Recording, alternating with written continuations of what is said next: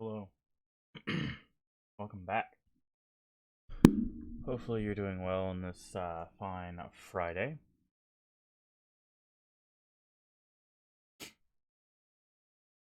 We're going to be playing Obduction, the spiritual successor to Mist. It'll probably be a bit of a shorter stream today. Not feeling super well, but we will still do it today. Got to keep the streak going. We're on day 19, almost 2/3 of the way there. I'm going to create a poll on my Twitter a little bit to vote on the next game, and I'll link that here. I'll probably wait till about middle of the stream to do it. That way people come in to watch.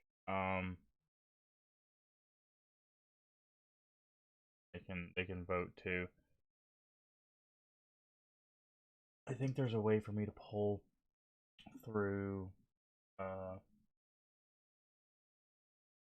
Twitch, but I'm not sure how to do it. I probably should have looked it up, but I'll just put a link to that poll in chat, and you guys can vote there. Vote for what series we play next. Because with Obduction, we'll reach the last game of this series. So we'll play through Obduction. I don't know how long it is or how long it'll take us. But we will go on to another series afterwards. I've got plans are there's 2 games on the list that are a first playthrough, and then 1 game that I've played through the first 2 games of the 3, and the last one I haven't played at all. So in essence, there's always an element of a first playthrough. Yeah, but we'll do a bit of a retrospective on the Mist series after we get done with Obduction, before we start the next series. So I hope you'll join us for that. As for the game, let's go ahead and load it up. Thankfully, I don't have to do any weird stuff because this game was developed in like 2015, I think. 2016. So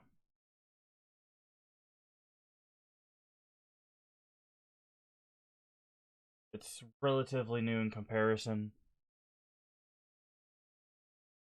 So hopefully we won't have as many issues with bugs and weird stuff from old engines and all that jazz. So also I don't have to do any like rearranging of the windows and whatnot to make it. So I'm gonna turn on the game audio here. You'll hear it as soon as I click over. Soon. Oh, there we go. Aha. So, Obduction. Now, all I basically know is this is supposed to be a spiritual successor to Mist, made by the people who made Mist. But as we've seen playing through the series, what Mist is varies quite a bit on what the developers focus on, right? So, like, you compare Riven and Mist 3. Those are 2 different ways to succeed,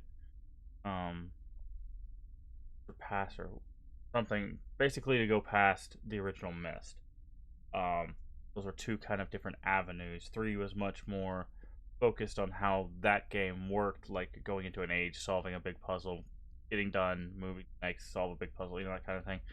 Whereas Riven was much more about exploring and finding all the stuff. So we'll see what mentality uh, they had when approaching this one. And again, this was made in 2016.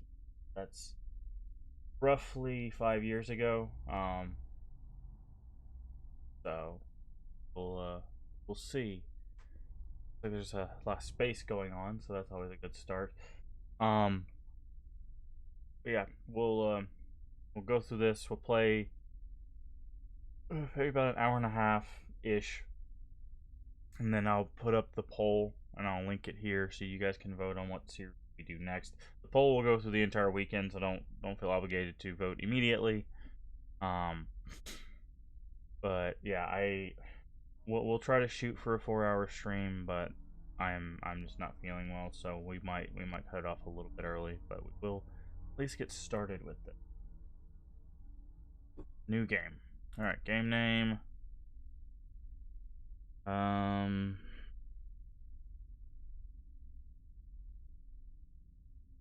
First playthrough. Oh, first playthrough. Free roam. Okay, sure.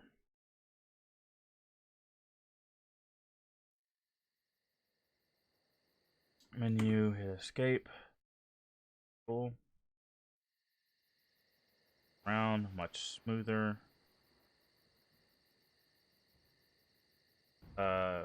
It's installed on an SSD.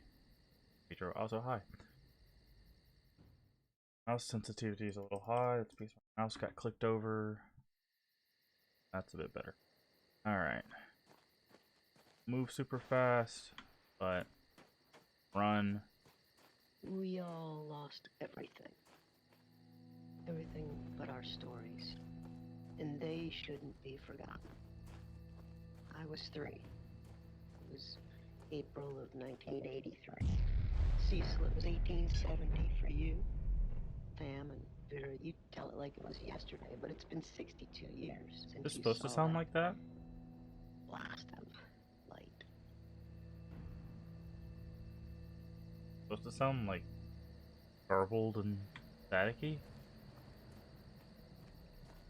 But that's not an audio bug.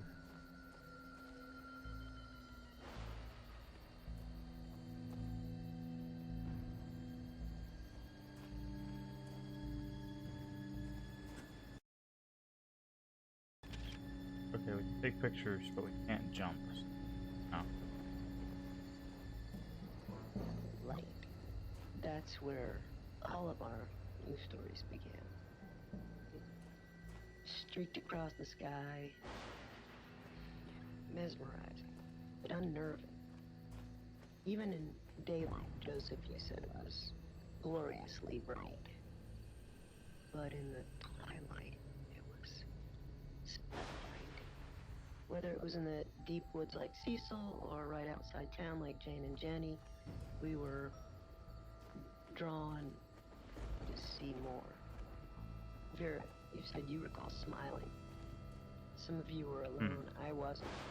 My dear grandma, God bless her, rejoiced as if it was some forebearer of good fortune. Grandma lifted me from the carriage on the porch and walked into the yard so we could watch it unobstructed. Huh.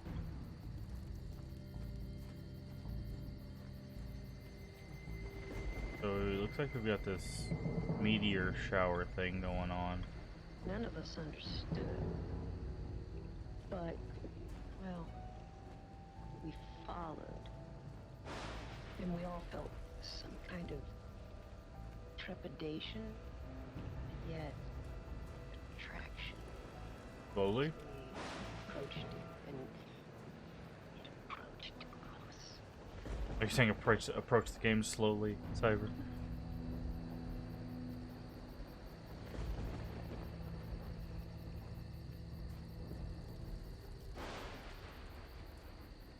Not so high. Good day.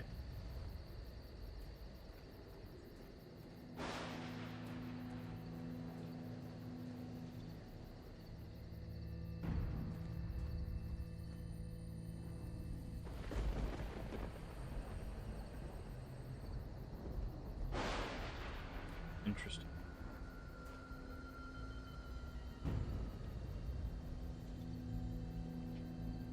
Saw you skipping many intro informations during these seconds. Yes. What? I'm not skipping anything. Like, nothing's come up other than the audio.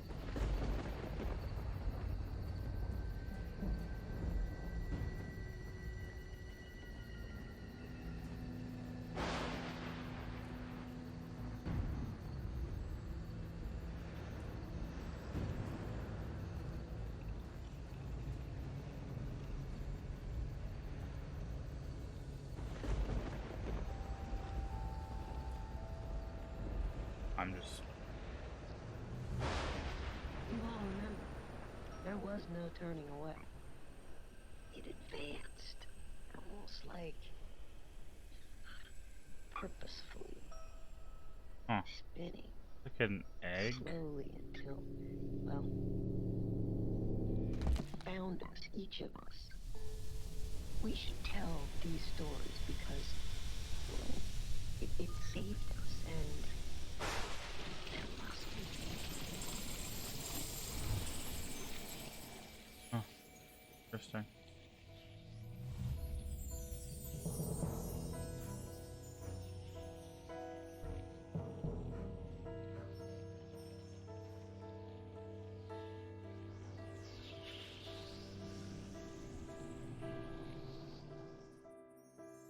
Okay, so I guess that's our way of traveling. Here. It's interesting. It seemed to bring part of the world with us. Right? So, like, all these rocks, that table and stuff, brought all that with us. Interact with it.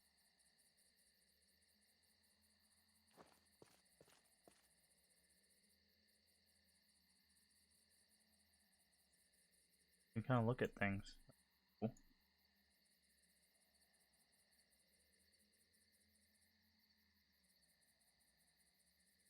It should be. Cypher. I don't think it'll be an issue.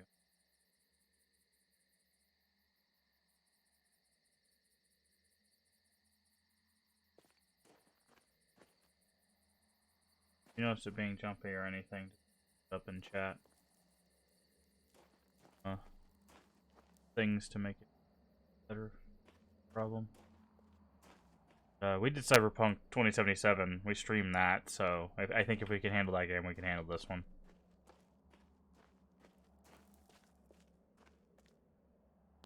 Right.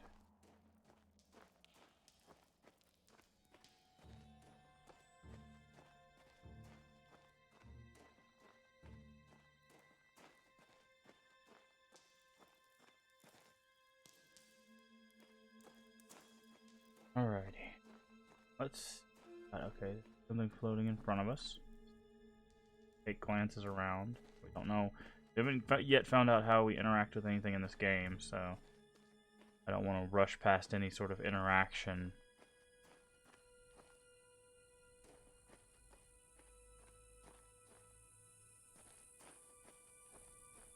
Welcome to Hunrath. Okay, so either this is a checkpoint or... Button. Push the button. Hello. Hi. Bonjour. Ciao. Hola. Hello. Shora. Ni hao. Welcome to Hunrath. My name is Joseph. I am the mayor here. You are most probably a bit confused and disoriented. But let me reassure you, everything will be fine. You're not the first to go through this experience. The others who have come before you will help you adjust. Okay. Follow the trail to the house with the white picket fence. Okay. Fali will meet you there and introduce you to your new life here.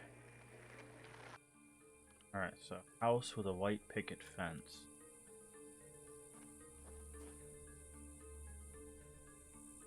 Yeah, I caught that too, Savidro. They specifically said Shora.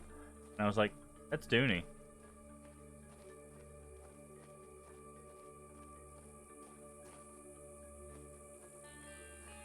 I mean, there's no reason why Obduction couldn't be part of the Mist universe. Like I was saying before, sometimes you just got to make a game that's not a part of the series, but can be part of the universe.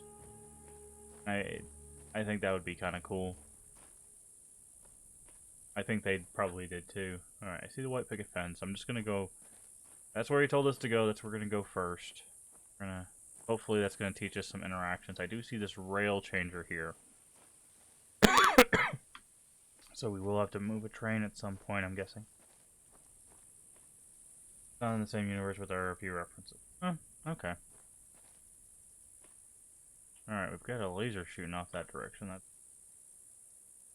taking in the sights. This is a really interesting landscape. So it's definitely otherworldly, because you have like these pillars of like blue, we'll say stone, because that's probably our only reference for whatever it is. You've got like a normal sun and sky, but then you have this other planet here. These are floating. Kind of interesting.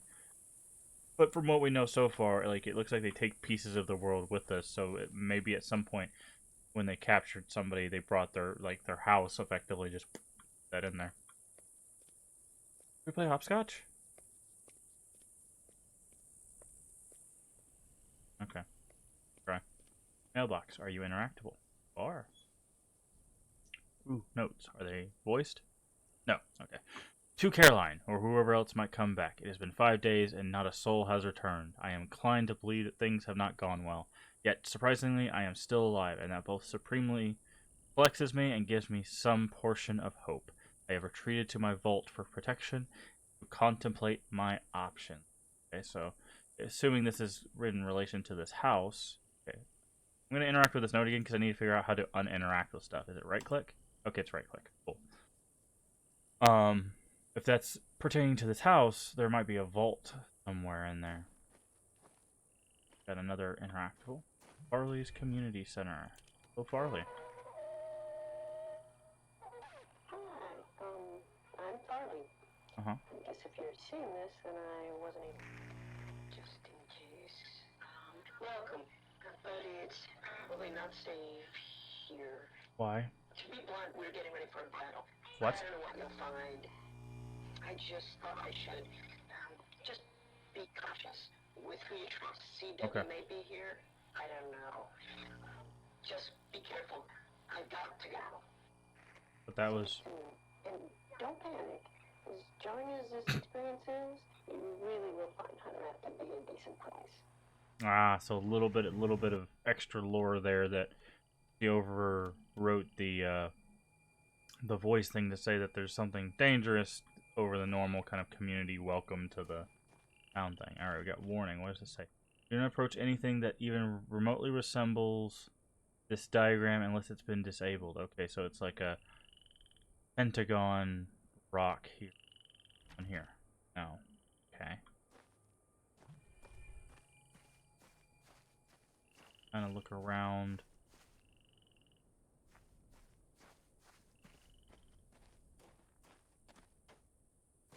Okay. Caps lock to run is still the same button. Hold off on that for now. If we start having to go long distances, I'll turn on the auto run, but...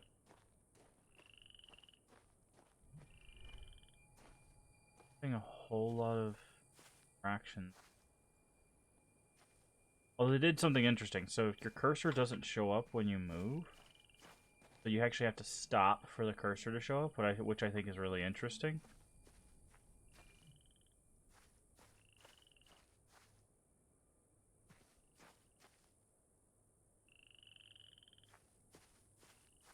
He gave us a be careful who you trust speech and try not to panic. Not thinking we can access this yet. Seems to be butt up against a mountain, so my guess is we're going to end up coming in through the back side of this house. Right? See how it's like inside the rock there? I'm going to guess we're going to come through the back. But this window's cracked, so maybe we can go through. Yes, Scopal Records, we just got started.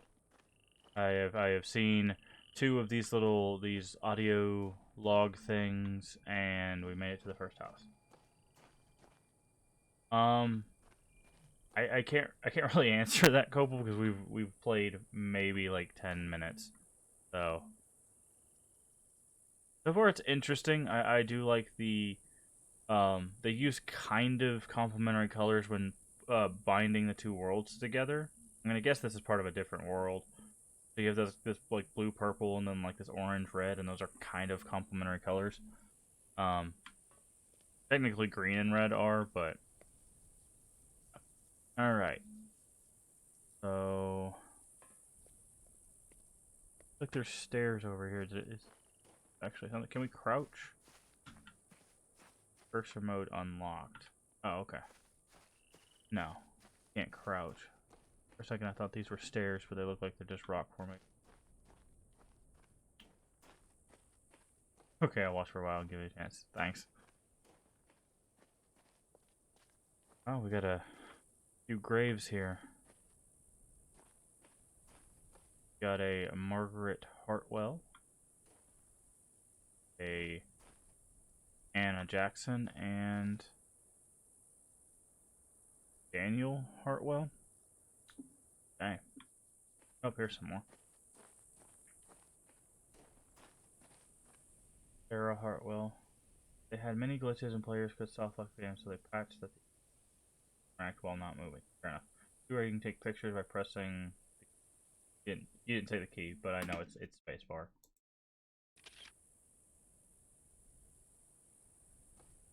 Gather clues. Yep. Wait. Sarah has 2? No, it's Mark. Alright.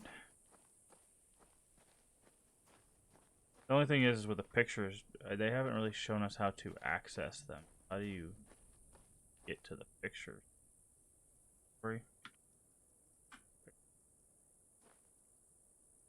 Carl Hoonrath, okay. That's probably what the place is named after. John Farley, that's father or husband. Robert Hartnell. Escape to select photos. Photos, thank you. Okay, good to know. Luther Roscoe.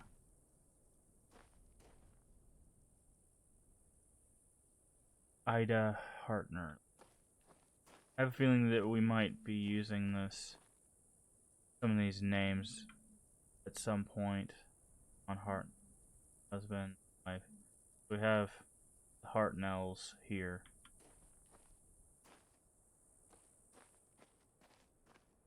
Okay, so it does look like there's a barrier between our world and this other here. That's an interesting bowling mechanic.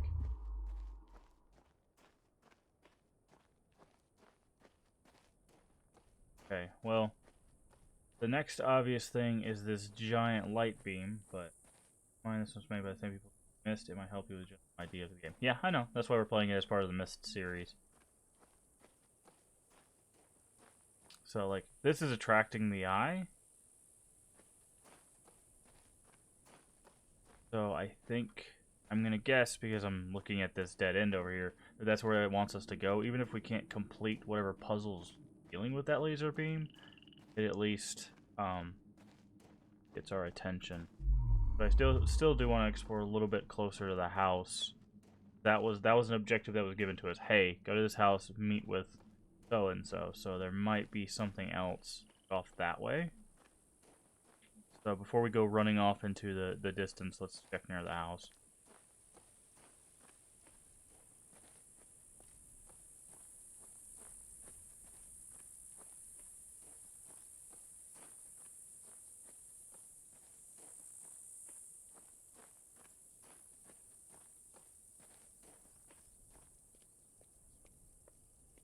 Well, that's actually really good for chalk. Nice. I wonder if they made a pencil like drawing or whatever in Photoshop and then switched the lines to look like chalk, or went over it with a chalk brush. Probably. I like the way you actually analyze the evidence. Well, I mean, I do that because, like, when you're given an objective, you have to. Oh, here we go. Quick car here. Like you have to use that objective to get to the next objective in most cases. So Mist is a bit of a weird one because usually you don't have an objective. You have to find a puzzle or a solution, and then that gives you an objective to find whatever part you're missing. So if you have a solution, you need to find the puzzle. If you have a puzzle, you need to find the solution. You know, that kind of idea. Here we don't seem to have either. We just have, hey, go to this house, talk to somebody, which we did. Now, there's one thing we didn't try, and I want to try that since we're here. I'm pretty sure I know the answer, but I don't think if we hit this again, we'll get a different audio log. But it's still worth a try.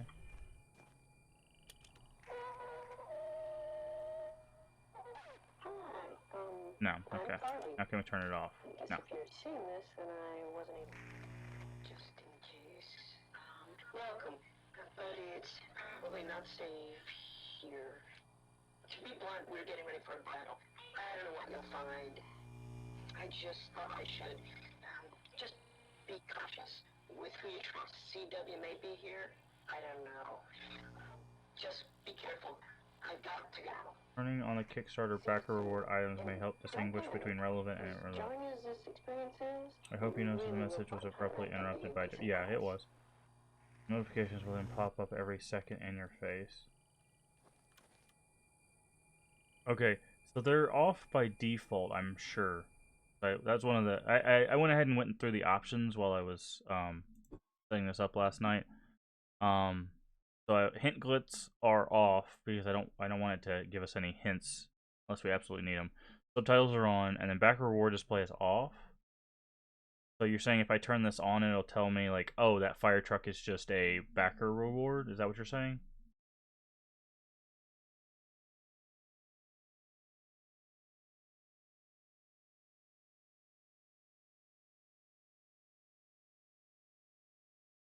Yes, Copel.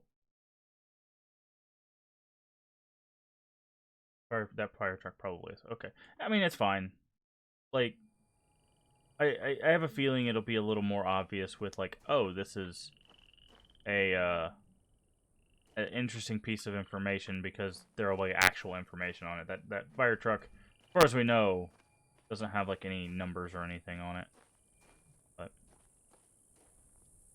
also, it's I turned them off just because they were everywhere and took me kind of out of immersion every time. That's fair. I can definitely see that. Okay. Yep, so we're going to work our way this way. I did see... That was a dead end. Let me double check. Pretty sure this was a dead end? Yeah, for now, at least. We're going to go ahead, head towards the obvious light source. Hello. Huh, I wonder if that's what they're being invaded by. Alien bees. We have, ooh, we have some glowing rocks. So this is interesting. This might be related to the laser. If you look at the particles of that laser and the way these rocks are going, might be a thing. I wonder if that laser's on a cart. Maybe it wants us to move the cart this way. Anyways, go back down. Another, okay, never mind. So this is like another rail. Oh, this also has those rocks. So I'm guessing we're going to have to use the laser for those rocks. That's probably a mechanic. I think this is where we started. Yep. Okay, well, we didn't get a chance to explore this way. Give it a once over. It looks like it's probably going to dead end into the other zone. I don't know what this is called yet. Oh.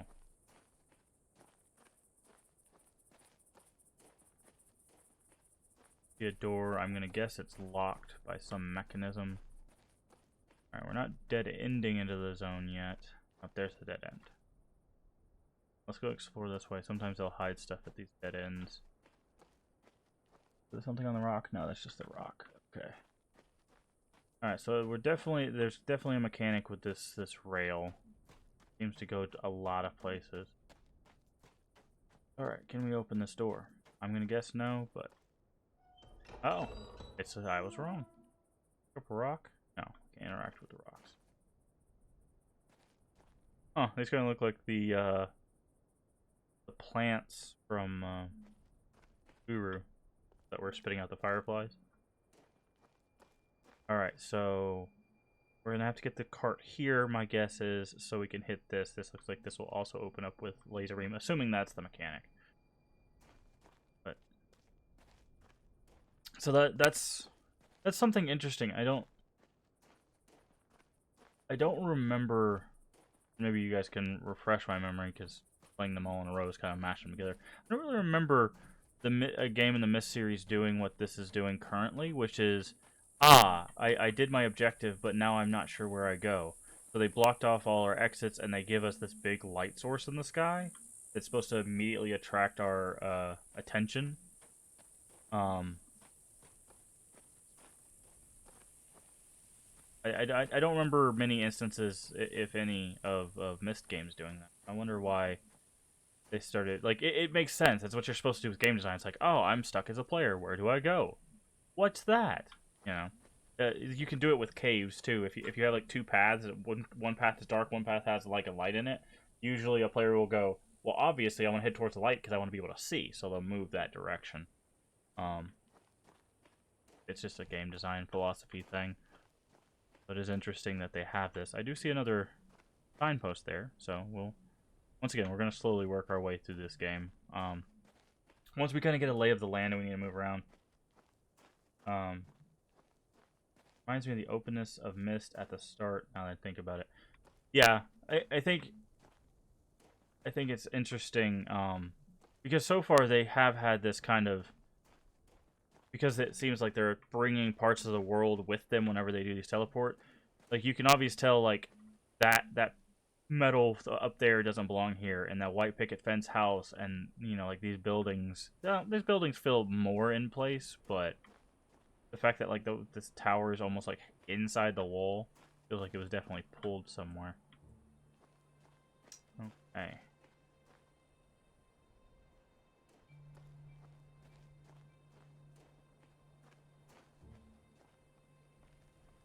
Hidden back here.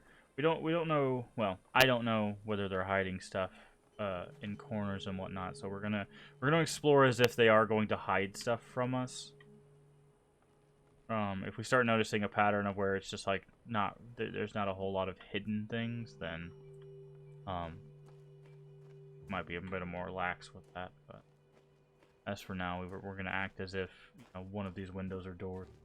I played this in VR, and that made all the detailed environments stick out more. That'd be really cool. Again, I don't have a VR setup, unfortunately. Maybe one day, but okay, we can go in there. But see, this is what I'm talking about. Like, it's bright. There's that thing in the sky, and then there's this like cave here with the potential for light. So like, something tells me I shouldn't go in here yet. I'm going to, because I'm bad at video games, but something tells me I shouldn't. And there you go. Like, I can't move this rock. So, perfect example.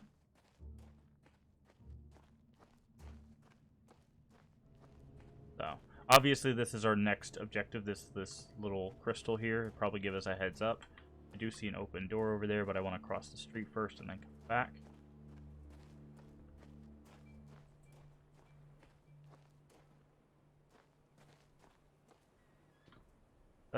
Backgammon? I don't know. I don't play a lot of board games. Alright, we do have these stairs as well. Stairs seem to lead to... this looks broken.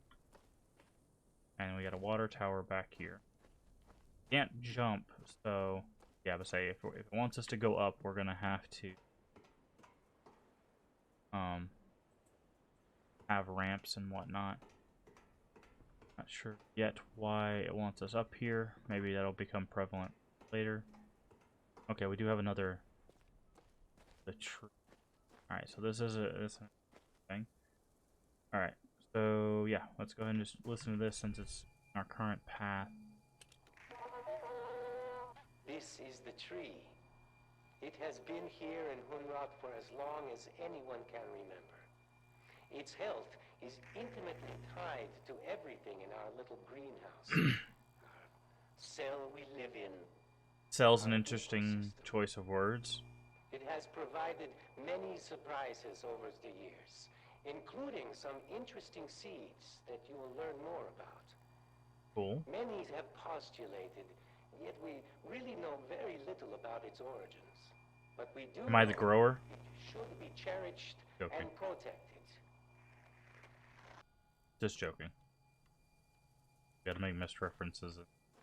I thought it would be a Mist series playthrough. Alright. We're gonna go back and listen to this other audio log. We'll go back that way and look. I definitely want to go that way. We also need to check in this building. Okay, we can't fall off the building either, so that's interesting. That leads me to believe we'll be using this for... Off this way? No. Weird. Alright, let's go listen to this other audio before we go running off into blue thing over there too. Looks like there's a note on the wall. Yeah. We have a healthy, thriving community here, as you can see. Our Yeah. garden was planted years ago Healthy. and has supplied Thriving. plenty of food for many generations. Your hair's The in your face buildings again. around town serve multiple purposes, including housing, schooling, and storage. Huh?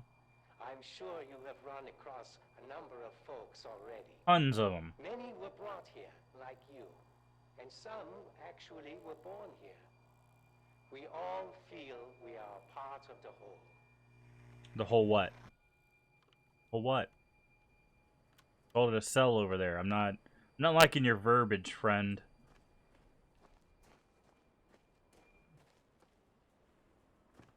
Alright. Let's go on.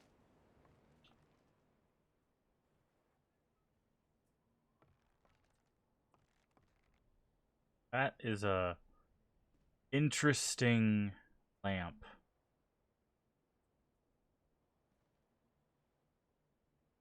Okay. Alright, let's see what you got. You got 97311. Let's make that our first note. First note for abduction. Playing cards. 973. Cool. Don't know if that'll come in handy or if it's even a thing, but hey. Alright, can we interact with drawers? Not so far. Books. Oh. Pen. Is indeed a pen, but we can't. Papers on the ground. We can't really can't open the suitcase? Seems like it's rather a prominent place for something you can't interact with. Odd. One. No. Okay. What does that say? Lily.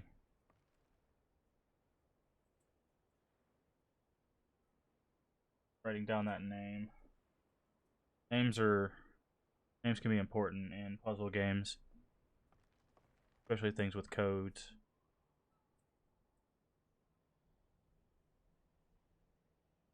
Make a lot of observations that I took for granted. Well, like I said, once again, we've been playing through Myst, and Myst series would literally leave this on here. Probably take away a card and put it somewhere else in the level, and then you'd have to put that code together. So that's why I'm just jotting it down. I like I said, we're playing this to see how their mentality is shifted from the Myst series to this one. Because remember, this came out effectively 9 years after 5, I think. It might be a bit longer. So I'm just trying to. I'm coming into this like with fresh eyes, being like, okay, well, this is going to be a puzzle game made with people that made Myst. Now that we know how they, make a Myst game, let's see how they make a non quote unquote Myst game. even though it is very much, it feels very Myst-like currently. But honestly, we haven't engaged with our first puzzle, so we can't really tell whether it's Myst-like or Riven-like. Because I feel like, why I enjoy watching. Hello, please? What was that? There was a creaking. Hello? Oh. Watching people play for the first time? Yeah. But I feel like the Myst and Riven are the two mentalities Cyan... It's Cyan, right? Cyan Games seems to have... There's that sound again. They seem to have. Either it's the environment is going to help you with the puzzle solving and the storytelling, or you're going to be confined to a set of areas that allow you to focus on the puzzles that are in those areas in order to progress and move on. Those are kind of the two major mentalities. Guru kind of brought those two together. But Riven was very environmental, check literally everywhere, scrub your face against everything because you don't know what's going to be a solution. And Myst or Myst 3 are great examples of like, okay, you're in this age. This is your confinement. Deal with these puzzles, and then you can move on. So far, I'm getting more Riven vibes. But again, we haven't been introduced to a puzzle yet. So.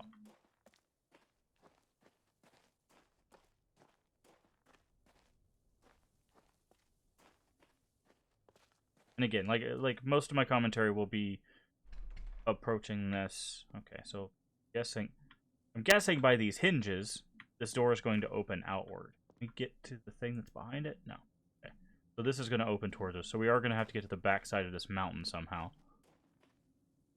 But I'll approach it with a bit more of a game design standpoint, and then once we finish the game, then I'll do more of an opinion retrospective on whether I liked it and how it went from there. Okay, so we can't get access to the tree. This is on a mechanism, which seems to be below us. So I'm going to guess... Look through here? No. I'm going to guess that it's... We're going to have to get below us through there somewhere. Good to know. But the opening mechanism seems to be down there. Consider every locked door a so-called puzzle. Like, in a way, yes, a locked door is a puzzle because you have to find the solution being a key. But then it comes down to each person's classification as a puzzle. I wouldn't classify a door as a puzzle. I would classify it as an obstacle, right? Something to be surmounted, whereas a puzzle has to be solved. We don't have to solve a door. We just know we need a key or a different direction of approach, right? Either the door opens from the inside, or we need something to unlock it.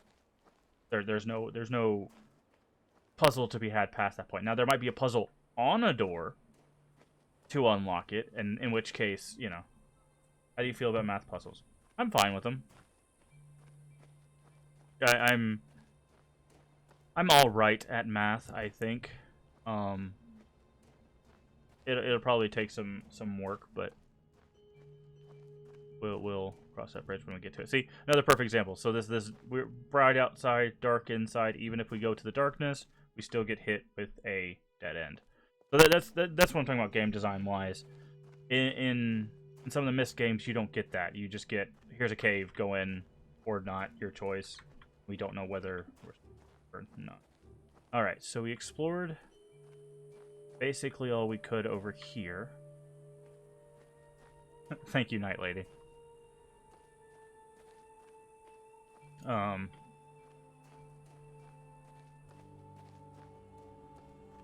Once again, I think it's still leading us to this laser. But I again want to take our time here because we're not sure what kind of game we're engaging with currently. I would call the number system in Riven a math puzzle. That's more a translation puzzle, but I can see where you get the math from. The fact that you have to use the numbers to do stuff. But I think that's more of a translation puzzle. Like, maybe even a decipher puzzle, like a code. Definitely a code, because it's converting our information. Okay. The laser is hitting this windmill. I don't think it's actually powered... Oh, no, it's not. It's hitting past. So, this windmill is powered by itself. Take the rake. No. Alright, we also don't know if we have an inventory. I'm going to guess not, because I don't think... Was there any Myst game where we had a real inventory? Like we had to bring items with us to other things? I don't think so. So, I'm going to guess that they don't have an inventory in this, but we're still going to act as if they do. Okay, so we're going to have to get this water tower to pour out water here. I'm guessing... No. Given how the ground looks, I don't know if they put a key there, but we'll keep that in mind. There's a broken pipe there. Also, this rocket ship, I don't know if it's a reference to Myst or a reference to somewhere we need to go, but cool. I like it. Okay.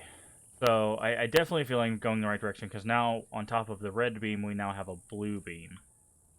So, they're even making an X. So, this tells me that this area we're about to enter is very important. Carry pages and Myst, but no donuts. We consider the page Myst an inventory system, even though it might be primitive. Well, I'd say you're carrying something there. Okay, does this hurt us? No. But it can be blocked by us. That's interesting to know. We can block this beam. Everything else was journals and then Orion symbols, but technically key and relative book were in your inventory. Yeah, that is true. All right, so the red laser is not currently on anything. So we'll have to figure out whether it's the blue laser or the red laser that breaks up those rocks. But we definitely have stuff to explore. Okay, I see a big red button, a dark place, laser, and a shed. I'm going to guess the shed is going to be our first option, mainly because the thing I can see in the shed is a green light. So.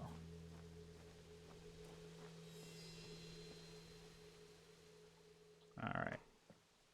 This definitely looks like this door is going to have some sort of mechanic. Either that or it's strapped with C4. Alright, so we can get to this waterfall and possibly an elevator, it looks like.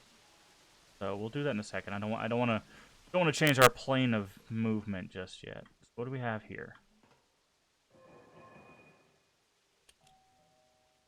That's a doorbell.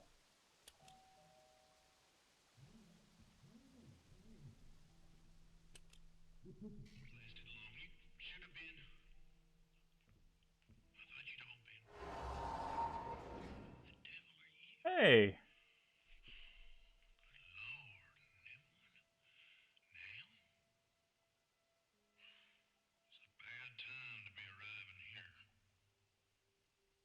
Turn up the voice audio. Alright, the voice audio is all the way up. I'm going to bump down the sound effects, footsteps, and the ambient just a little bit, and then I'm going to turn up the game audio, because I really want to be able to hear what they're saying. Oh, sorry, I didn't mean to bump the mic like that. Just a little thing, too. Because this is the guy who said he was going to hide in his vault, I'm sure. This is W.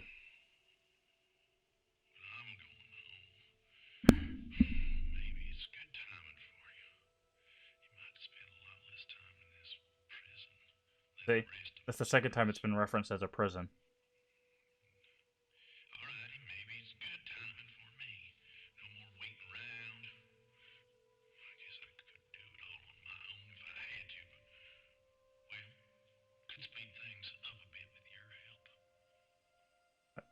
I thought his name was Rand.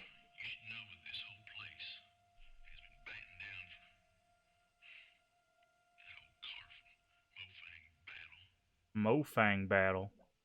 The Mofang.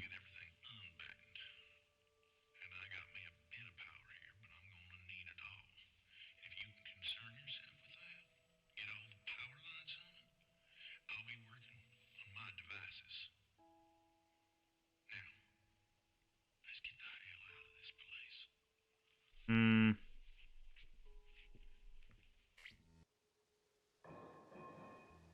I thought his name was Rand Miller. Is it Robin Miller?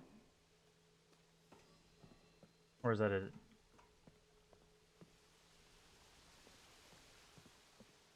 Rand and Robin are brothers. I think this is Robin the musician. Oh. Interesting. They look very, very similar. Like, I get they're brothers, but... Alright. Next thing draws the eye is big red button. Might be a mistake. Actually, can we save? Is saving something we can do by ourselves? No, we can only load. So it looks like it's auto-saves only. Grand Science CEO, Robin played Cirrus in Mist and composed the music for Mist, Ribbon, and Obduction. Okay. Alright, no power. Got it. Alright, so we've got the beams here. We've got this dark... Even though it's dark, there is a singular light here. Doesn't look like it does anything for us currently. Because it dead ends. Which means now we get to take that elevator up. Is where this seems to be leading. Also, you can see that light up there, which is a good part. Alright, it does look like once we go up, we can come down and mess with this laser. In fact, I got it. Game autosaves like every 2 seconds, probably part of the reason it murders people's computers. Fair. Well, that's good. I would rather it autosave often than have it, like, wait 30 minutes to autosave, and by then you've already solved 3 puzzles and the game crashes and you have to solve those 3 puzzles again. Also, give me a heads up if the audio is too loud or whatever. Okay, so this still works, but I think that's because it's powered by that wheel there. It's not needing actual power. It's just a pulley system on this wheel. Water wheel. But yeah, if the audio is too loud or too quiet, just give me a heads up. Like I said, I just turned it up a little bit, so give it some time. Alright. That's going to... Specs are a little low for the game.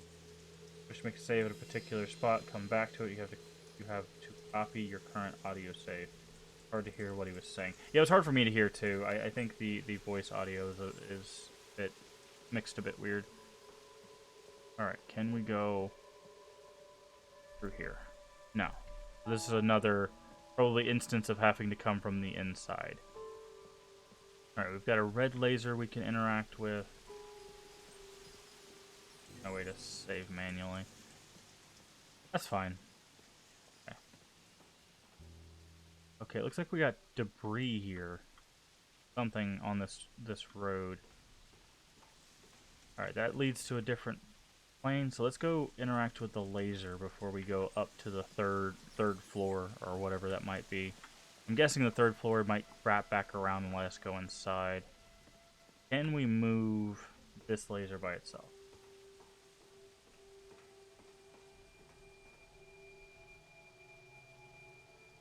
Does not look like it. So that's good to know. This is not currently interactable. See through here. Alright, let's head up to the 3rd floor.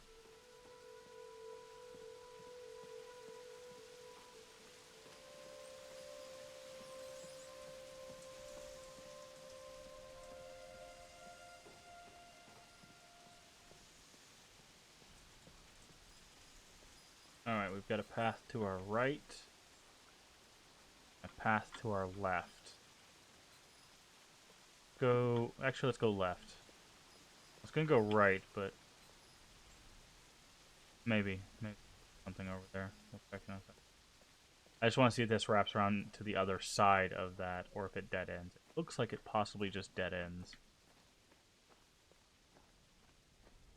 Alright. And of course, that looks important. I'm going to guess at some point we're actually going to be able to go through these barriers, or at least in certain areas, because this definitely looks important. I think going red on these like holes and crystals we interact with was really smart, because it definitely contrasts with the bluish purple of the other world. Still not sure what to call it, so for now we'll call it the other world. What happened? Jittery. Oh, I guess it was just the rocks.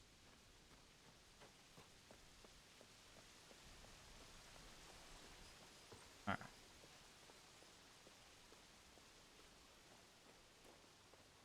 This looks like a simple lever levee thing. Where does this water go?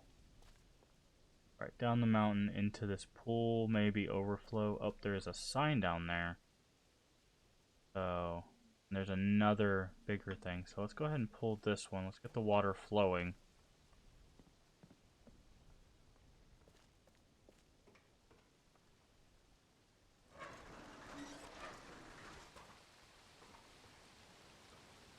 See what that does coincidentally for us. Alright, it looks like it moves to there. So it looks like we're doing a little bit of a water movement here. Very reminiscent of 4.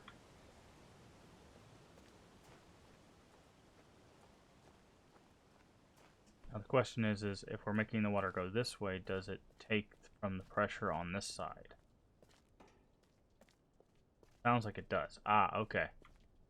So if we want to get down, we have to have the water flowing this way, because this thing is not powered without that going. No, can't drop down, right? Yeah. There is no dropping down from here. Now we're gonna have to flip that switch back. Otherwise we cannot get down. But it's good to know that switch being there is important to us. Because once we open the door to this building, once we open that door, we'll be able to shut off the water, because my guess is in the interior we'll have stairs that lead us back down. So, but for now, we need our water back.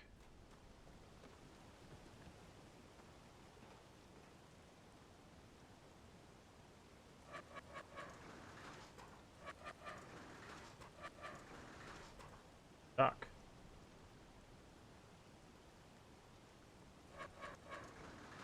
Why is this not working?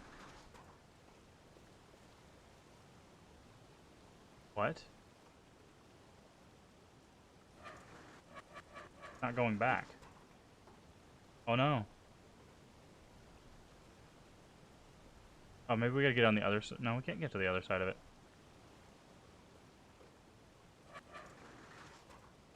Yeah. It's down the... Huh.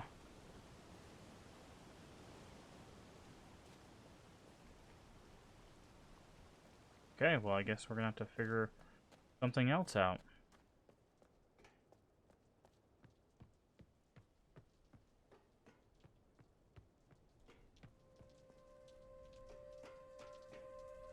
Well, not take the elevator just yet. Maybe we can just jump off of this platform?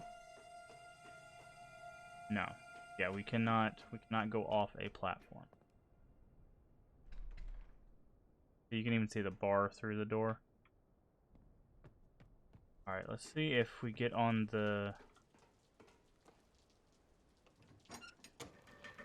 Okay, we can still go down. And my guess is we can't go up.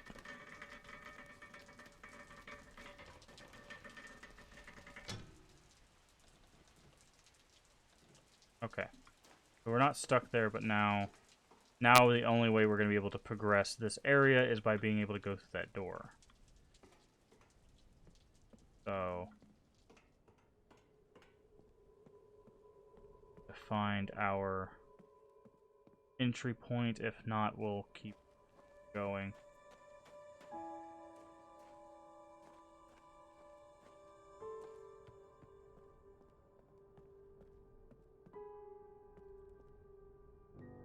Okay. Yeah, see, here's the stairs down. So we need to get the ability to open this door. Right?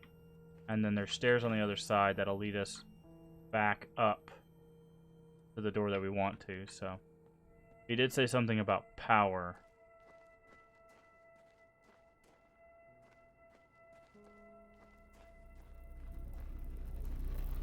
I guess that is our next objective, to find a way to power things. Alright. Look, another rail dead end over here. Nope. Back. Cool. Alright, we got a pile of rocks, but we want this signpost.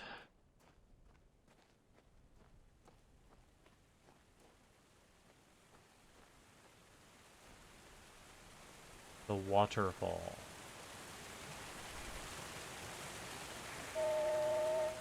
Part of our ecosystem here is our supply of water. It is supplied as a natural process of the system itself, and we don't really understand how. Although the entire system is very closely tied together. The fact that one of the most important necessities of life has been provided to us has led many to believe that this place has a purpose. Others attribute a complex natural process which we one day hope to understand. Either way, we are glad to have all the water we need. Convenient.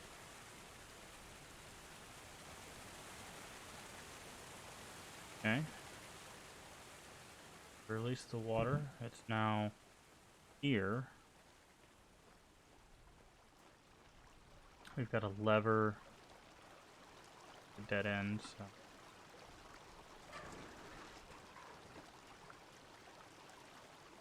Alright, that didn't seem to do anything. Either it needs power or we have to do something with this. Okay.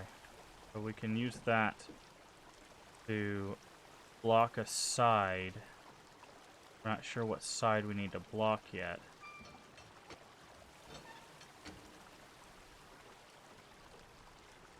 Okay.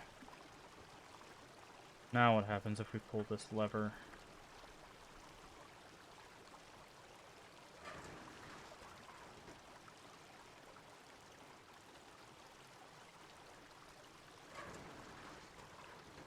Okay, it looks like this is going up. This part is moving for some reason. Maybe, oh, maybe it can rotate.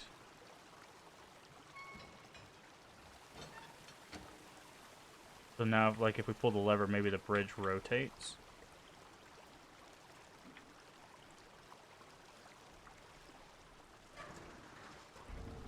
Ah, there we go.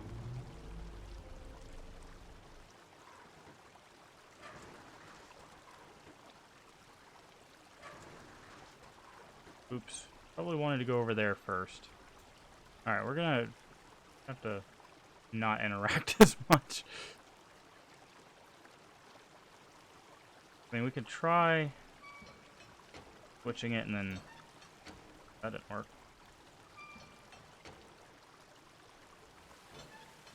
Try switching and then pulling it back. It physically should not work like this, if this does work. Okay. That technically wouldn't work because it's pushing the water on either side of it, so the water should be going like this around it. But for our sake, thankfully it does work, so we can go explore over there.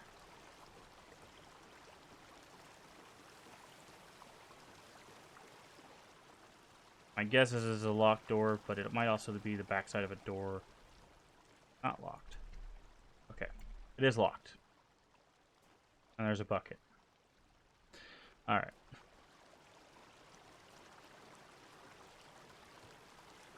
So. This was, I guess, technically our first puzzle. Because you have two different interactions. You've got the lever and the propeller there.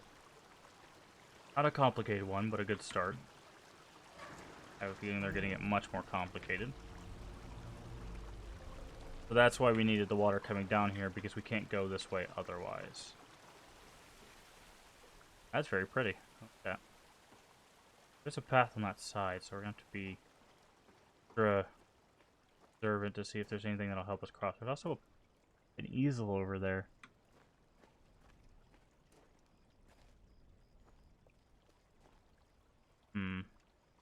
That? Oh, that looks like a shortcut. So we're going to come and we can knock down those stairs. It brings us a shortcut here. Good to know. Okay.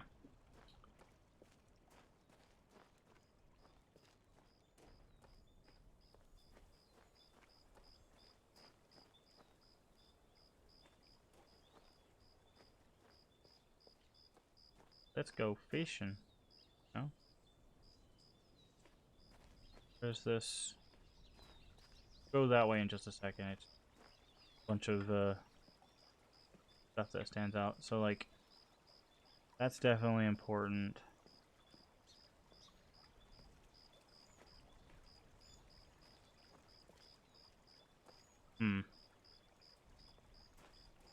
Like there's much here. Can't get in the water at all, which is fine. Makes sense. All right, let's not go that way just yet. We do know that path exists, so there's a path to the left there. Check this way first. Okay, this looks like a dead end. Let's see, where do we go? Where do we go?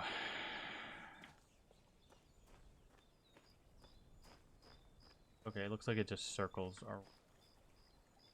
I want to double check there's not anything hidden along that path. The bench. There.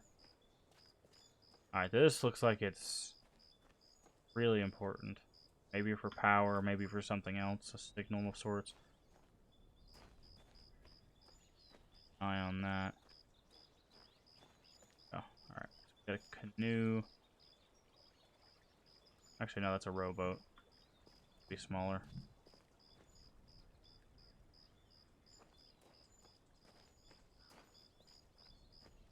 A bit of a shanty wall here. Do we have any other... Oh, that's kind of cool. The motorcycle.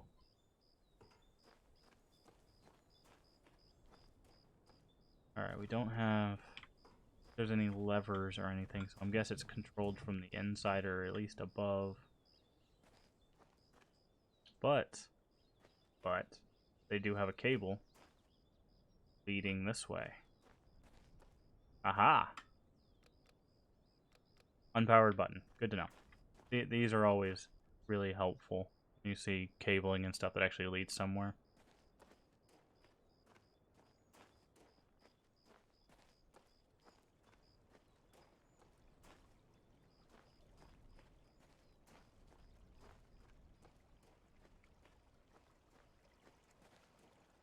Dead end. Alright. Looks like we're being funneled towards this little shanty town, shanty wall here.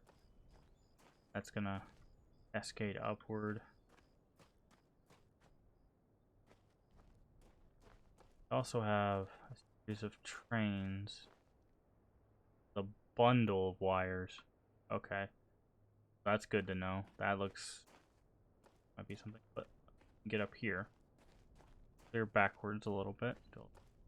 Backtracking, but on the second floor. Right? This looks kind of like the abduction symbol. Chunk missing out of it. Aha! Infernal stairs. Well, based on the bottom and that this is a sphere, this is definitely going to rotate. But the real question is to what end? Okay. So we're starting to see some possibilities for puzzles and stuff here. But we haven't quite a puzzle yet. At least not something I would classify as a puzzle. Okay, can't go in here. So at some point we're gonna find our way inside this mountain, because there's at least 2 doors, maybe even 3, that are related to. Actually, it is 3, because we got the back of the white picket fence house, the one near the tree, and then that one. So we have 3 doors that are all related to. Also, there's that up there, but related to this mountain. Alright, let's follow this cable, see where this cable's going first before we go diving in train yard. Alright, it goes... oh, here we go. This is great. That's what we want. Okay, so it looks like it's routing at least power, maybe, from here to train yard. So it looks like if that is the train yard, I'm guessing this will be... yeah, okay, so that is CW. That's the vault. That's the town. I haven't really seen the tower. My guess is it's that thing. Farley, that's the white picket fence house. Garage. Interacted with yet. Ramp. Not sure. Wrap. Tunnels. Okay. So it looks like this just might be location for... Oh, no, we can access it. Cool. Alright, let's round out here. Can't get over there. Excuse me, sorry. For pickup thing. Alright. Oh, this seems to be linked to something over there. We're gonna wait on the interactions. Just in case it gets us stuck somewhere. Alright, can we do anything with this nozzle? No. This it's got a crank here connected to something in the train yard, so that's good to know. We do have a bridge over here. Notes. Something. Or is this just a... Hey, look, it's Ericston and Riggsville. A chunk of that got pulled here. Phone? Oh, we can. 9, 7, 3, 1, 1. Nothing. 2, 9, 1, 1. No. That's just something for the time being. We'll keep that in mind. It doesn't look like it's attached to anything. It looks like it just exists.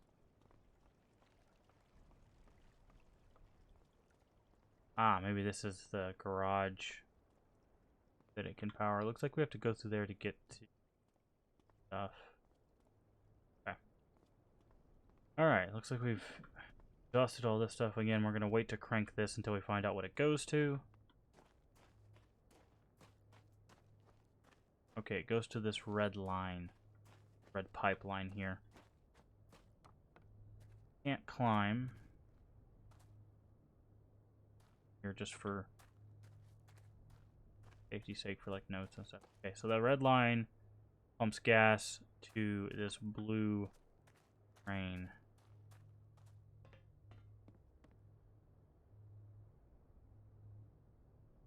Huh. It says Lost Boy? Well, I guess it's Lost Boy. I was about to say it might be Last Boy, but Lost Boy. How very Peter Pan of you.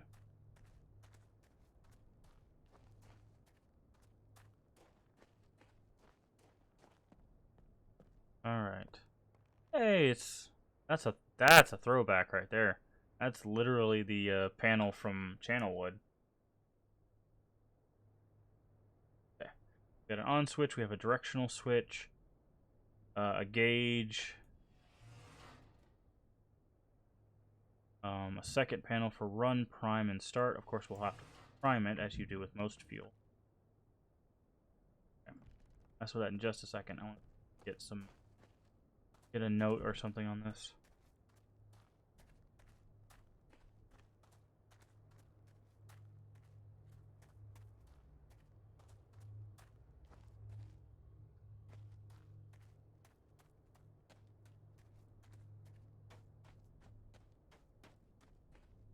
Alright, dude. Is there a notage on how to run the fuel thing, or are we supposed to figure it out on our own? The building that is a part of the mountain, apparently. Making sure they didn't put like a note over there. Alright, so we do have a path this way, so that's something. Door inside of a spire. Alright, before we go that way, let's see if we can actually get this up and running. Because if we can get the power cranking to something, we can at least figure things out. Because it looks like we can... I don't know if we can route it from here, or if we can just get it started from here. It looks like, well, with the Y shape, it looks like we can route it, but it doesn't say for...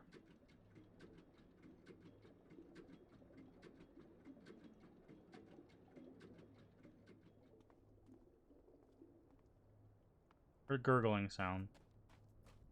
Guess that's good. We're gonna need to prime it first.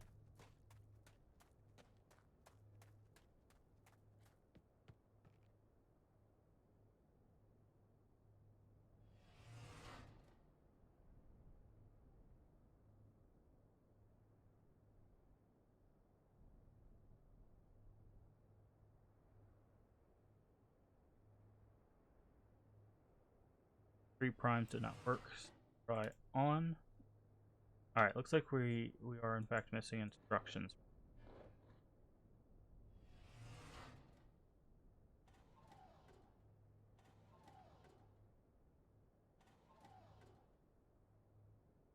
Alright, it's not 3 primes.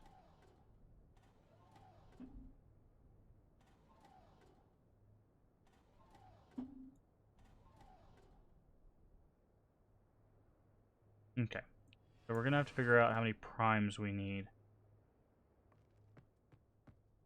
Oh, hold? Oh, okay. Yeah. That makes sense.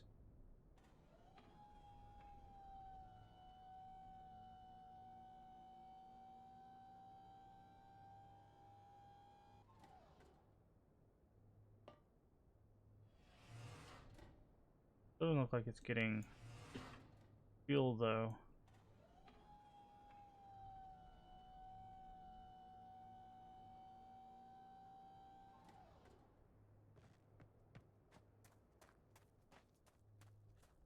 Yeah, it doesn't seem like we can interact with this just yet. I'm gonna give this fuel crank another go, but in the opposite direction. See? Oh no, we can only go one way.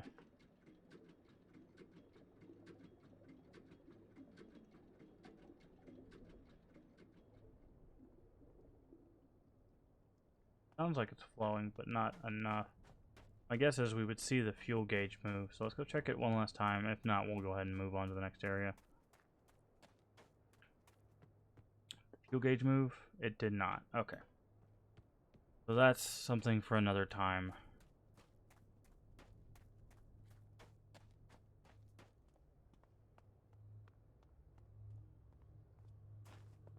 Probably like prime for 5 seconds, then start or something like that. The hold. Because currently we're not like gauged into anything exploring. Either we'll get information on it, or there's a connection somewhere that we're not privy to yet.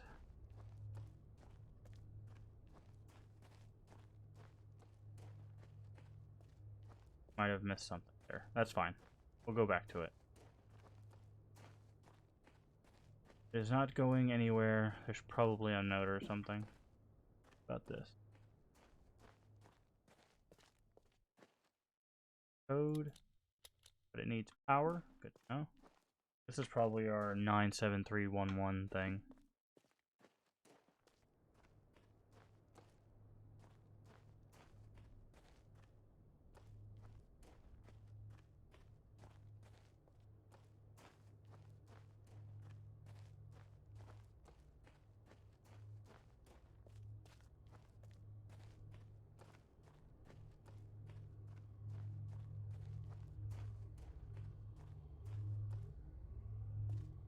Making a humming noise. Okay. Also, there's a bridge on that side, so that leads me to believe it might curve back to the left at some. So far, we have. Yep, here we go. That just circles back here. Never mind. So far, we have our first puzzle, which seems gas power thing. It's good because that corresponds to the objective that he gave us. Is hey, if you keep the power going. It does look like that objective is our current to be solved.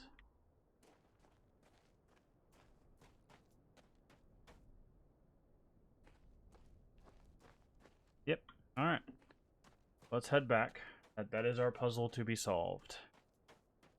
So we're gonna check along the line, see if there's any like rotatable knob or valve or something to get the gas to pump correctly. That just would cause that little like mouse jitter thing. Hits the edge or something. Alright.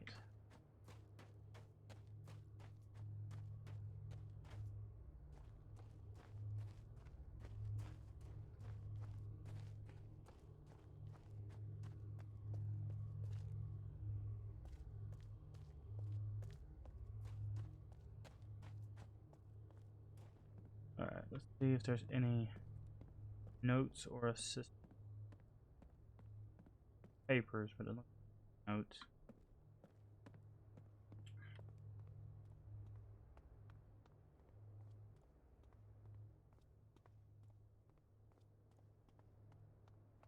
Okay. Put in here.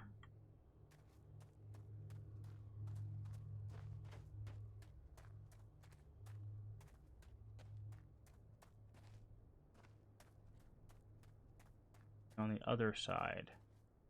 No.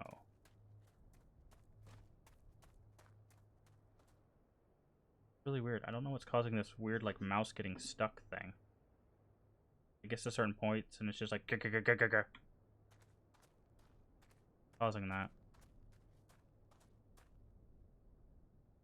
Because I'm running it in a different. Try changing a thing real quick. Try running it just full screen.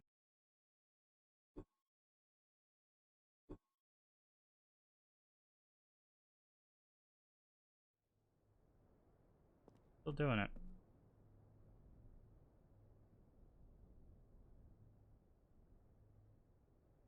Yeah, that's what I'm noticing. It looks like it's.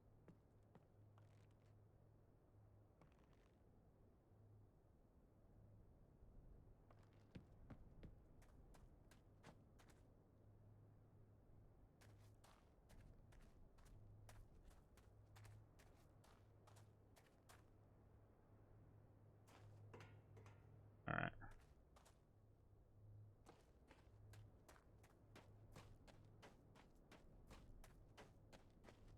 Seem to be a valve along the red pipe.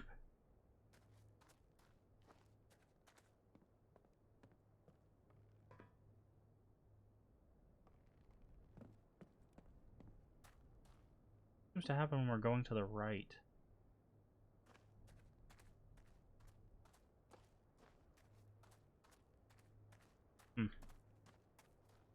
Okay.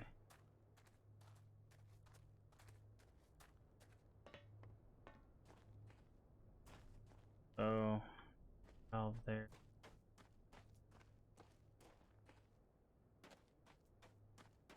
Along the power cable.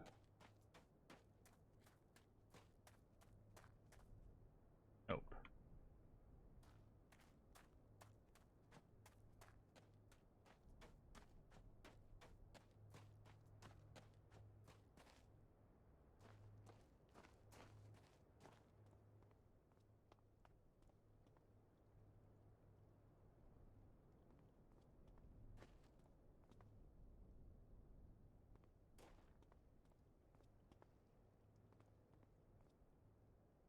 Huh.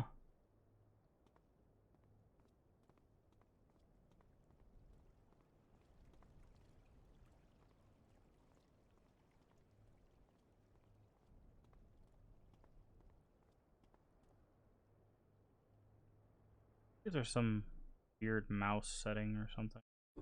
That jitter is going to drive me bananas. I unlocked cursor mode.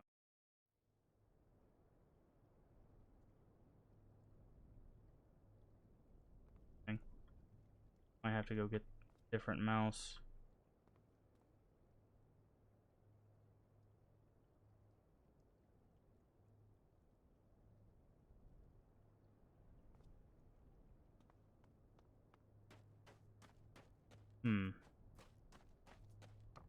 Crank that. Bring fuel here.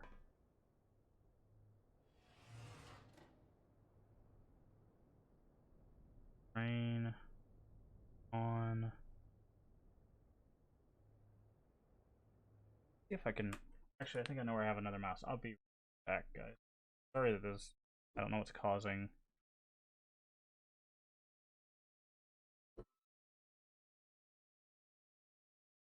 Graphics.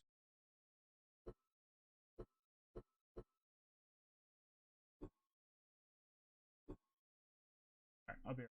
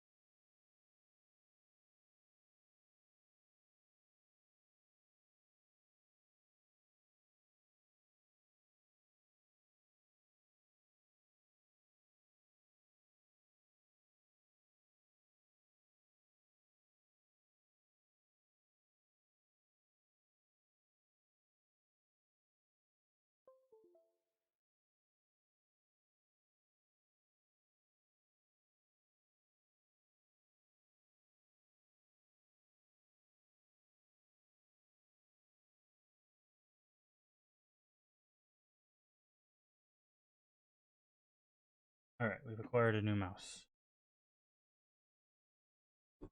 Works. So far, so good. Alright.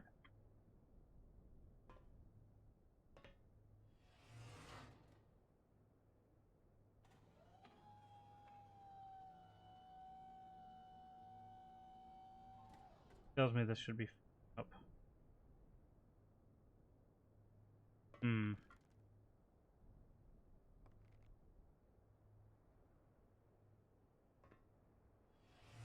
Doesn't seem to be getting any fuel.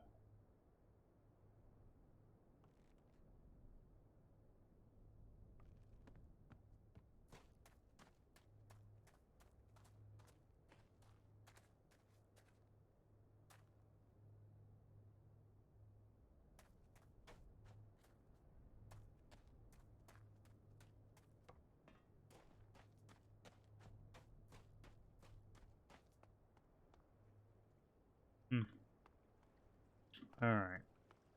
So maybe we can get around behind this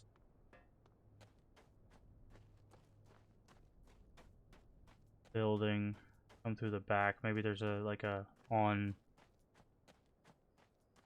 switch, basically, is what I'm saying. Oh, doesn't look like it.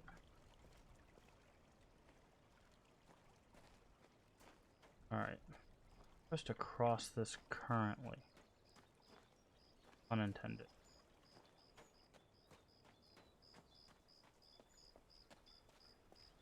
I would like to also get over there.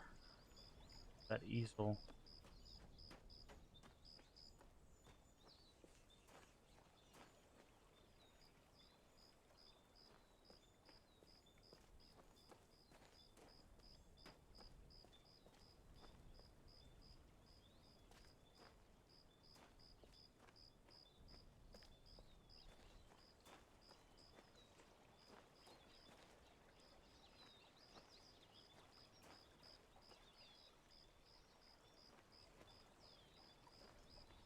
Cyber?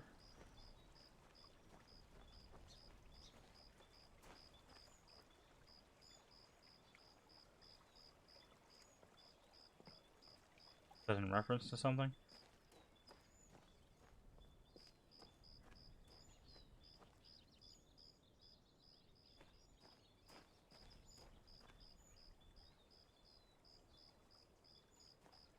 Oh, okay.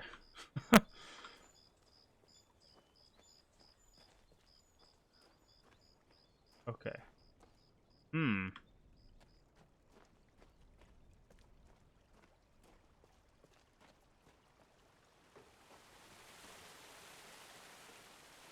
We can't rotate this while on the other side.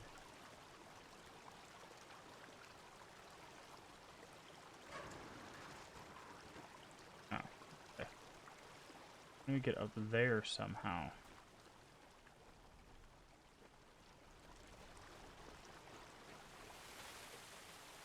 No. Alright.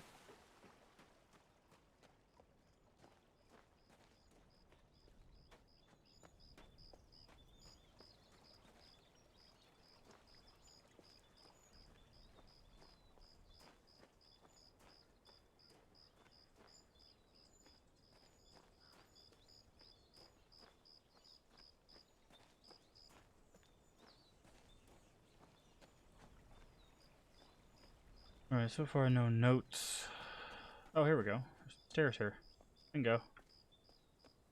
What we wanted. Oh, never mind.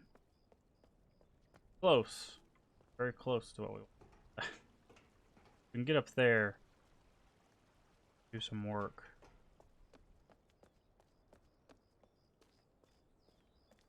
Go back to the stream because it's too frustrating at this point. Well, that's how puzzle games work, Opal. I'm sorry.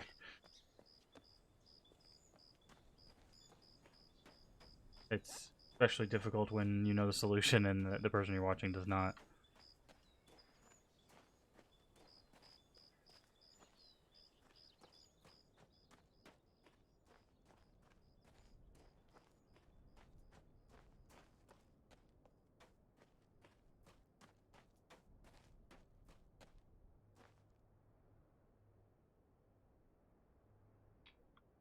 Hmm.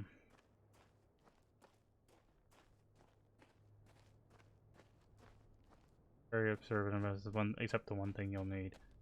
Yeah, well, that again, the problem is I don't know I need it, so I don't know to observe it.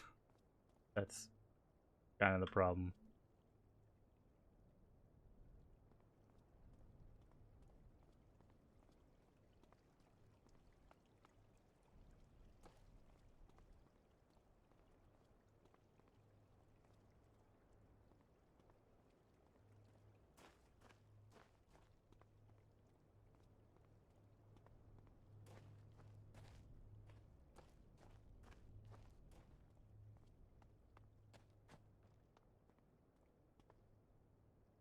The line? Didn't know you need to get the power on. It was. I mean, I do know I had to get the power on because CW told us we had to get the power on. He gave us the objective to do so. So these aren't really leading into anything, but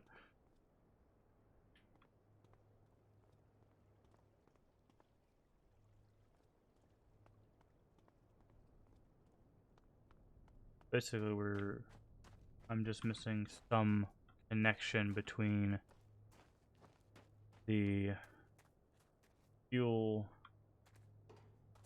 Voice recognition sometimes it doesn't work. Ah.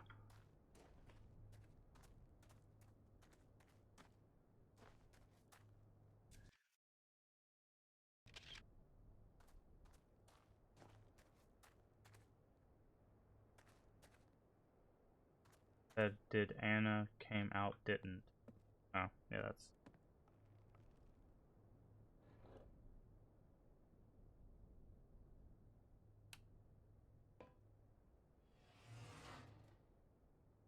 Let's go crank it. We tried changing the thing before and it didn't stick. Maybe this time it'll stick.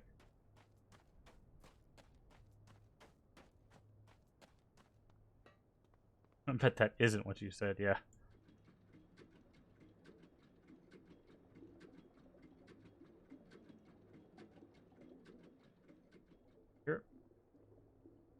Hear it flow.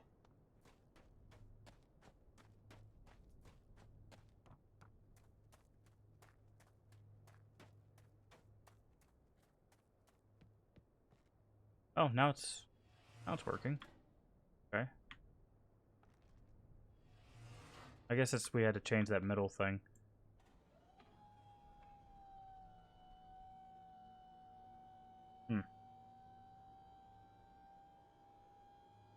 It said fuel drain. Hold on, we'll look at that in just a second.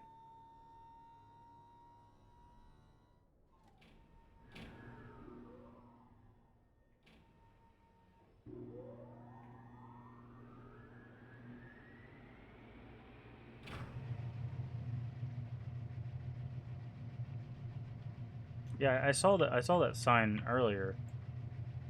Wait, it won't let us.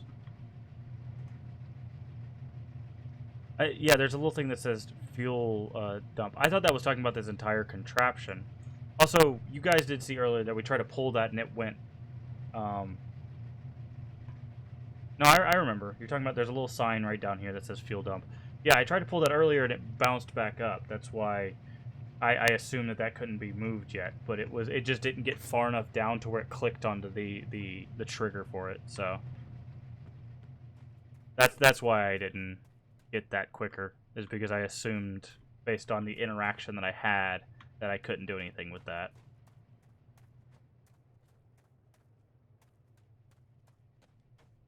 So. Oh, looks like we've powered everything but town.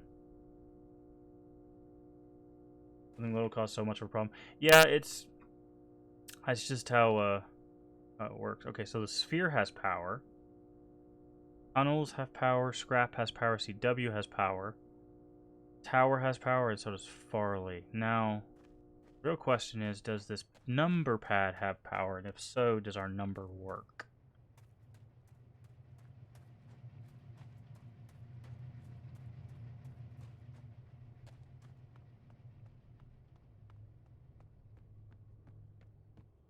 But I believe this is probably the tower direction. Might not be. We'll see. Garage does power. Is that what this is? It's got a light. 9.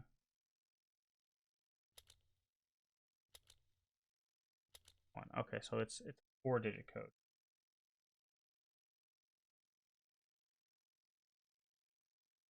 You're gonna need a 4-digit code. Yeah, the garage does not have power currently.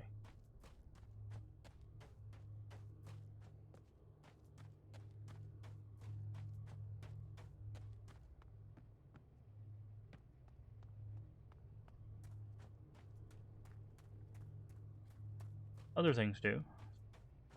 Goes out.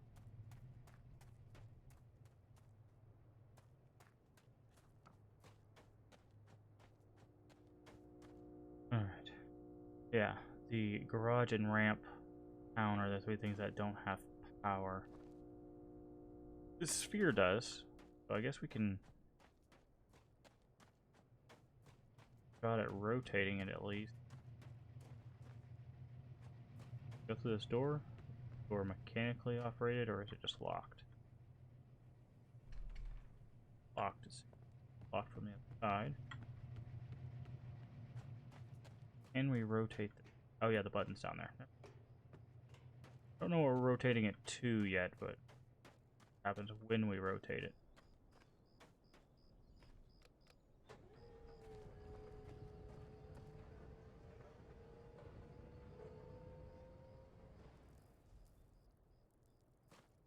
I feel like this is going to be much more important later on.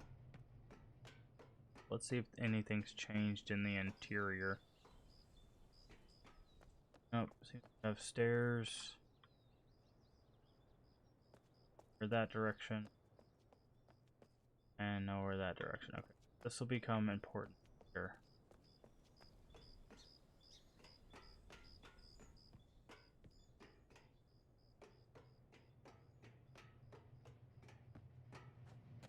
Okay.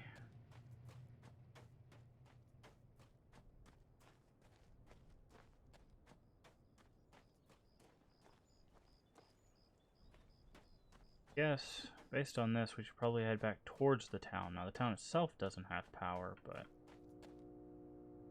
Scrap. This area back here... I was trying to jump, but... jump in this game. So this area back here has power. The garage, unfortunately, doesn't. If there's a way for us to do that... Ramp? The ramp is, I guess it's that. Doesn't. Here we just messed with tunnels.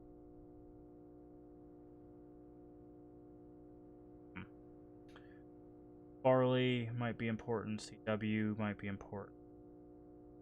Power we can't quite get to. Guess let's go back and talk to CW.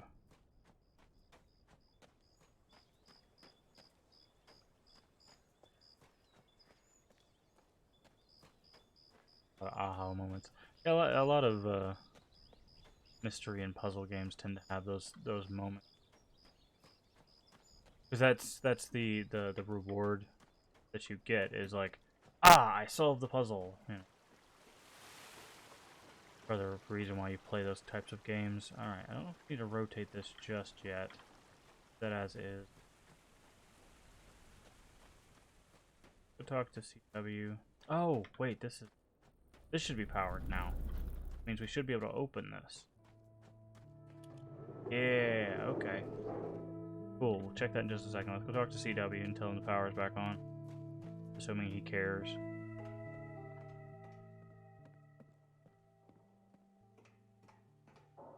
Ding dong. Dong.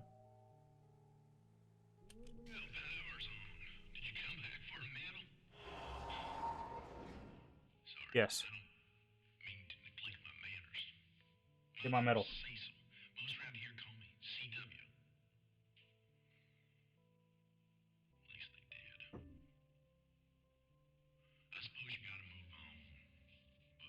I don't trust you.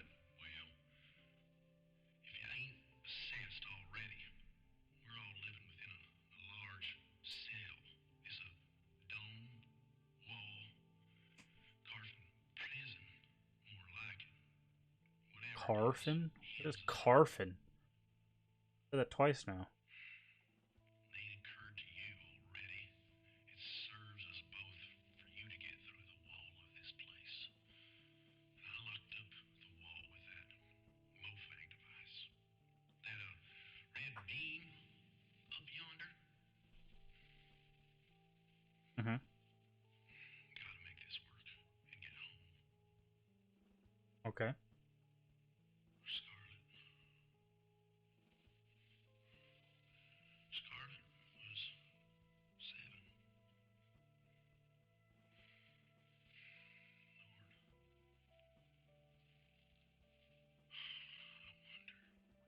I don't trust you. That red beam. Cool. So, first word. Oh no. Interesting, because that him doing that, also being serious, is kind of funny. Is very like Mist 1, where it's like, what is our objective? Get the red page, get the blue page, right? Like they just told you that. He seems to be kind of our hint of, you need this red laser for some reason. Music just kicked in for some reason. Okay. Oh. Alright, now we should be able to open that door from this side, which will grant us access back upside. We're gonna have to move this stuff, I believe. Oh, there's a thing there. Alright, so let's... Yeah, okay, so we can't get to the door because it's blocked by this stuff. We're gonna have to, like, lower that or get rid of that or something. You see this little hockey stone here. Call them audio logs. Hockey stone's just silly. Alright, so this is probably what guides the laser. Or, okay, no. So I wasn't... Looks like it's the blue laser that'll destroy the red rocks. Because it looks like the red laser isn't doing anything. Oh, there's a cart here. Okay. Alright, now move around just a bit. This is awkward. Why are you so nervous? This is just a pit. Okay, now what? Okay, that's enough. Caroline, I swear you are a natural. Where did you get these anyway? Are the Mofangs just giving you stuff now? Generous of late. Not gonna look a gift horse in the mouth. Sure. That's why the war started, is CW was taking stuff from the Mofang. Mofang Disabler. Villain? Really? Really? Very close to the word villain? Villain technology. Notes from Aprar. Designed to disable anything based on Mofang technology. It disables when blue beam cloud is within about 1.5 feet of any Mofang device element. Elements physically collapse. Reassembly is possible, but not trivial. Aprar assures me that it is not harmful. Still not going to point it at my head while we stood in front of it, so it didn't kill us. Ruko has not been told that the villains provided it. That's why I prefer villain. Lockdown list. Lock tree gate. Lock Farley's house. Lock lower tower. Lock upper tower. Lift minecart into workroom. Turn on Mofang disabler. Shut garage door. Pump water from tree roots. Gee. Turn on imager. So this is a list of things that we could do in reverse, right? Activate. Turn off power. Activate dome disabler. Yeah, so we've turned on the power and we've rediverted the river. Lockdown list, yeah. This. CW, please change Farley's lock code to secure the vault. Her address backwards should suffice. Okay. That will probably be our 4-digit code. Her address backwards. This button, dude.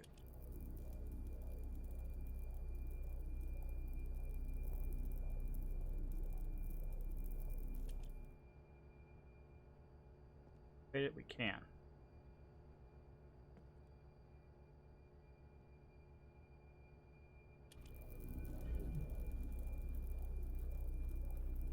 Okay, yeah, so the blue beam is what we need to break up the red rocks. I thought it might be the red beam, but most assuredly the blue beam. You guys seeing this, this Mist 4 box here? Oh my. % charge, 100% charge. Bleeder switched on, topped off charge. 6 focal panels built, topped off, topped off, topped off. All focal panels built, topped off, topped off. New plug. Huh.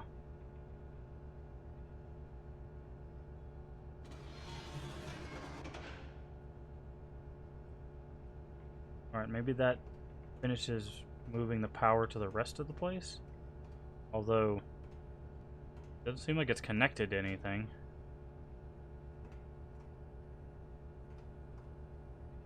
My audio is out of sync with my...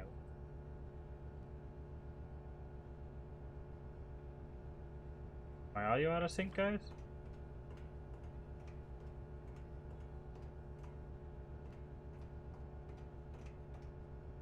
Oh, it is. Okay, hold on a second. Pointing that out.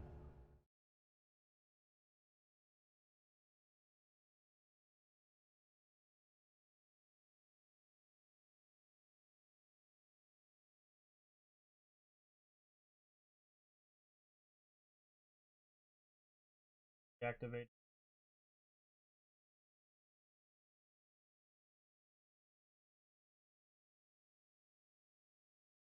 Alright, tell me how that is.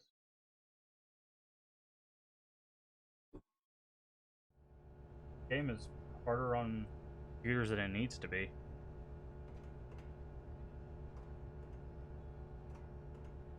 You have to give me a heads up and see if that's better. From what I'm saying, it looks like...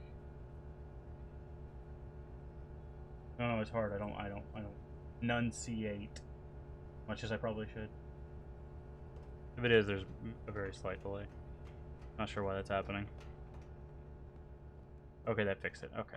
Yeah, I think it's just this game did some weird loading stuff. If it happens again, just give me a heads up. I need to get this cart down. How do we do that thing? Ah, the buttons, probably. Hey, we're about to get a laser cart.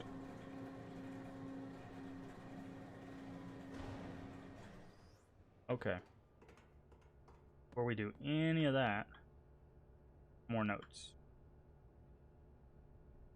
Mayor's imager request. Entry cannon, Harley's center of town, tree, water source, waterfall, membrane, the wall, tower, locomotive, power generator, scrapyard, garage.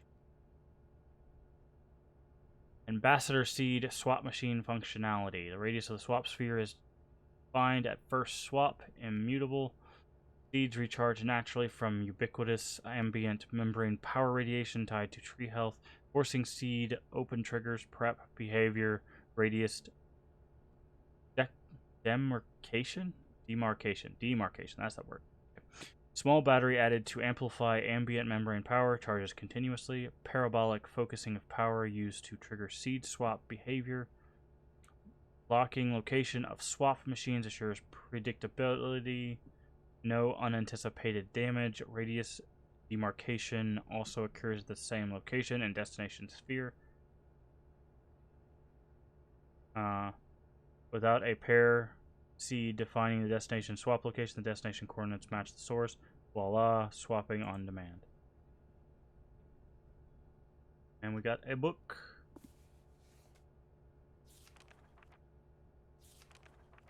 Alright, not very long. Half of its picture. Alright. Mofang solid volume projector. Dimensional projector produces apparently solid apparitions. That's a weird word for that. with light, volume, and some sort of simulated mass. Ruko says all projectors will have similar power levels and communication protocols. They appear to be three primary elements. Projector element, beam emission provides... Oh, he's listing that. Projector element, beam emission provides the primary light and energy source. Control arms, some kind of control of the beam in 3 dimensions, color variable, and mass invariable. Communication arms, internal comm signals supplied across gap to project arms. Alright. If this is all in ohms, I guess. Maybe it's just power. Kind of a diagram. We'll use 7-volt communications level as carrier voltage. Varying the voltage around that baseline voltage provides solid-like volume boxes in various colors formed from bottom to top, left to right. So it goes like this. Mofangs have turned the retrace timing to 30 Hz for us, mighty kind of them.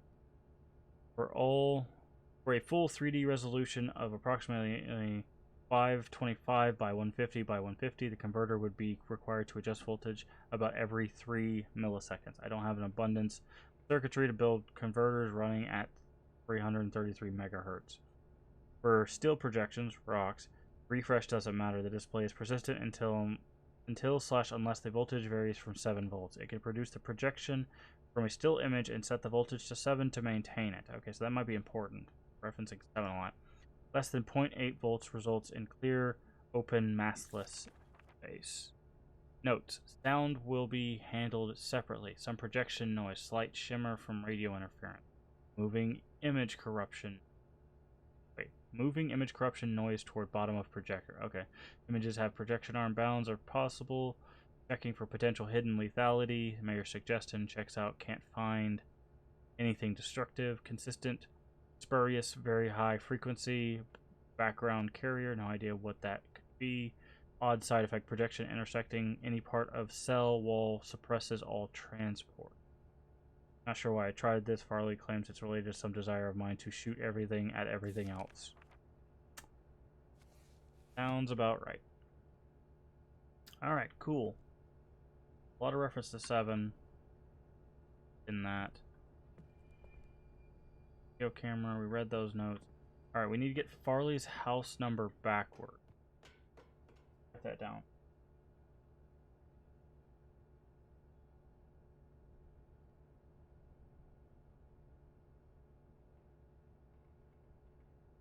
Don't forget it.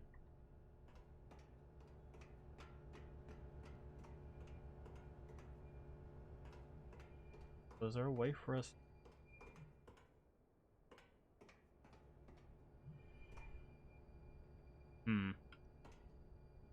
There's a way for us to move these. Really nice if we could, because that would give us access to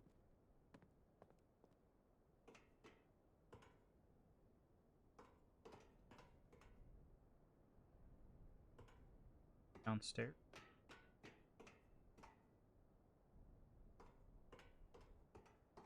There's our cart. Get on our cart up here. We're not quite sure. Well, I guess this doesn't have to connect to anything. Coupling is interesting because we connected this coupling. You can also disconnect it, but I want to leave it on there for the time being, just in case it gives us power to the rest of the world here.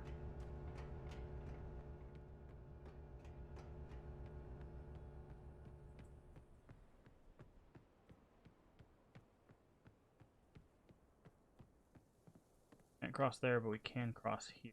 Ah.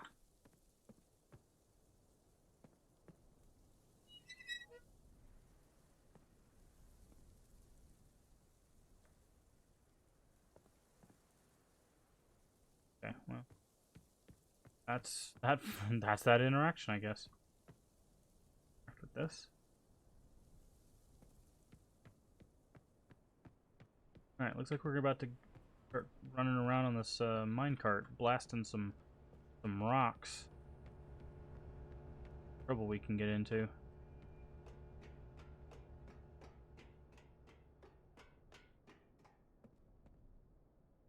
Odd to me that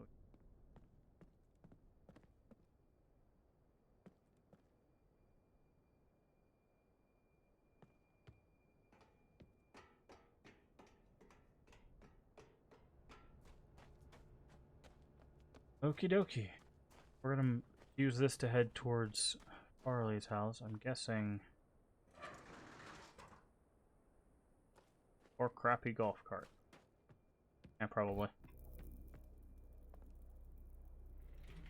Enter. Yes, please. Ooh. Just the laser on the fly. How do we... The button to go? Oh, no, that turns it off. How do we... How does one forward?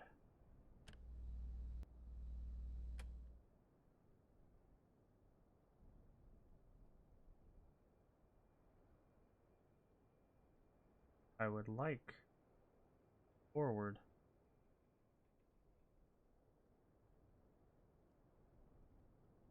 Oh, there we go. That's the aiming.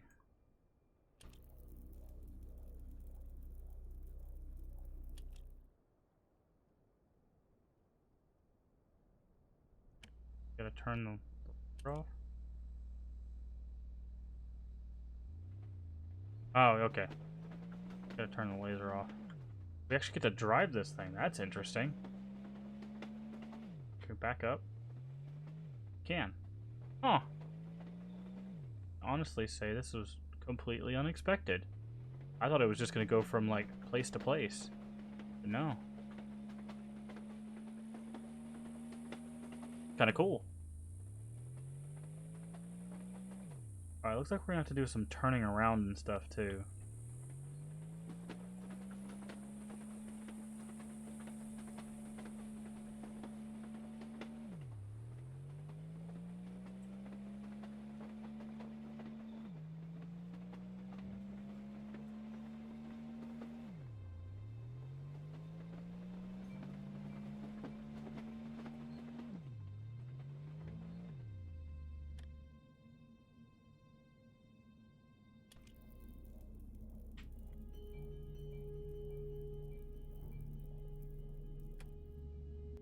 Oh, okay. I want to try it out on that rock.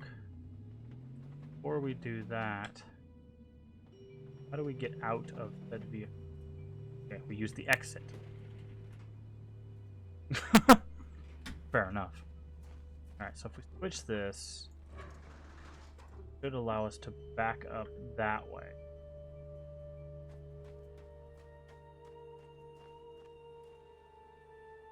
Okay. First thing we want to do is we want to get rid of these rocks. So how do we do that? If we back up this way, where does that take us? To a dead end, which is fine.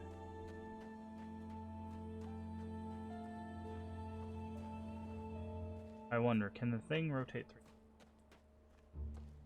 Would you like us to tell you the better way to switch tracks? Can you do it from the car?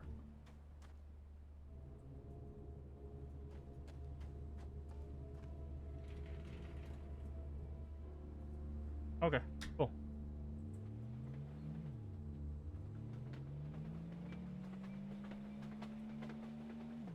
Alright.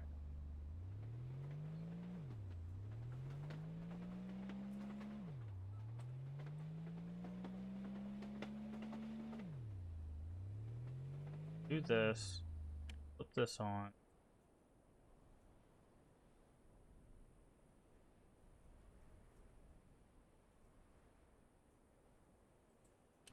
Boop.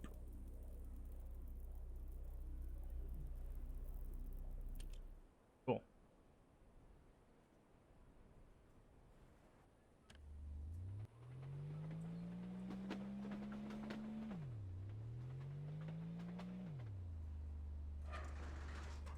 Very nice.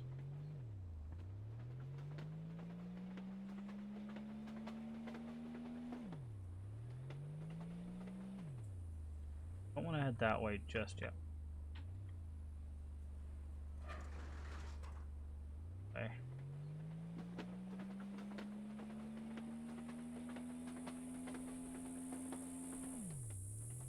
Alright, now we get to test the distance of this laser.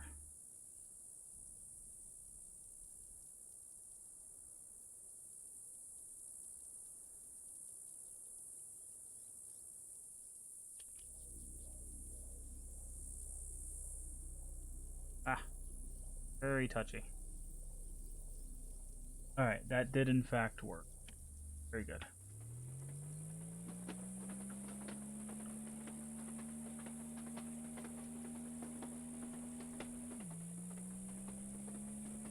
Alright, here, go ahead and pop out. Need to get the house number. Verse 143. Verse is 6-1. Cool, that's probably the code we need for that, the 4-digit code that we needed. Alright, should be another blockage up here.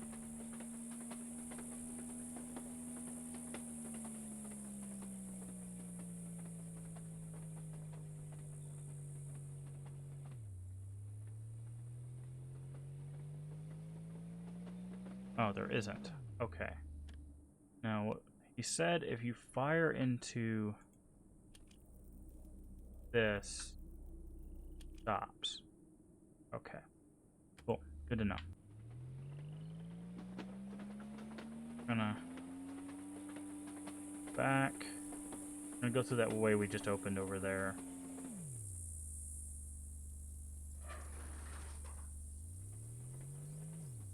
Very interesting. Not expecting a cart mechanic. Well, I mean, I was expecting a cart, but not a cart mechanic. I just want to clarify that. Like, obviously there's some sort of cart that does something, because the rails exist, but I wasn't expecting it to be this thing.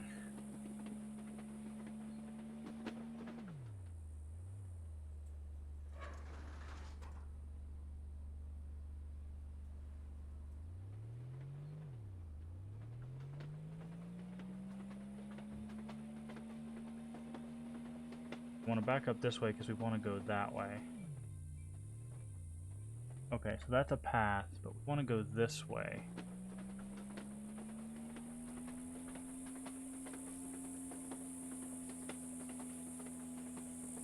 I believe I remember there being at least one more bundle of rocks. So. Yeah, it was up here. I remember now. So I was like, looks like we're going to need that cart. Or a laser. Be able to hit her.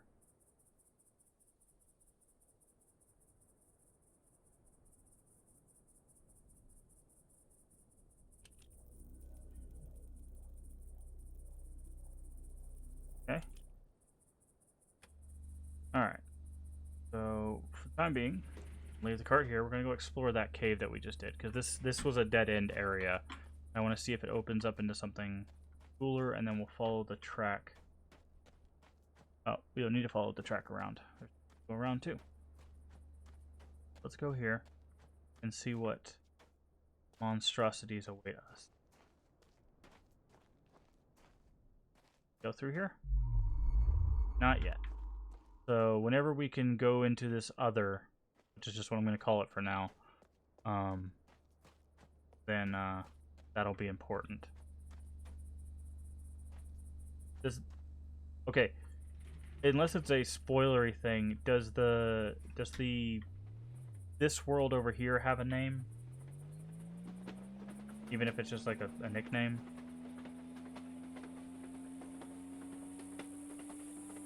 But if it's like the code to something, don't tell me. It does. Okay.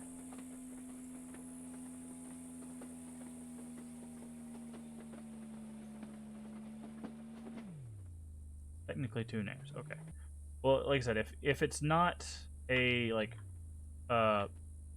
password or anything that we're gonna need at some point, you can go ahead and tell me what it's called. I can reference it correctly. Where you gotta go, minecart? Jeez.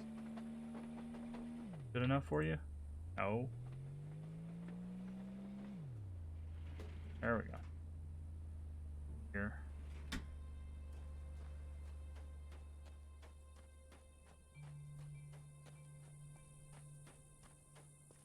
Alright, it's dark, so it probably doesn't want us to go in here. Oh, there's a light. And it says open. How inviting. Alright, let's go back to slow scan mode. Miss anything?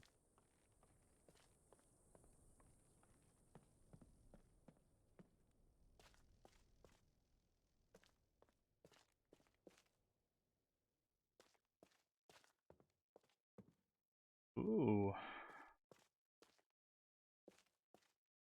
Got a broken plane. Sardinia County Airport.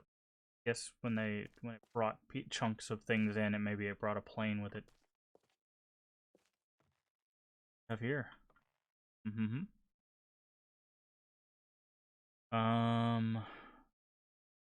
Looks like a map.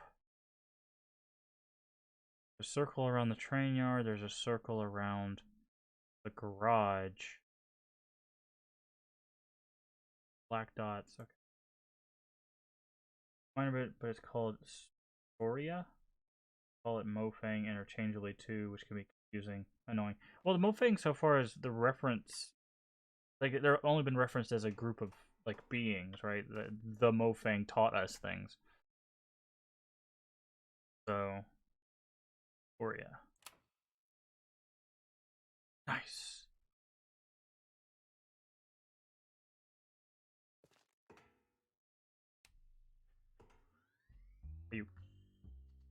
You copyrighted? Don't be copyrighted. Nope. Nope.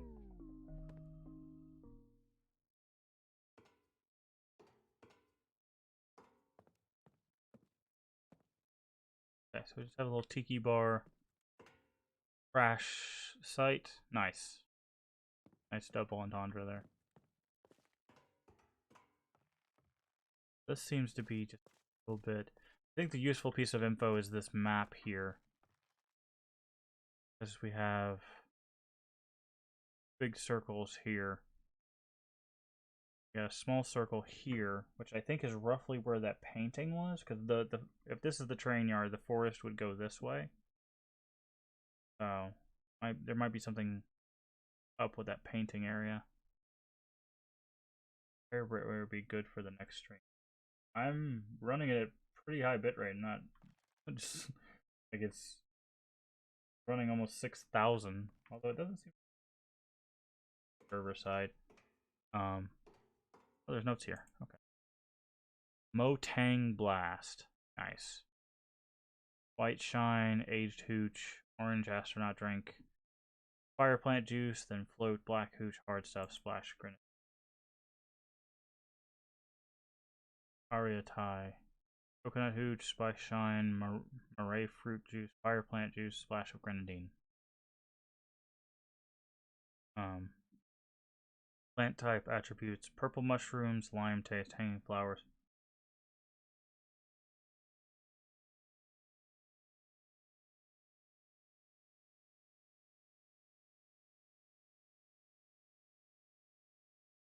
Okay. Perils of the Sea. Purple.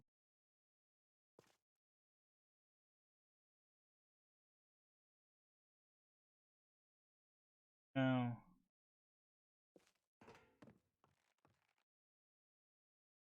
looks fine on what I'm seeing. Like the frame rate's a little bad, but that's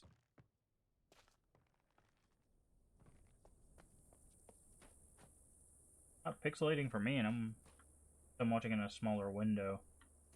I don't know. I'll go back and look at the stream and run some tech stuff after this day to see if I can make any of that more easier to watch or whatever.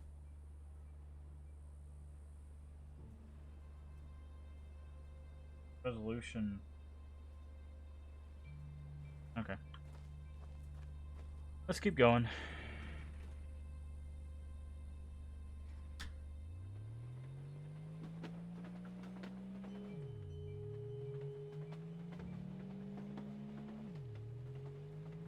Yeah, the bitrate is bouncing between like 5.4 and like 7. I don't know why it's bouncing so much, but it's really not going below 5.4, which is the almost the high end that I can even do, just because Twitch only allows a certain amount of bitrate. I don't know if now that I'm affiliate, I can use a higher bitrate, but I could still only bump it up because to run something at 60 frames at 1080, you only need 6,000. So.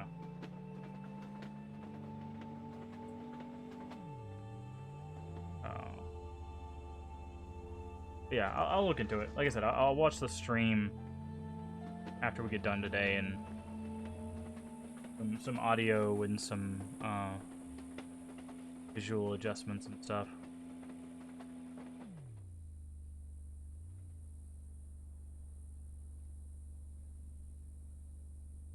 You want to go that way.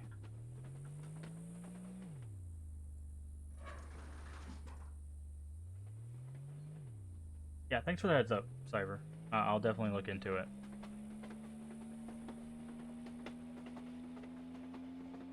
Because it shouldn't be do that. I'll also try to see if I can up the bit rate. Rocks? I think these are just normal rocks, aren't they? No, they're red rocks. But I don't think we can aim behind us. We need to find a way to turn around.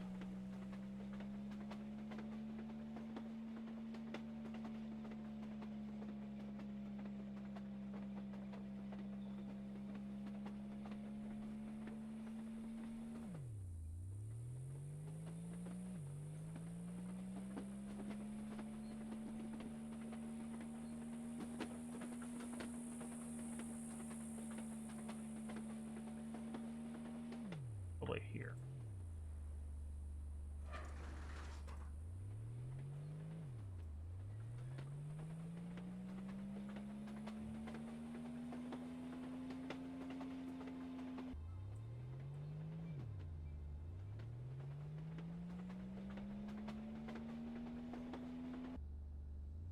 That didn't work.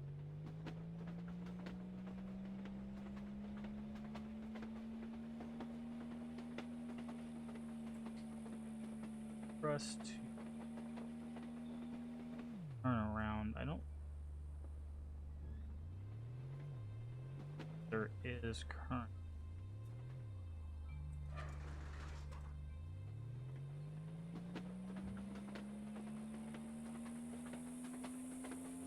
Guess we could get further.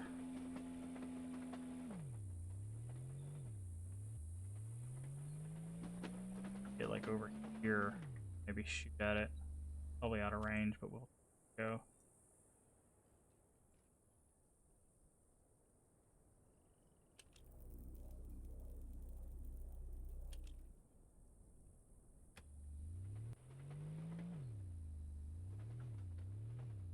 That might be.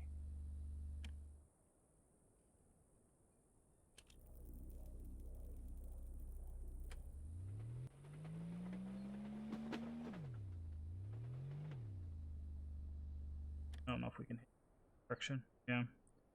Find a way to turn around. Alright, let's see if we can find a way to turn around and hit those rocks. It might be that we need to go through here.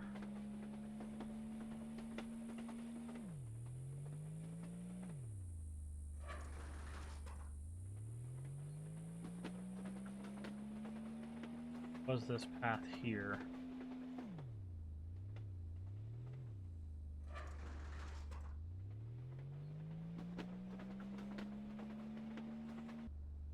That way. Okay. Help us, unfortunately. Alright, let's see if we can circle back. I want this over here. Go further on, see if we can find a way to circle and face the other direction. My guess is we're gonna have to go through like the tunnels. Don't want to just give it a shot. Yeah, because if we came out that tunnel, we would be facing the right direction. Don't know how to get through that tunnel, so let's minecart here.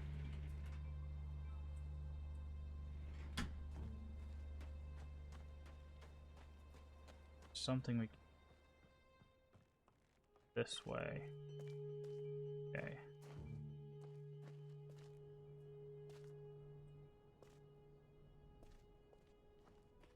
Like some digging, which is that way.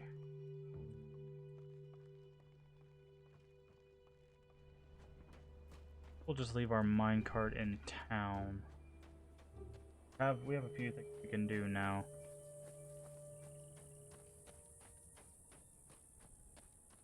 I'm trying to think.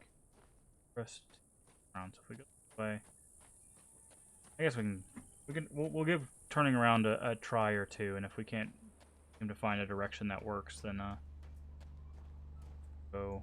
I want to go back to the garage to see if it's powered now that we've put the coupler in. And I also want to go put in that code for the tower.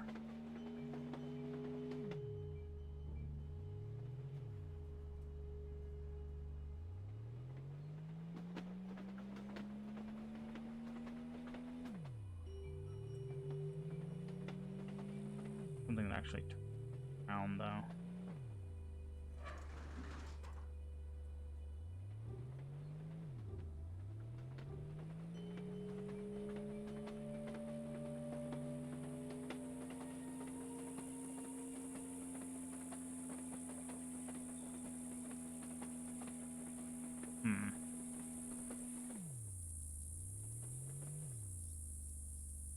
Yeah, I don't think we have it just yet.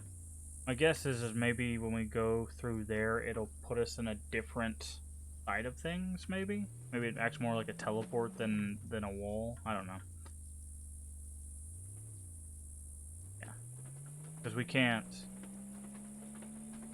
Neither one of these allow us to turn around, so...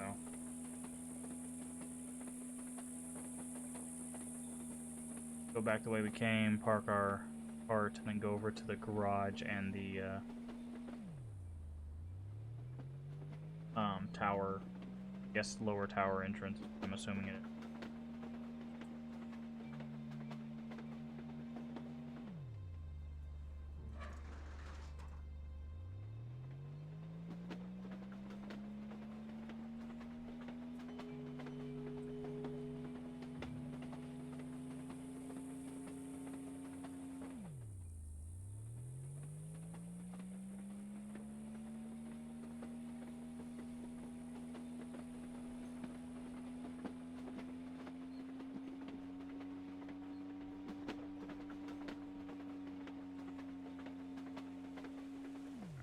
Park it right there.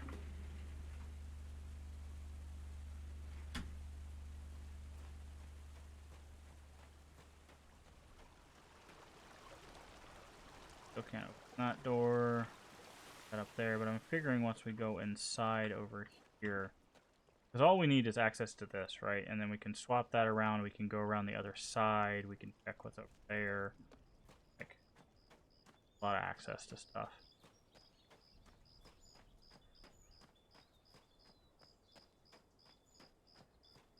Still don't know what rotating the dome does yet.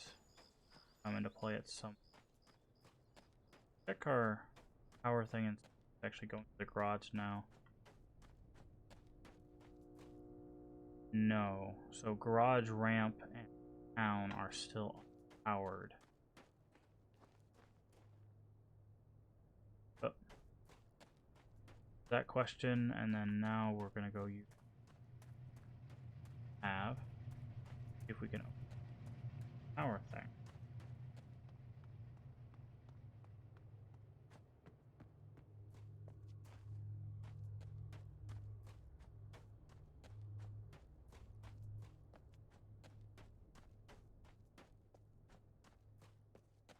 Alright, then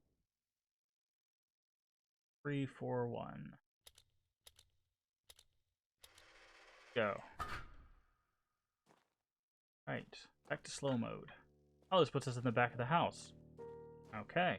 I was right, it does butt up against the mountain. Let's go ahead and open the front door. So we have that shortcut locked. Book here, we'll read that in just a second. Let's put a looking around. Tape deck. Interactable. Almost drawing pictures. Trying to see the pixels, but games video from Epic I might help. That's fine. We can bump it down to see if it helps. The preset. Alright, there we go. May also make it run a little bit faster. Yeah, heads up. Okay. Oh, there you go. There's the name right there. Find planets with similar atmospheres. Free from sea. Got red, green, blue, red. Heart connected. Path open. At position. What at happens at fruition? Swap where, home, when, maybe dead. Yeah, just give me a heads up if that's better. My brother, small and nice, sings constantly as noisy as a rock concert. If only he would be quiet. Oof.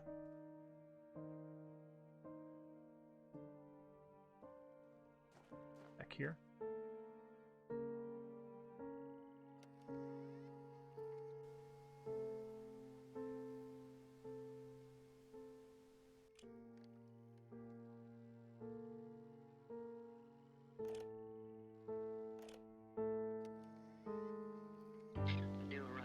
There we go.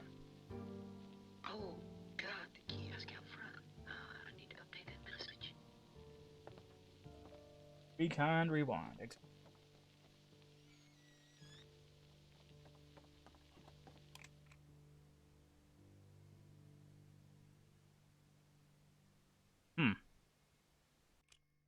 Actually eject. Can. Okay, so at some point we might get... Oh no, there's a B-side. Of course there's a B-side.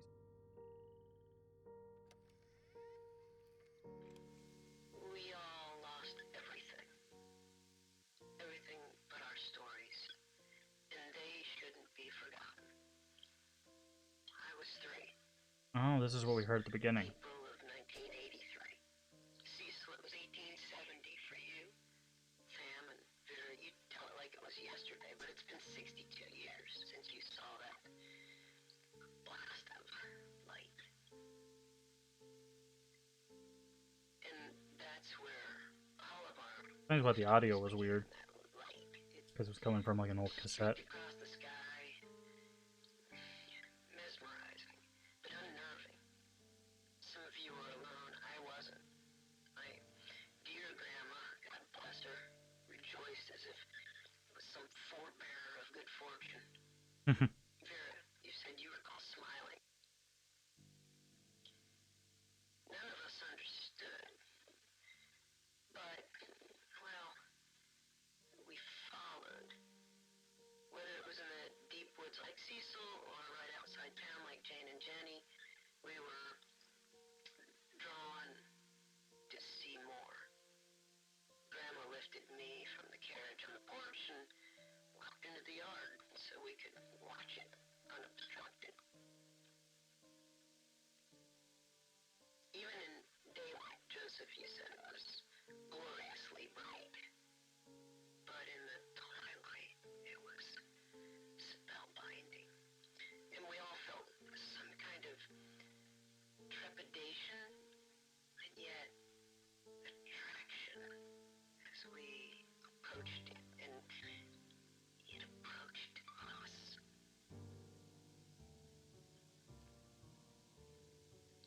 So close, so radiant, I just want to see if there's anything extra, or if this is just a repeat. vibrant, organic. You all remember, there was no turning away. It advanced, almost like Guessing she's talking about the little seed pod thing that we saw. spinning slowly until, well, it found us, each of us. We should tell these stories because it saved us, and there must be more. Okay. Yep, there we go. Watching the sunrise. It was about 2:30 in the morning.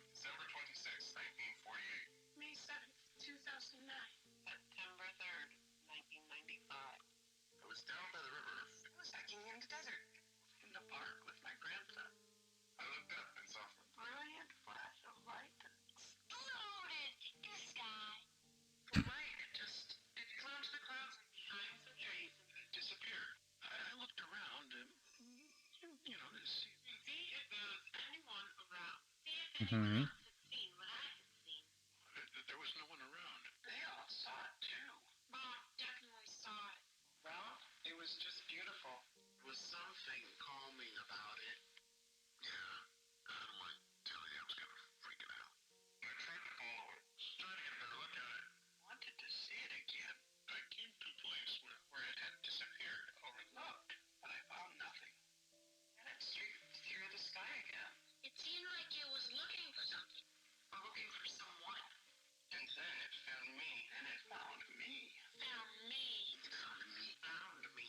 Found me. Found me. It found me. Hmm. Else?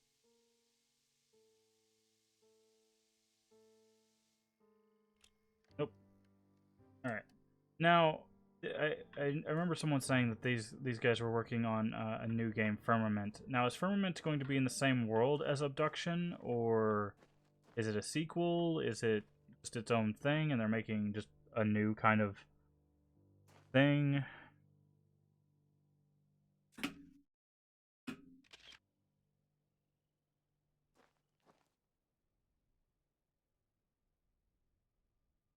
I should document the curious events that have transpired with myself, my family, friends, and coworkers.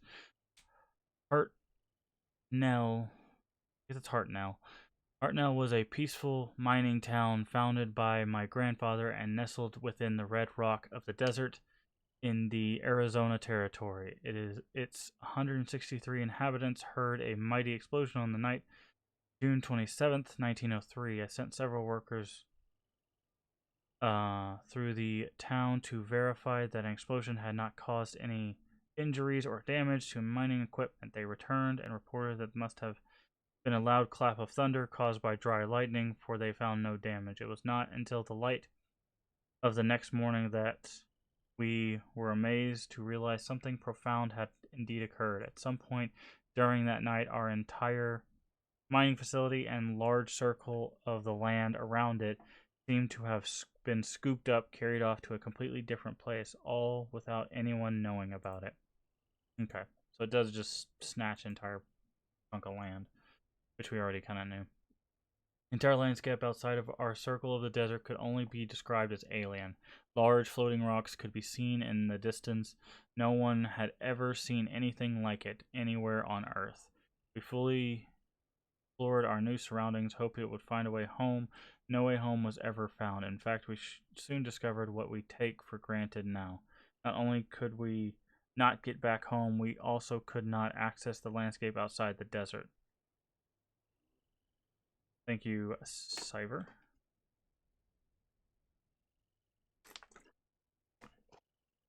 Curiously, we discovered that a flow of water was provided from a high point of rock, and we discovered a small tree growing in the very center of the circle. Okay, sorry, it's stained and folded. It's kind of hard to read.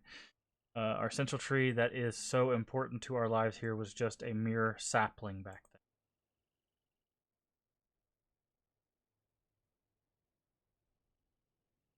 Species description: Mofang. Through ambassador seeds, the Mofang were the first non-human species humans were introduced to. An Liang was the first to call alien a Mofang, impressed with their advanced ability to imitate our sounds, movements, and mannerisms. Although they have a name for themselves, their language is mostly unpronounceable by humans. As a result, and because of their mimicry abilities, communication with the Mofang is primarily accomplished by their learning human languages rather than humans learning to speak Mofang. They've been able to learn almost every human language represented in Hunrath, enough to provide functional, if rudimentary, communication. Mofang basic external morphology is remarkably humanoid. Bilateral symmetrical tetrapods, bipedal, head with interior facial features, mouth, eyes, nostrils. Other external features include minimal body hair and raised dorsal protrusions. Constitution is somewhat frail due apparently to their thin and lightweight internal structure, but internal investigation has not been possible. They have ample cranial space to account for substantial brain, and their intelligence is impressive as evidenced by their advanced technology. Okay. Awry, after a certain level of maturity and health of the tree, a passage opened at its base. No? This passage allowed contact with 2 additional species. The first contact was with the Awry. The first contact revealed the Awry to be large beetle-like insects. Were unable to communicate directly with them in any way, but they appeared to have some rudimentary level of intelligence. It was Lorik Toth who first made the journey through the heart to Kaptar and named both the New World and its inhabitants. Awry have 3 distinct variants that have come to be referred to as barnacle, beetle, and polyarch. Although their morphology is dramatically different from human, their internal systems, like all of our neighbors, are supported by similar atmospheric composition and basic nutrients. In their barnacle stage, the Awry are completely immobile. The Awry stay in this egg-like development state, seemingly indefinitely. In order to hatch, they must be in proximity of a polyarch and fertilized by the beetles after a certain stage of maturity. The beetles are the eyes and ears, hands and feet. With only a minimal nervous system of their own, they are essentially the sensory extensions of the immobile polyarch. They are able to execute simple commands, but apparently have very little in way of individual sentience, sort of a hive mind. Okay. The Awry polyarchs are the intelligence and consciousness of the species. Although it was obvious that there was intelligence behind the species, it wasn't until Caroline Farley began spending large amounts of time in close proximity that deeper communication began. With a room nearby, Farley was the first to communicate non-verbally and learn much about the species, including some historical information. The Awry species survived in their world, while several other sentient species came and went.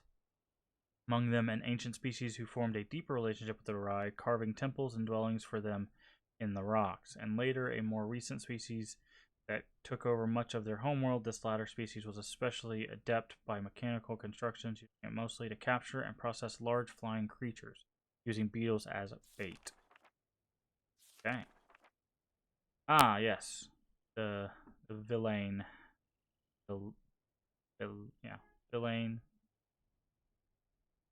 Yeah. The final species to be discovered there were the villain. The villain had been communicating with the Awry for many years through ambassador seeds, but became part of the larger community very shortly after the Awry, with a large and imposing frame and a form of communication based on complex multi-voiced low-frequency rumble. The initial introductions were intimidating. After several attempts, Emile Vidal was able to begin some rudimentary communication and began visiting the villain in Mare, which she named, on a regular basis.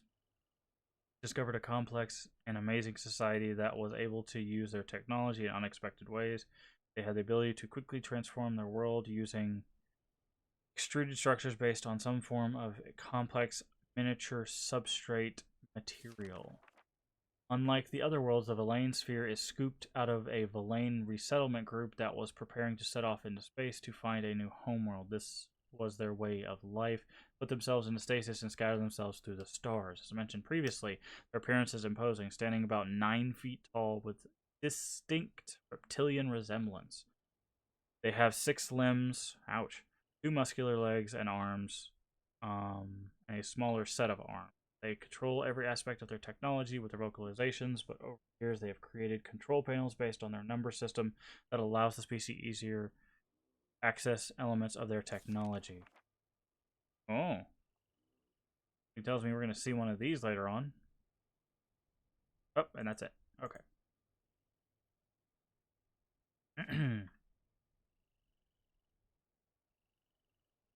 Communication, talking with our neighbors. We take communication for granted even with the varied languages we find here in Hunrath.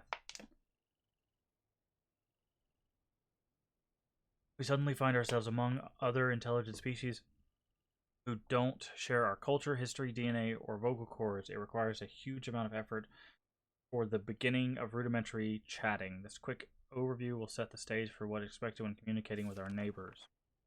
Okay. Should just be 3 pages, right? Oh. So we go back.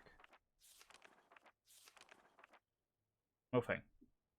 Mofang were the first non-humans we met. With at least some level of similar physical vocal generating abilities. They picked up human words quickly. This early mimicry resulted in what species became to be called. Even though they were able to mimic single words and some simple phrases, it became evident over the years that a huge amount of grammatical differences were not easily overcome. Some have proposed that the difficulties have arisen. Sorry about that. Because the Mofang insisted on attempting to learn every human language. As a result, were never able to lock onto any consistent grammatical structure. Nevertheless, in spite of the rudimentary sentence construction, it has been very easy to communicate, and it has been unnecessary for us to learn their language beyond a few simple phrases and proper names. If you'd like to learn more about the communication of the Mofang, please contact Tam. Villain. The Villain have presented a particular communication challenge. From what we can gather, they produce sounds using two large reed-like structures inside opposite sides of their head. Vibrations generated are channeled to resonance chambers in their skulls, where they are combined into a complex low-frequency dual tone. Low-frequency bitonal sounds are not only hard for humans to hear and resolve, but impossible for us to mimic. The Villain's hearing is also oriented towards low frequency, so they are unable to hear most of the sounds associated with humans. Therefore, communication with the Villain has relied on technology. They have adapted consoles, which Villain fluently control with vocalization, for use by other species. Over the years, some individuals of other species, including a few humans, have learned to communicate very effectively using this method. Humans have been able to pick out higher frequency characteristics of certain key Villain words over the years, and although we can't speak to them in a way that the Villains can understand, we are occasionally able to hear and recognize these words when spoken distinctly by them. If you'd like to learn more about communication with the Villain, please contact Vito. Arai. None of the stages of the Arai morphology have any vocalization apparatus because of the obvious synchronization of the barnacle flash and the ability of the pawns to provide for and address the needs of the polyarch. It was assumed that the species would communicate effectively. It was not until Farley began to spend large amount of time in the polyarch antechamber that the first clues to communication became evident. After months of research, Farley began to have limited success with receiving some kind of simple messages that were coming from polyarchs. It's apparent now that the polyarchs had been attempting to communicate the entire time, but they themselves had been experimenting with various channels until they finally got a response from Farley. After this breakthrough, others are able to tune in to the polyarchs and learn to listen. Both the polyarchs and pawns have simple organ that can sense human vocal frequency, enabling them to sense simple responses from humans. But over the years, Farley's been able to learn to speak, quote unquote, the polyarchs by a related form of extrasensory transmission. If you'd like to learn more about communication with the Rai, contact Farley. Ooh, alright, we got one more notebook, it seems. We also have a projector. This is going to do something important. So, second, can we read this? No, it's paper. Doorknobs. Sometimes you just gotta beat someone with a bag of doorknobs, or in this case, a drawer of doorknobs. Alright, yep. Let's read this notebook. Mofang equals mimic in Chinese. Really? Would it be Mofang or Mofang?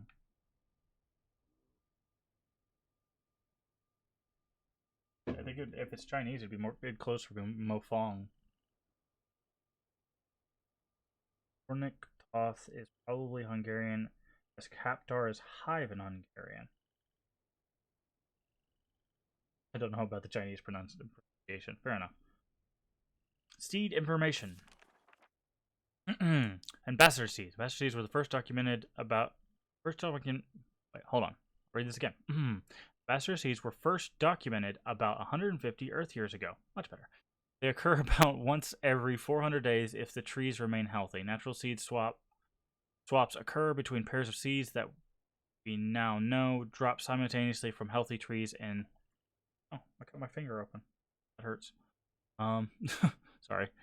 Healthy seeds in paired sphere. When each seed is touched by a species in the sphere, the swap occurs, sending an ambassador from each sphere to the paired sphere.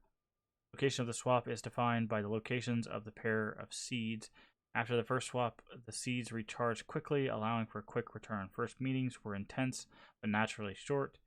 Quite a surprise for both Mofong. We'll say Mofong because I think that's more of a Chinese pronunciation. I might be completely wrong, but and us. Over time, the seeds required more time to recharge, producing longer visits between species. Collector seeds. Everyone who arrives is familiar with the collector seed. The bright light that we are all drawn to right before the event that brought us here is a collector seed. What new arrivers may not be aware of is that these seeds, like all seeds, come in pairs. When the tree drops a collector seed on the ground, it signals that its twin has begun its quest for a new being. The search may take hours or it may take years. An appropriate situation, unnatural threat of death, found the... Oh, really? Stop and draw this. This is interesting. Right here. An appropriate situation, an unnatural threat of death.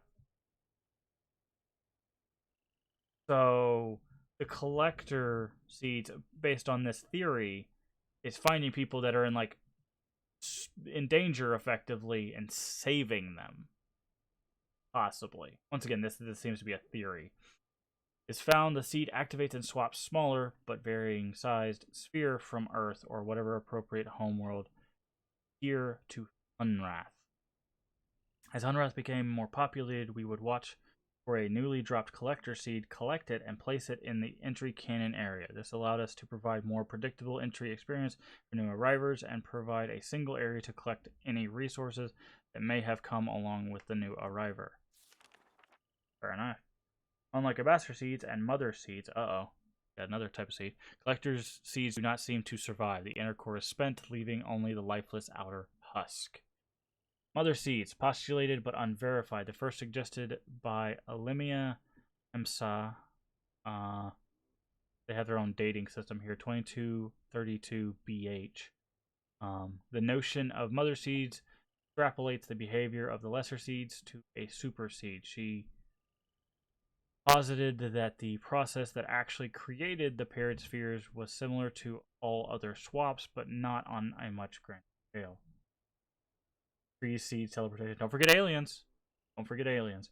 The idea is that two seeds from a mother tree were scattered on the galactic winds to find appropriately similar environments. When the matches were found, some process was triggered that swapped large portions of the landscape between vastly different worlds. Olympia further noted that the trees' locations in the center of the sphere suggested the trees grew from mother seeds and color coding.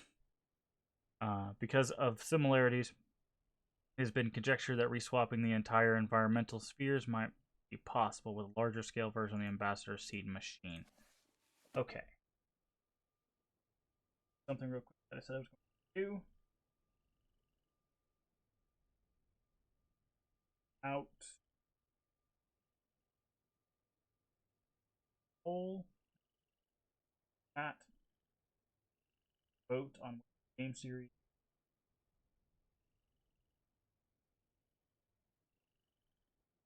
Like one of those on the list.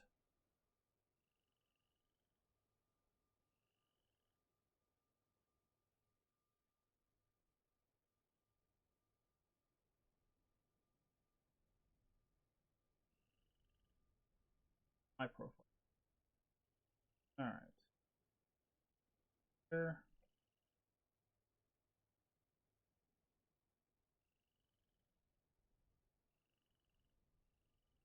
Live dashboard. That from here.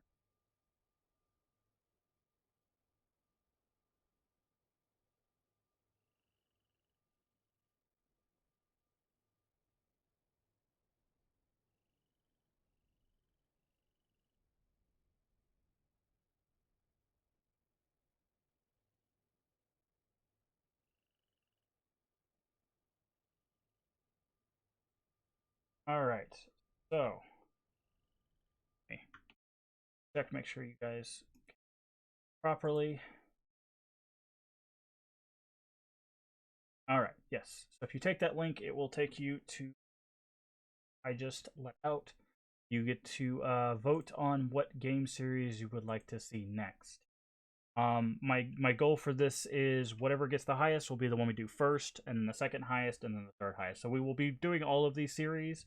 We might, after one of the series, do another poll for some other stuff, but those are there. You might have to log in to Twitter to do it.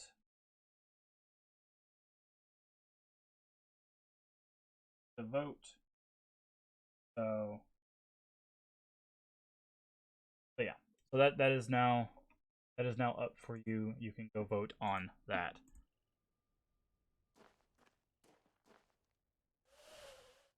Aha. 15? No, this looks like it's part of something. My guess is it has something to do with this rotating projector. Alright, we'll do that in just a second. Was there anything else? Did we read this one? No, we didn't. Okay, let's read this first. Welcome to Hunrath. Please give us a bit of information about you so we can get to know you a little better. Name, date, came from, please use 4-digit year, where you came from, country and city, circumstance under which you were taken. Please note any dangers you noticed. Emptied and filed. 12,000 AH, 13,000 AH, 15,000 AH. Okay, there's not. I thought there was going to be tons more of this then. Samuel Karen, January 2017. Manakara, Madagascar. I had just arrived and was driving my supply truck along the coast south of Manakara. When I recall being washed away and the sea to appear. 15,257 AH, male, 60. Looks like my handwriting. Uziel Regenbogen. I'm definitely butchering that first part. 1942. 1942? Really? March. Lübeck, Germany. Last thing I recall is a large rumbling while I was hiding in the cellar of a vacant building. I ran towards a bright light in the stairwell. 15,841 AH, male, 26. Hold on.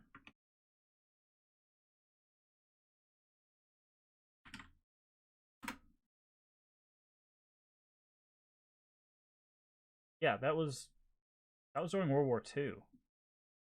Interesting. All right, Maria Galeggio, Galgo. I'm not sure because it's be from Mexico. 9/1988, Cozumel, Mexico. On my boat and bad storm. 16,023 AH, female, 46. Look at fancy. Jiang Qiyu, Jiang Qiyu, I guess. March of 2042. So someone from the Portland, United States of America, skiing Mount Hood. Okay. 16,717 AH, male, 37. January 2017 is about 5 months after Obduction came. Cool. Alright, so let's turn on the projector. My guess is it's not going to do anything. Oh. It is going to do something.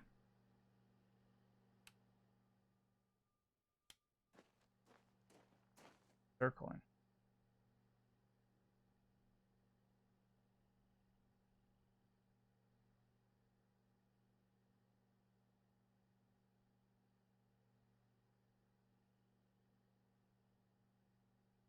Done most of the reading. Oh, that's cool.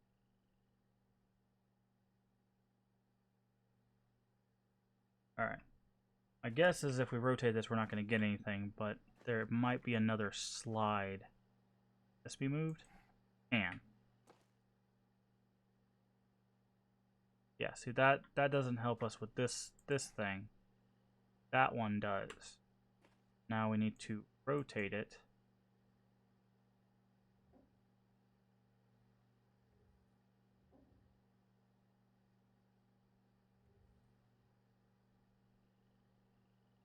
change the slide.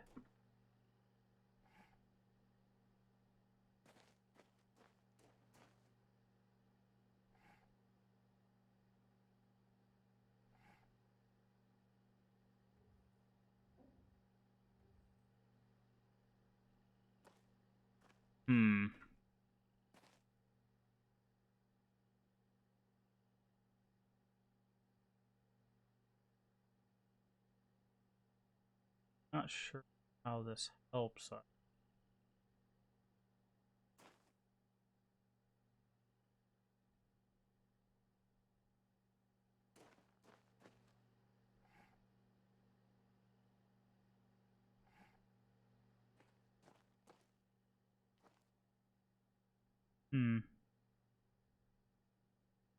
Okay.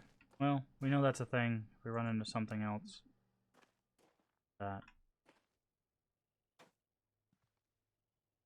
That's where we came in.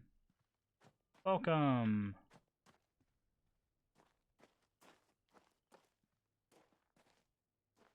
Quick double check. Got some color codes here. I'll write this. So,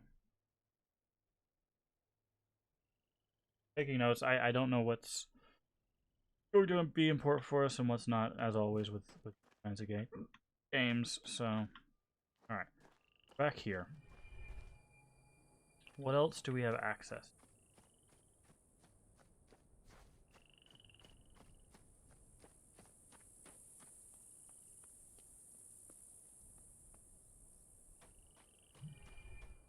To find a way, route, power, like the garage and stuff.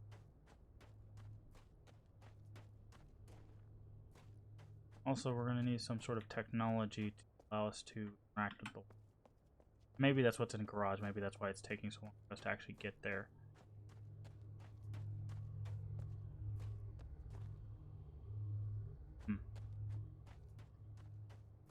Let's think. What do we have?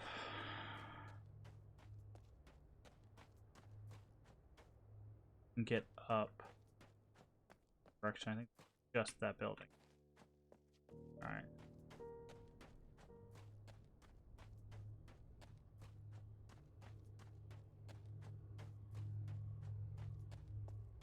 Talk to CW again? Fair. That is... We can see if he gives us a new objective. I don't remember what he gave us as the last objective, though.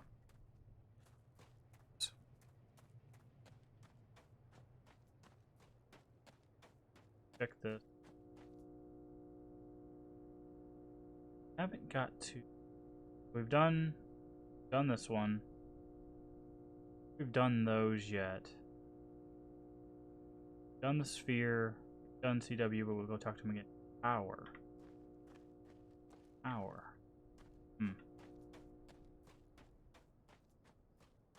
Guessing maybe this is tower? Under it, at least. Problem is, we don't know how to get in here just yet.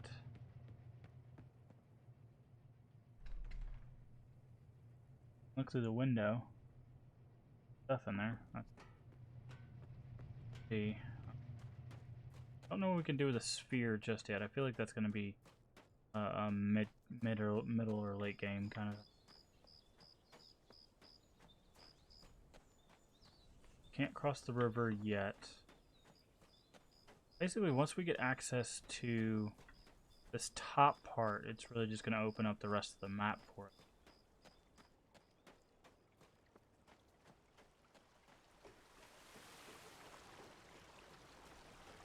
We can't go through there, I don't think. We'll check that in a second, but I don't think we can... Our cart... Yeah. My guess is once we open this up, be able to go through there. Can't get an angle on that allows us to hit it, unfortunately. Give it another attempt. Can we see here? I mean, maybe we can hit it from here, but I think we tried. Give it a try. I don't know if we can hit it from here. I think it specifically wants us to turn around. Oh, I became one with the pole. Why did I become one with the pole? Let me go, pole. Let me go. Let me go. I'm not kidding. I'm literally stuck inside of a pole right now.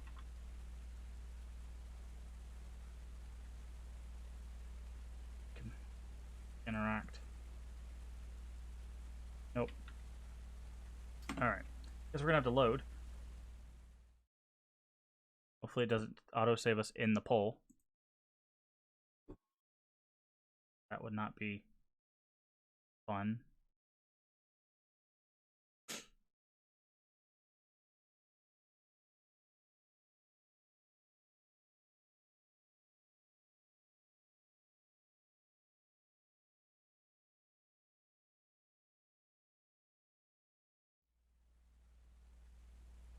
Nope. It also auto-saved us in the pole.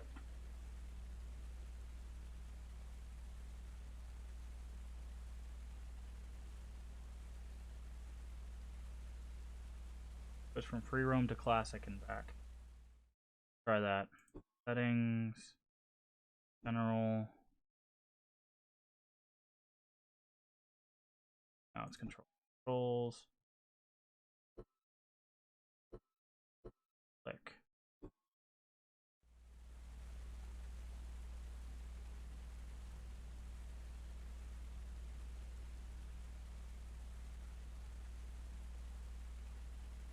Alright, let's try swapping back and see if we can get even closer to this pole.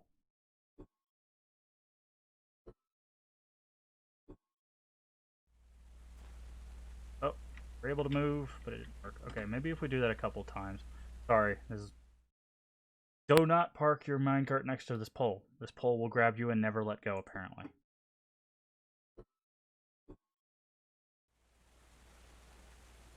Okay, now we're way over here.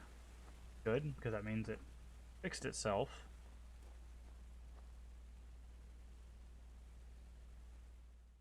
Okay. Oof.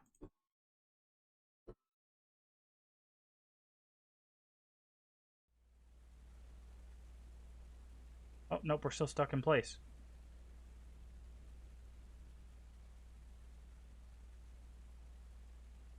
There's 3 modes? Well, 2.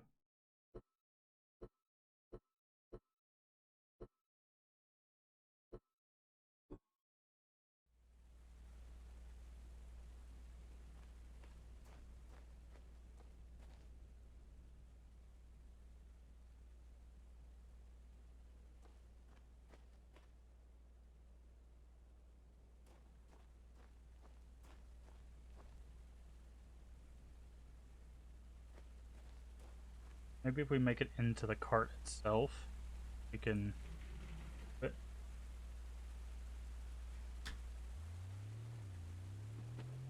Alright. Away from the dastardly pole. Alright, we're gonna try... While we're in the cart, we're gonna try switching it to free roam. See... Back to it.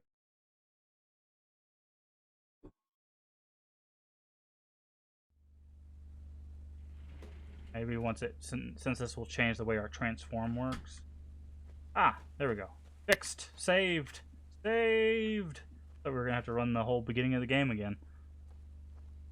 Alright.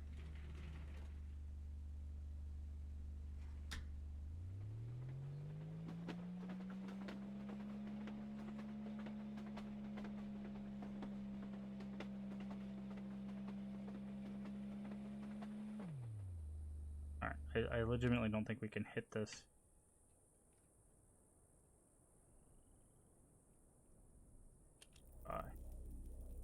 Nah. Like it. Yeah, it's at just the right angle that doesn't work. Okay. I deleted no clip from the game completely. Every player use it in over engine command, posting behind barrier screenshots. 80% are so much fun. Wait, is there something behind barriers that like ruins the game? Like I don't... people clipping out of bounds is like a thing that speedrunners just do.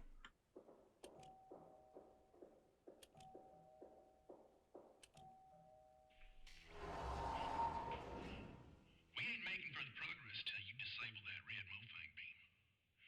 You're gonna have to get through the wall of this cell. Oh. I mean, yeah, I understand as a developer, it's like, hey, don't break our game, but like, speedrunning keeps games alive well after their prime. Like, if I ever made a game and speedrunners like, ha, I could beat this game in 10 minutes by clipping through this wall and doing this thing. Cool. I'm glad you're enjoying the game. like I understand from a certain standpoint, but I honestly think like speedrunning's fun to watch. So having people, flip out. Now if they're just doing it just to, like spite you or whatever, like fine, whatever. That's kind of just a crappy thing to do, but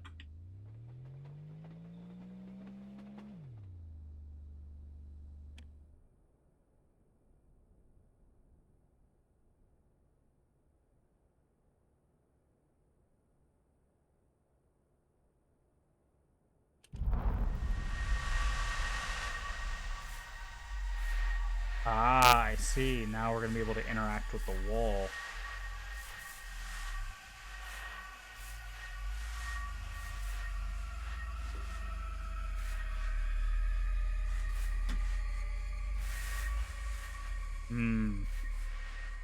Very interesting.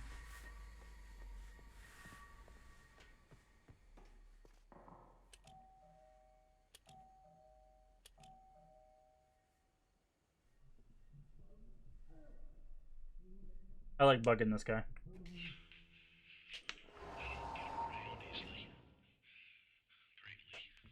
appreciate your help. But this'll be complicated. Especially for a new arrival like yourself. It connects to an opposite side of the sphere. I kind of figure how this is going to work. That tree, the really big, strange one in the middle. Well, shoot. It's a central piece that's connected to everything. The cell wall, the dome, them seeds, the root beneath it, all of it. It's one and the same, one connected essence. Sounds like a load of Buddhist malarkey. Rude. Harley would bust hearing me spout this.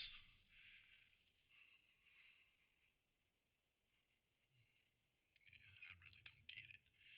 Regardless of what it sounds like, we need all of it to be, well, healthy. All of it. Shoot, I'll spell it out for you.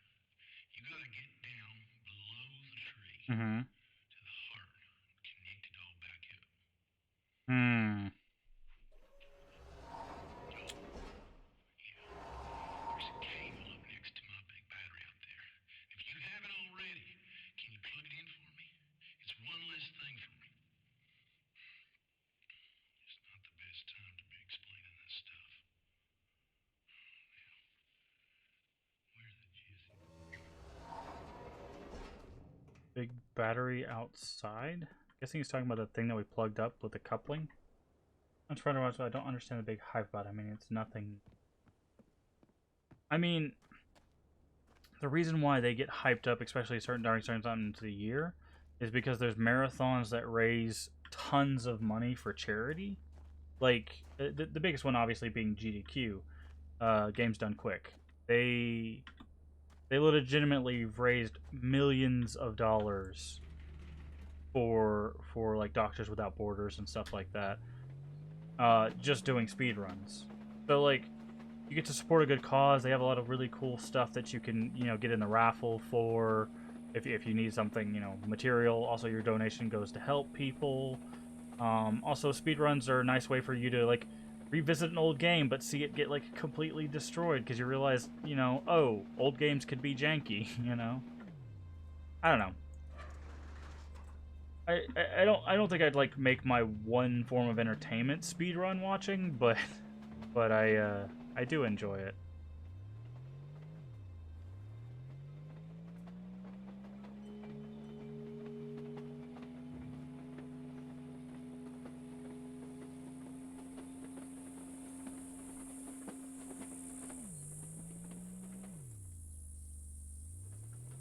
that way to the wall? I thought it's a bit like blaming the developers. No. I feel like it's like, especially with older games, a lot of the tech at the time just couldn't handle.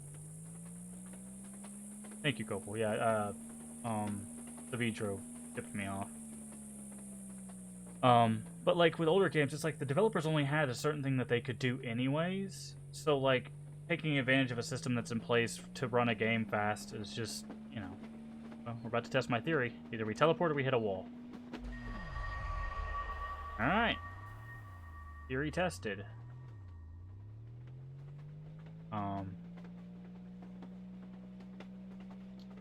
But I don't like, a lot of times they'll actually get if it's a newer game, sometimes with older games, but newer games they'll actually get the developers to come in and like sit in and talk about the game while they're speedrunning it. You know, you could do some really cool stuff. That over there. But I don't know. I don't think I don't think it's ever really registered as like a blaming the developers. Okay, so it looks like wherever this wall is, we teleport to another side. Okay, so that's where this leads us. We'll need to know what goes that way, but I want to go back this way first. Where are we? Okay, we can go back that way. Can we open this door? No, but I think we're on the other side of where the garage becomes through. Oh. I don't know. It makes sense. Like, if you're on that side of the world, you end up on this side of the world. So as long as you keep track of where your cardinal directions are, you can kind of figure out where you're going.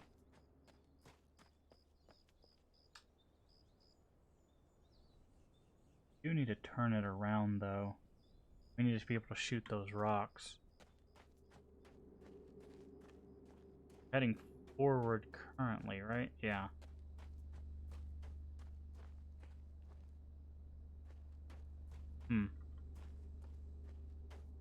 We need to get through there, but we gotta open it first. Now.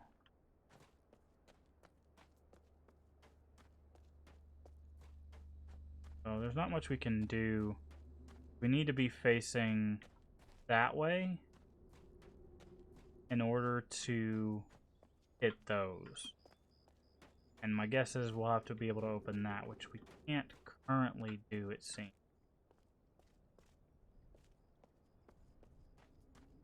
So let's take our minecart back, because I don't want to leave it on this side of the place. But yeah, no, like, obviously, if you don't like speedruns, that's fine. But I enjoy them. In some cases, there's some games where, like, the speedrun is, like, a minute. Like, well, at that point, you're not even really playing the game. You're hitting a glitch, and then the game is over. So those are a bit, like, odd. But the ones that, like, take like a 50-hour game and then make it, you know, an hour and a half, that's kind of crazy, especially when you have to start getting into some of the weirder tech like RNG manipulation and stuff. That's when it gets kind of interesting, at least for me. But yeah, I understand, like, not really liking that. But I don't think, like I said, I don't think I've ever run into anybody that's specifically blamed the developer for, you know, why a game is broken. Especially with older games, because like I said, there's so many older games that they're broken because they had to develop something, and, you know, like an engine that barely ran to begin with. So, all right, we want to go through this little cavern. Open this up, and now we can actually walk through. This should, in theory, put us near scrapyard. Oh, it puts us in the scrapyard. Good. Okay. Very nice. Another one of those beetles.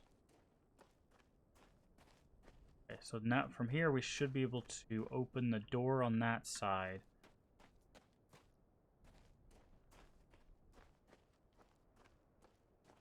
like we can go up here. Just that's going to be another up.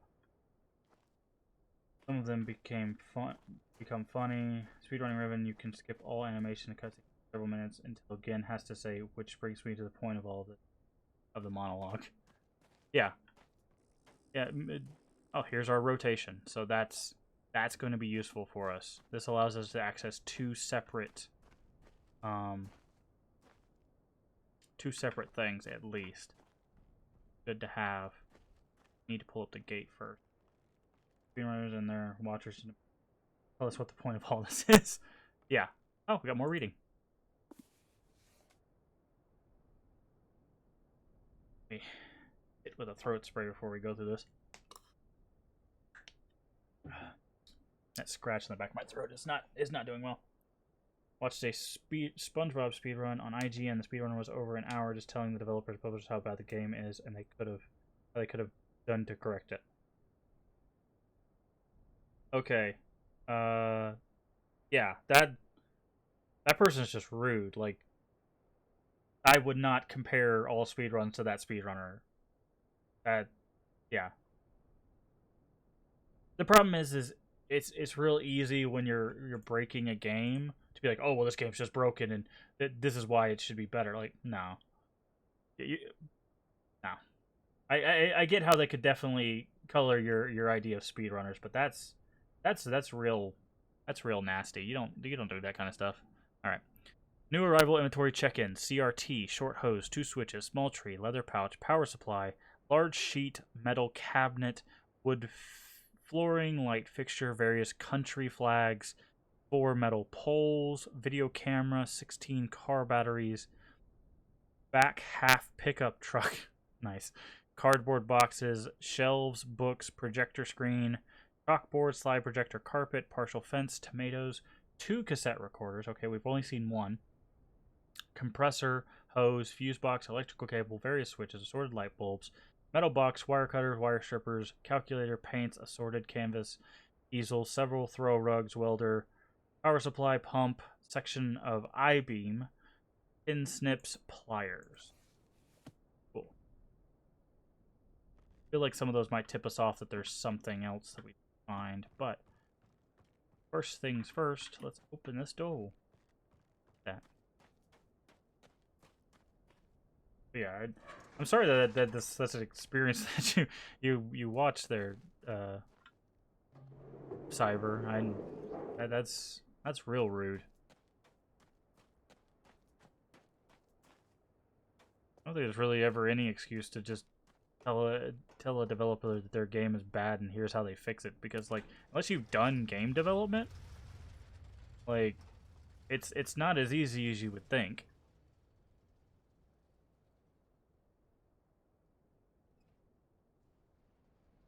Ah, I see. That's my elevator. That was for me. Get down here. Yeah, open this up. Oh, we can come from the back side of the garage. Got it. Yeah, if we get in here. Fun. There we go. But I don't know. Entertainment is a touchy subject a lot of times. So many shortcuts to unlock. Yeah, I know, right? Because like I said when we were going through the Mist thing, is when people are really big fans of some form of entertainment or some series that's in that form of entertainment, they tend to get quite upset when you start critiquing it, even for the better. But again, with critique, saying something is bad and then no other information, that's not critiquing. That's just being rude. You know, there's a difference. If you're like, hey, this puzzle seems a bit off and here's why, you can start a discussion about that. Be like, okay, well, they might have done it for this reason, or they... I have this? Can I literally write around? No. Okay. So you can have a discussion about it, but saying something is just good or bad and then leaving it at that that's not critique. And unfortunately, with the internet and the speed of information and all of that, that's the kind of thing you find online quite often. Also, that's the kind of thing that gets views.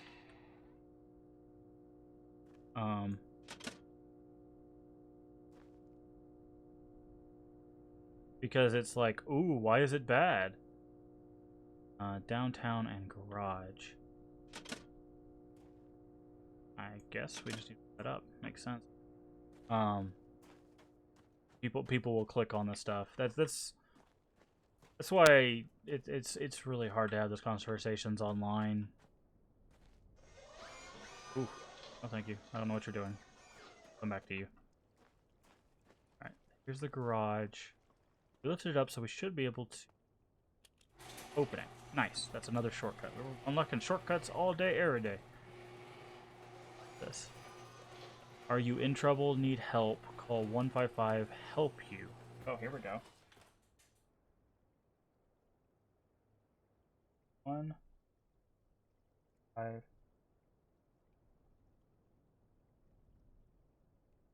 No, 4 5.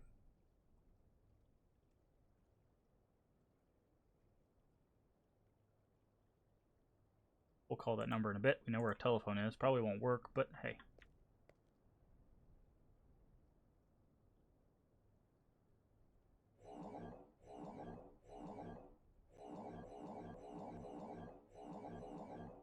Okay.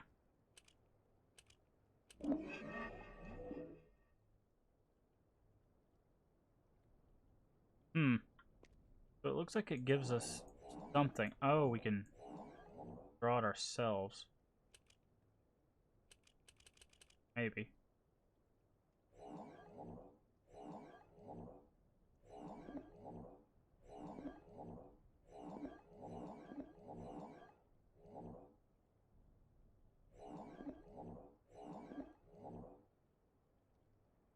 Oh, I've hated that number system. Oh. Okay.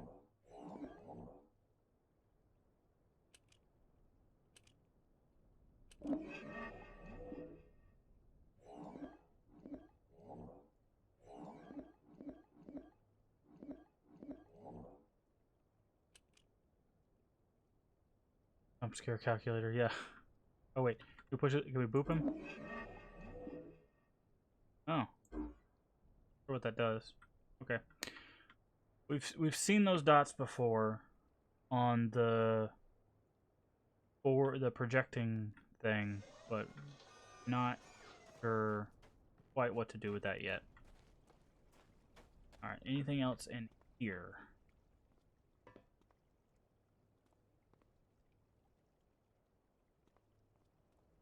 Okay, well, let's use this phone number. 1 5 5 5 4 3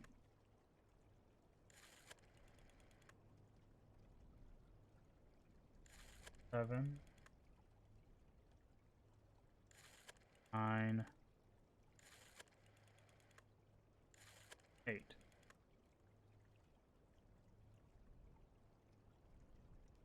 Aw. I guess there's no receiver, so it's like, well, what do you expect to come out of here? There's nothing to hear from. Piece of paper that helps with the robot? Or the phone number? We already looked at this. Oh, this. Okay. Worksheet. Oh, Lord.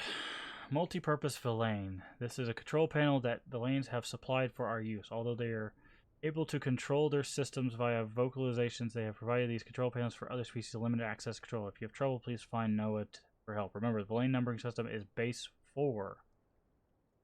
Okay, drag one blob from one blob to another to form villain digits. Drag between blobs to disconnect. Standard panel has 5 digits, but a single digit panel are also used. The only first digit to simulate a 1-digit panel.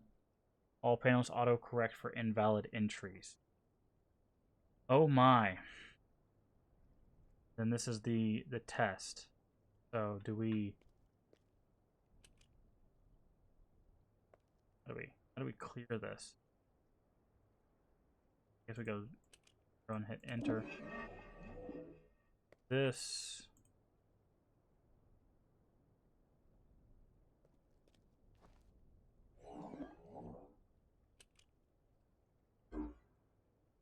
One. Okay. Alright. We're going to recreate this worksheet.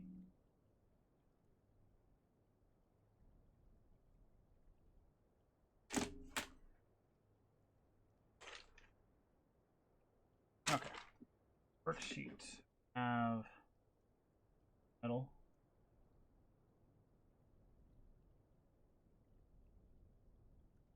Here. There's a method to the madness. I think trying sequential numbers for a while until the pattern emerges.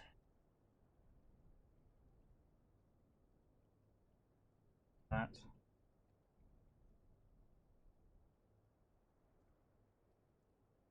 Gonna now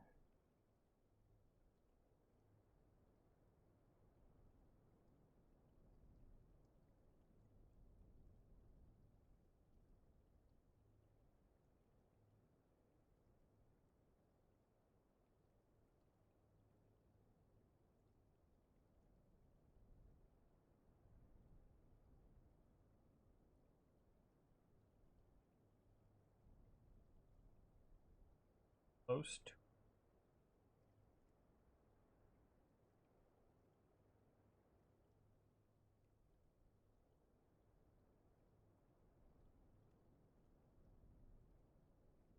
what you're referencing there, Copel.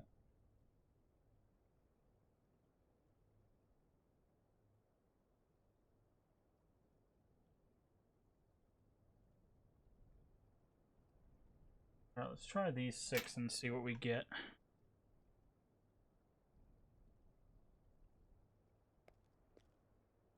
Zero. Always zero it out. Wait, 0 is 10? Oh. Here. There we go. Alright, so we want this and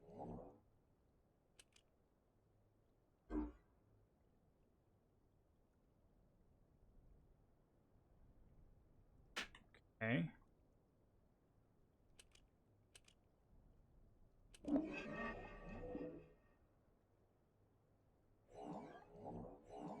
That.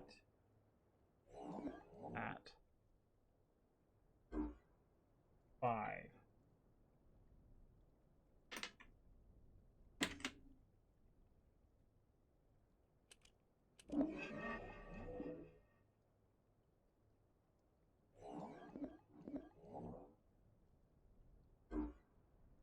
Eight.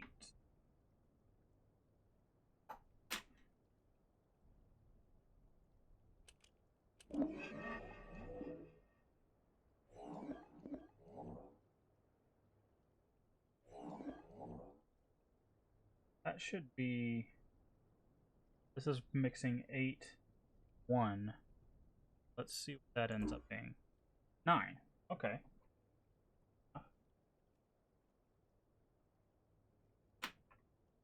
Now, connecting it to the outside, taking the number 2 outside.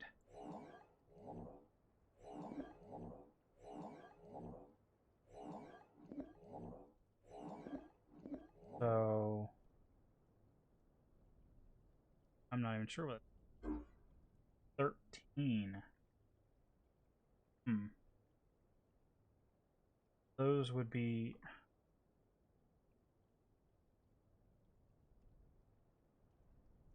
Ooh, how does that give us 13? One. All right, let's the other half of the worksheet.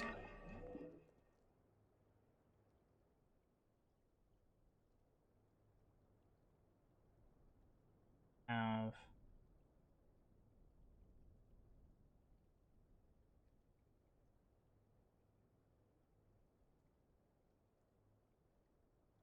that one.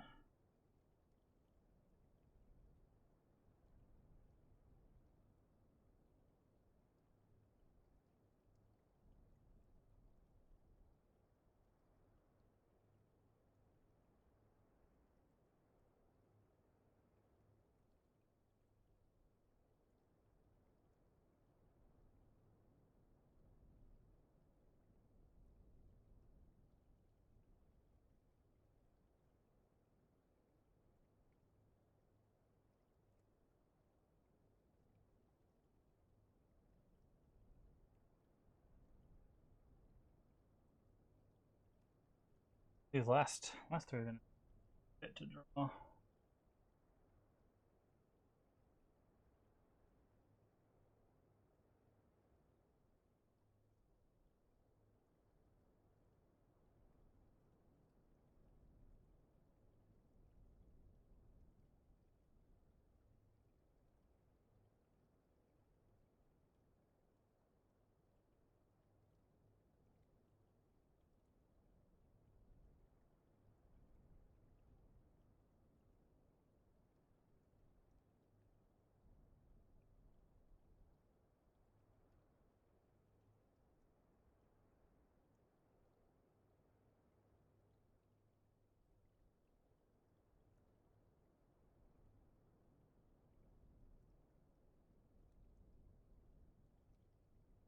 Sorry, probably not very interesting watching my head just dart back and forth for all these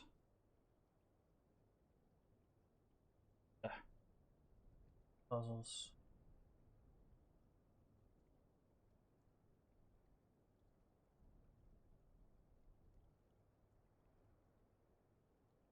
Alright, last.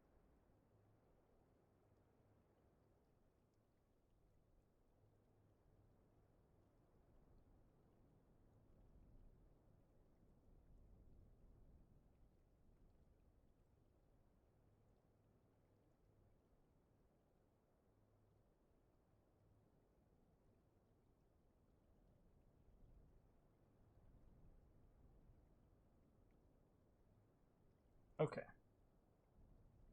Now we've got those.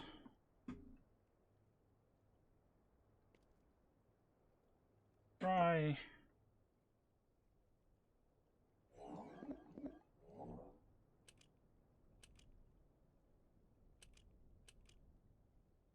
I'll get a.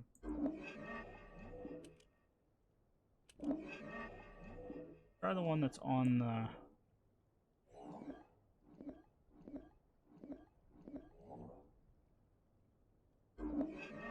406.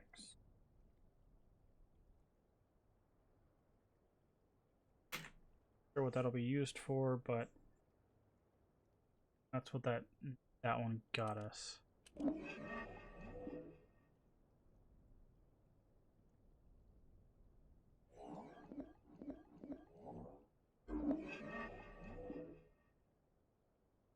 But also get us 9.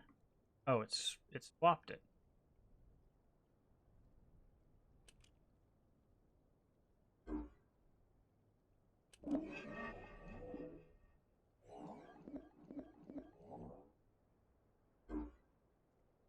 $513. Okay.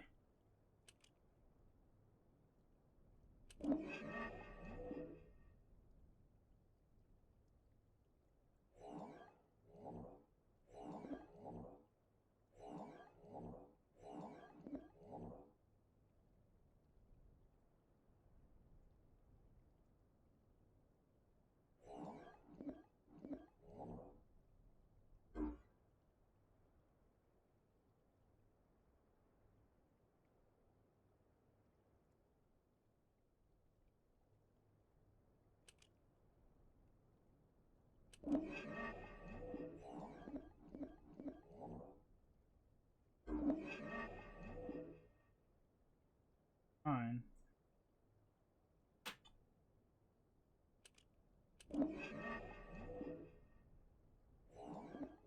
There.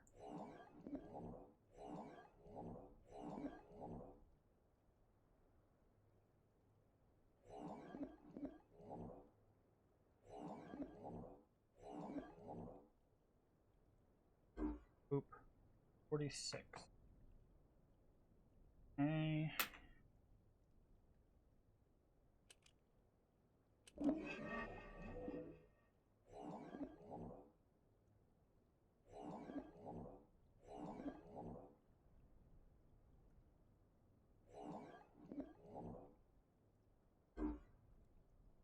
$100.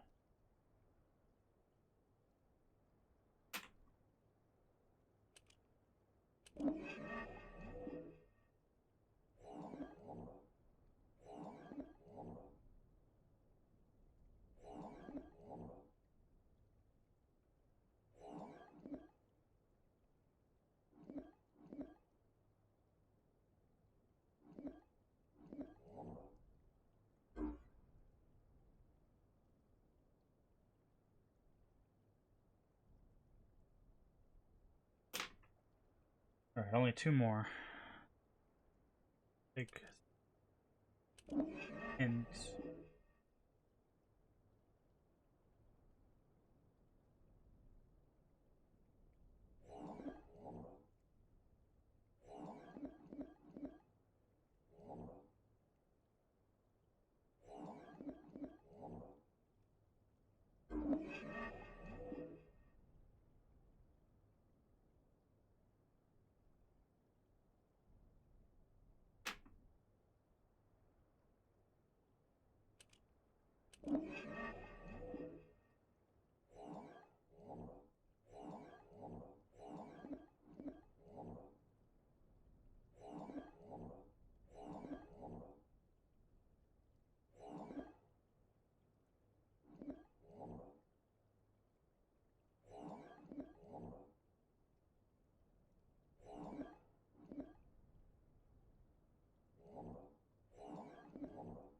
Looks 1,000. Alright. We don't even know what we're going to need this stuff for, but I wanted to go ahead and work through the worksheet now just so we had it.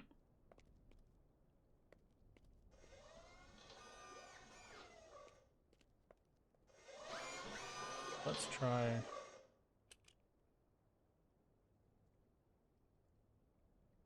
this. Yes.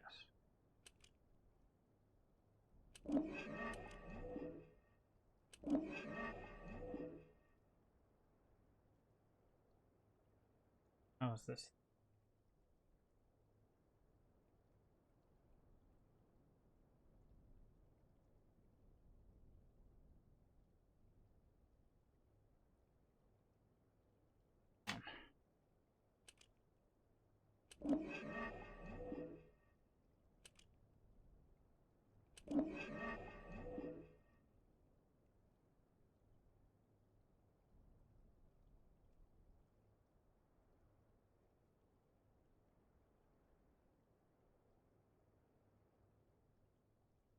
Okay, so if that's the case, if I wanted to get 16, this is just a theory.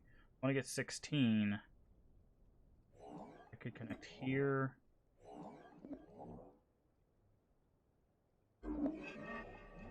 No, that's 24. 4 times. Oh, yeah, no, that's what I expected to get. Never mind. I want to get 16. I just need here. No, that's 8. Oh, base, not... Okay, yeah, no, exponents. Got it. Thinking. No, wait, that doesn't... Get 8 if it was... exponent. So there's nothing... yeah, no, I was thinking exponents, but it's not.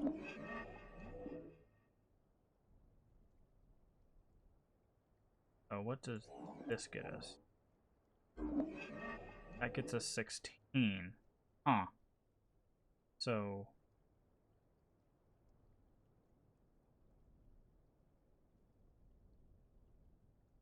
why does... this...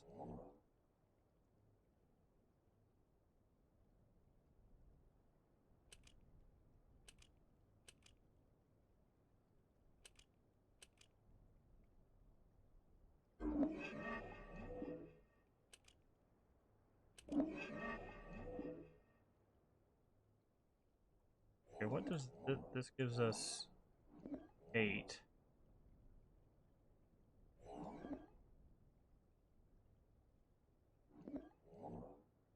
5? Connecting 8 with 5, so that's how we get 13. So it's, this is 8, that's 5. How we get 13. Okay. Type 5.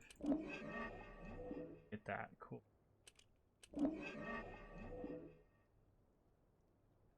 Six.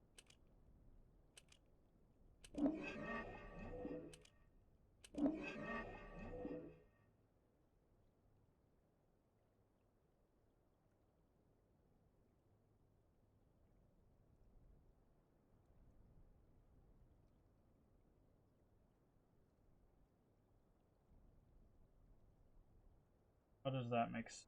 Oh, no, that makes sense because this is 4 and this is 2. 6. Yeah, easy enough. I want to get 7. We're going to get 4, 3. Might pop up over here. Alright, so this would be 3, and then we'll have a 4 here. That should be what we get. 7. Yep, okay. Oh, I moved it over 1, but yeah, it's this shape and that shape. It gives us 7.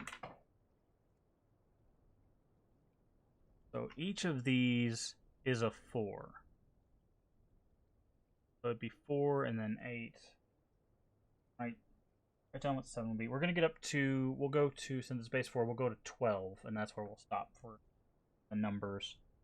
I want to kind of get an idea. I don't even know what we're using it for, but helpful at some point. About affecting the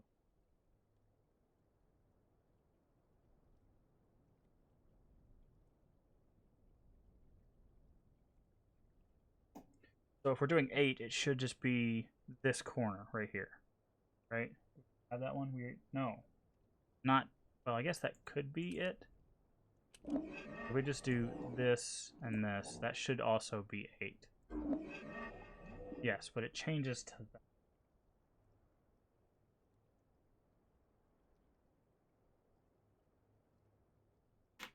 Okay, so basing off of that, so this would be 4, 8, 12. So if we were to just draw this, do we get 12? 16. It's also that. How do we get 12?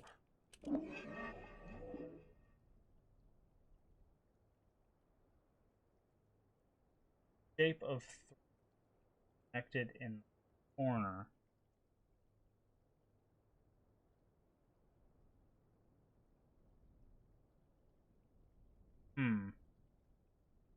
That's an odd one.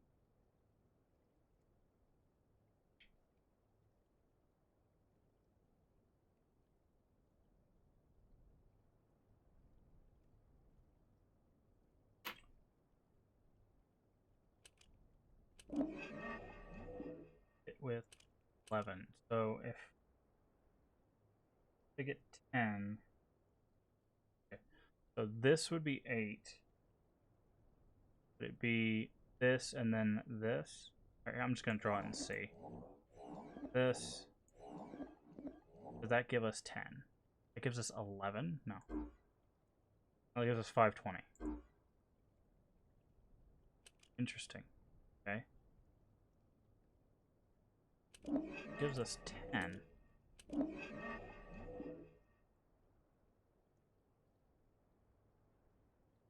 Oh, okay, I see. It's connected. So this is the 8, and then that's the 2. So I had the right mentality. It's just I didn't know how it can.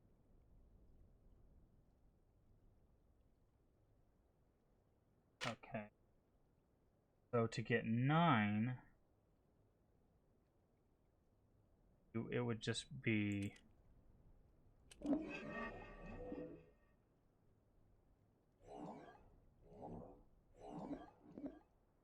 that. Oh, that's 24. 9. Okay. See that's the only part I'm not getting so far is when does it connect and when does it not? Because I mean this makes sense because it's 8 and 1. That's wait, maybe if it multiplies it connects? No, we don't know about that now.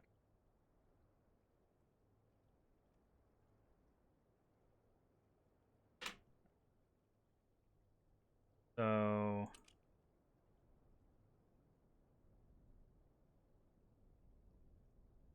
how do we connect? Oh, I know how we can do this. So This is 8. 3. This should give us 11, right? No, that gives us 89.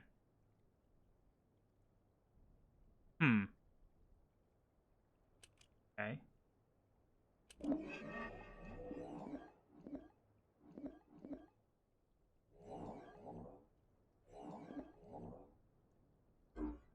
That gives us 11. See, that's connected. Sure why that is. At least I get. I'm getting it. Knowing the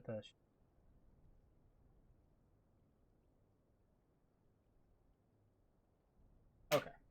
That's fine. We don't currently need this so far as we know. We've powered the things that we couldn't power before. Garage and downtown. I don't think there's a way out direction. Oh yeah, there is. There's the here. All right, now we need to get back to our mine cart. I believe is on the other side of town, so it's this way. Oh, actually, check the power map real quick. Make sure everything's lit up. Yes, everything is lit up. So.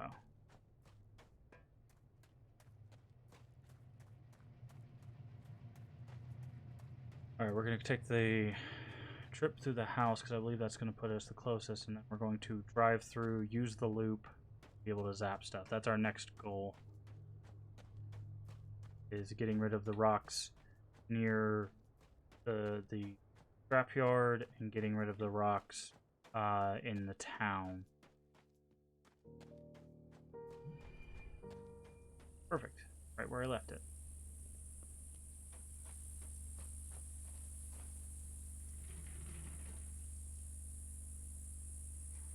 So we want to go this way. It's going to lead us through there. Oh. Sorry about that for everybody that got a little bored when I was doing the little math stuff. I just wanted to get much as I could. Right.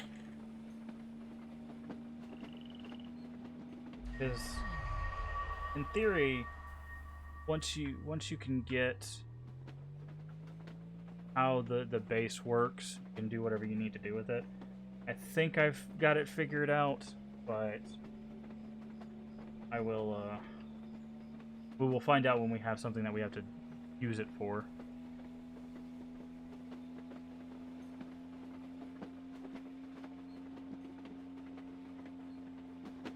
Alright, so this will loop us around. First thing we're going to do is we're going to go that way.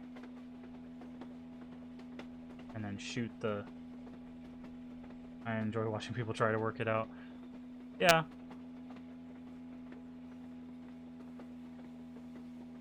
It's just, I know some people don't like people basically just rambling on about math. Also known as math class, but...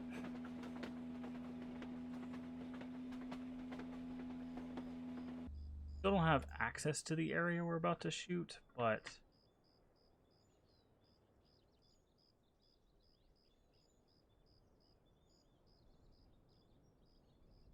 Better to just go ahead and do it while we're here.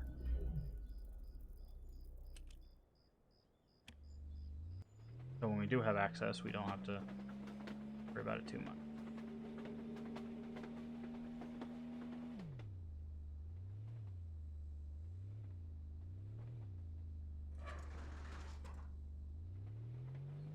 Go. Yay. I feel like we've made some really good progress. There's only like 3 areas I can think of that are still like blocked off to us. And then 1 object that we can interact with that we have no idea what it does. We have that sphere that rotates. We don't know what that does. We've got the door next to the sphere that we can't go in. And then we have the other side of the water bridge thing.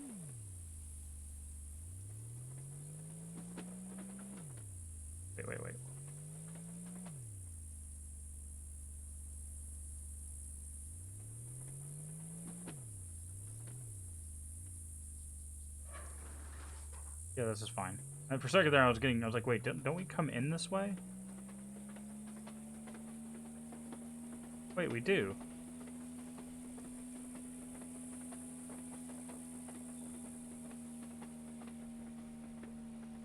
Hold on. I don't think this helped us the way I thought it was going to. Oh, maybe it does, because now we can do...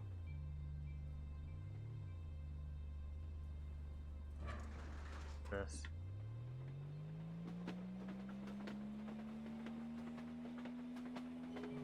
Yeah.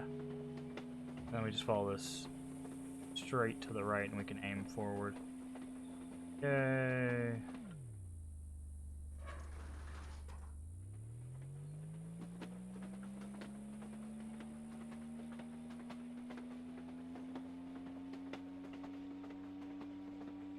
Alright, that should be good enough.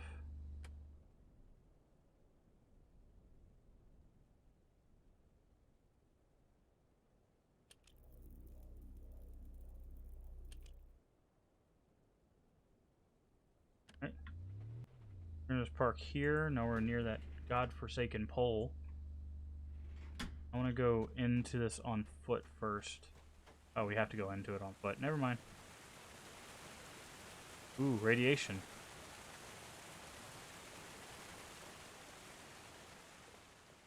Does... Dude, can we... underneath something. It just wraps around. Stop running. Around. It wraps around that way. A UFO or a battle sub? Sub of some sort. Alright, got another book here.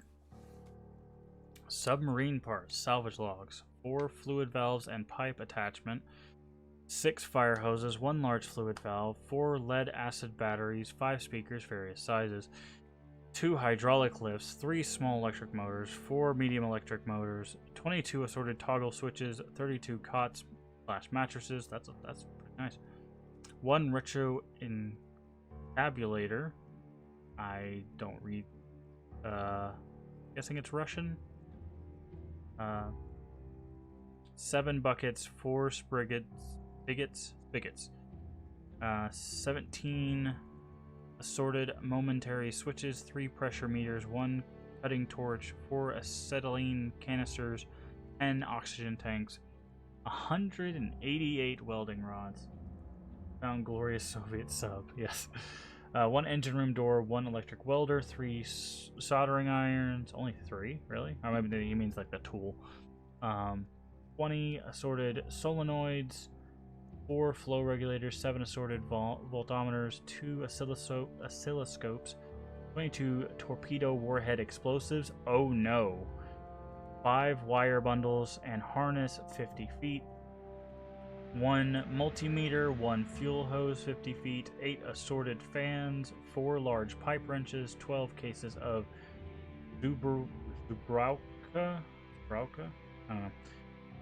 11 assorted pumps, 1 electric hoist, 2 come-alongs, 1 cable winch, 41 assorted light bulbs, 2 refrigerators, 40 cans assorted vegetables, 2 electric ovens.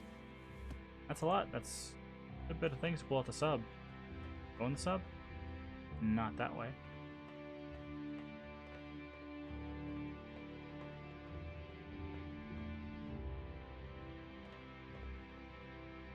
Oh, there's still a bomb in that one. That's safe. And that one.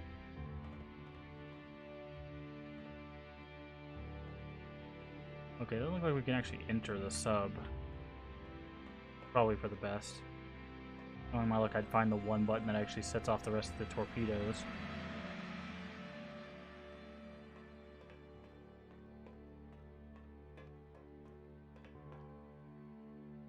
Huh.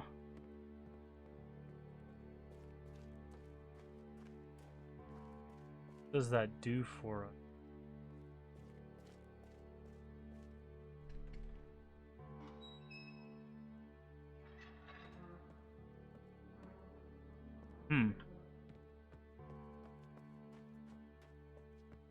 we just supposed to find the submarine? Is that it?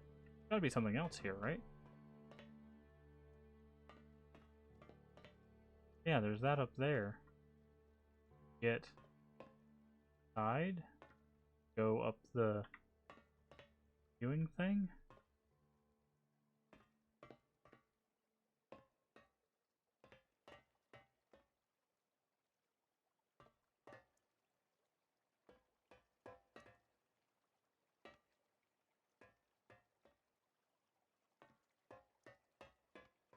Seems like an awful lot of trouble to build a submarine that you can't do anything with.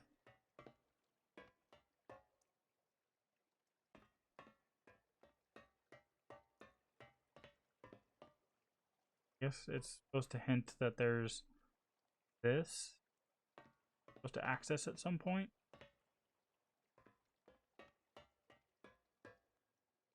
Seeing any other ladders or anything.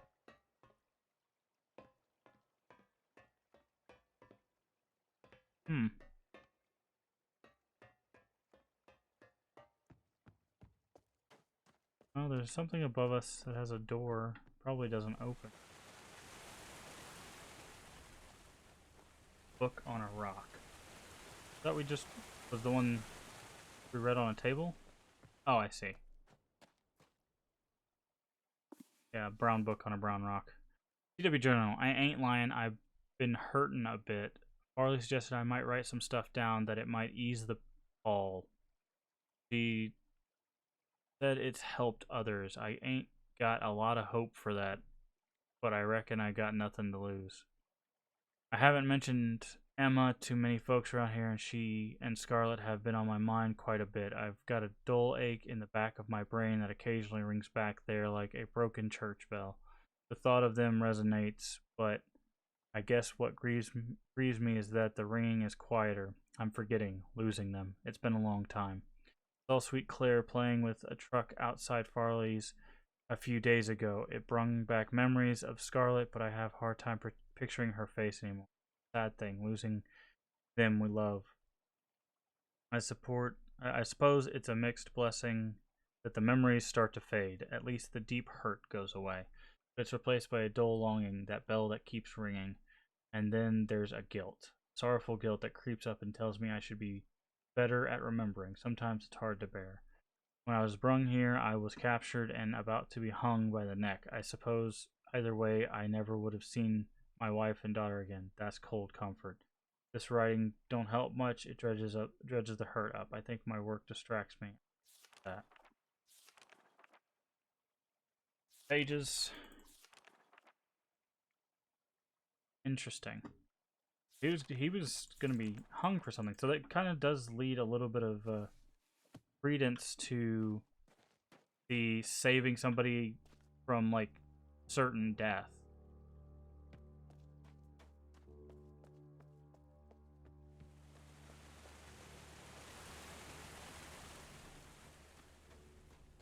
Okay, thing above this. Ah, I see. The door is to his stuff. Oh, he has access to the sub and a bunch of explosives.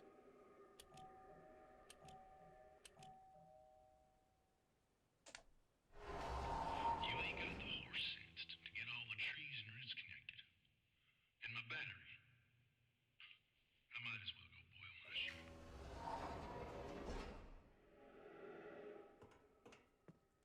Only you knew if something bad was about to happen to you.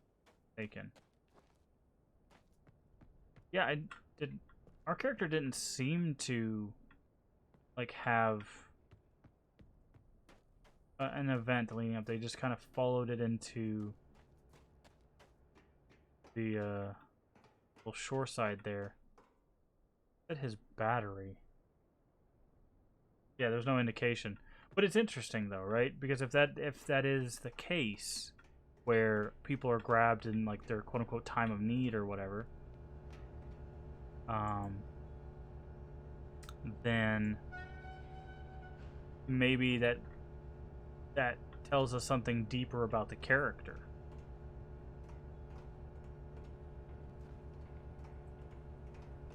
Maybe something bad was about to happen to him.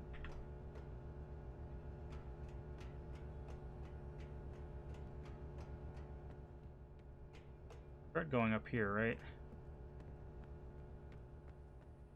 Yeah, all it did was change the water. Allow the water to flow. We've got power here now, though. Be able to do something. I don't know what battery he's talking about. There's a big battery. I thought maybe it was this, but coupled this. Switch or something we're missing?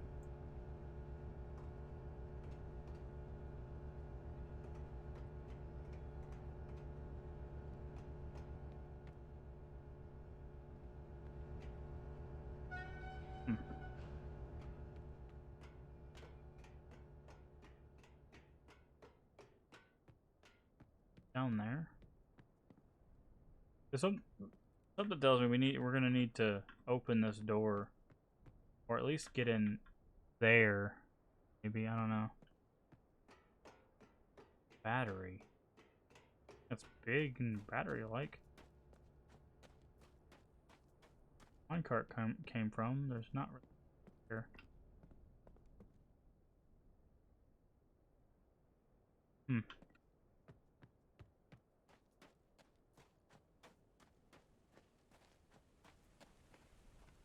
Alright, the town's got power. Let's check out the town. Minecart. There.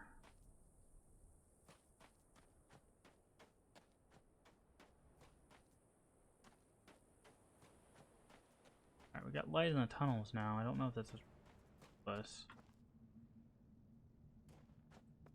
Boulders still blocking our path.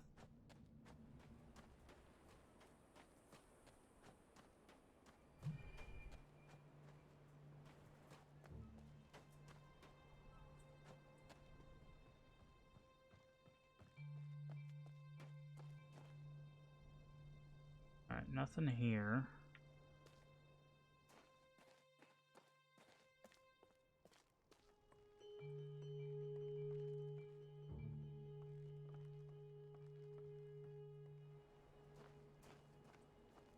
Freeze that way. We didn't have a way to get down to underneath it where the mechanism to open the door is. Do now. I guess there's technically this way. Oh, this leads back to the... No. This place.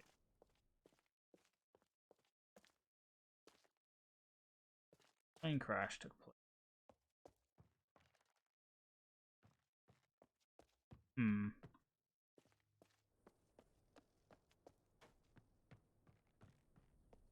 Back towards...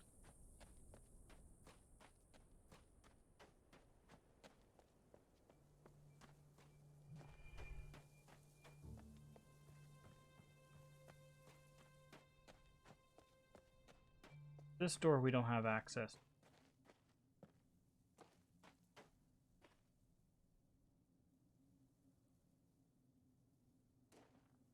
Mayor's office. Can't get in here because the switch is down there.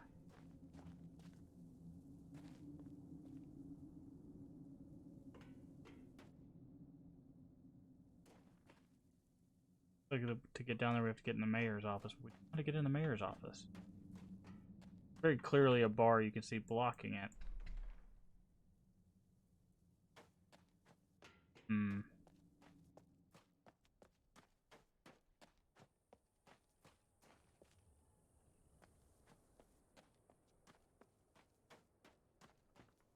See, where do we have access to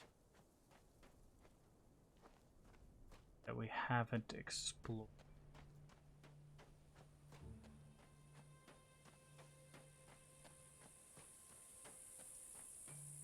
At the house.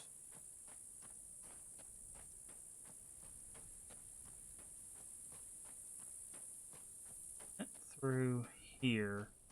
That's what lets you rotate the cart.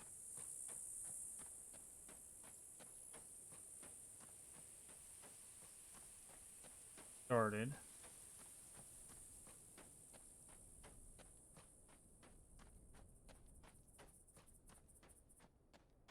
Okay, maybe in here. I don't remember where it took us. Okay, yeah, now I remember. Okay. Go. And I think we can get back this way. Get above also that wall, but I think I know where that leads. Back over to the other side. Where the part can go around. Hold on. Yeah, this is what I was looking for. Can we get up here from up here? Does look like we can. No.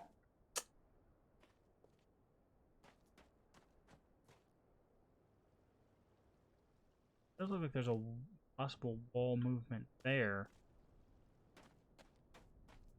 This leads into something that goes. Where are we at? Okay, we're at.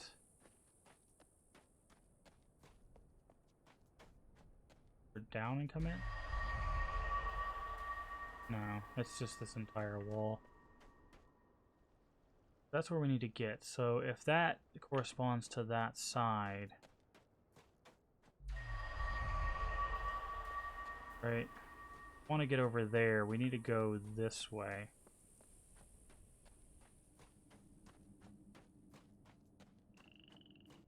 I think we've been this way.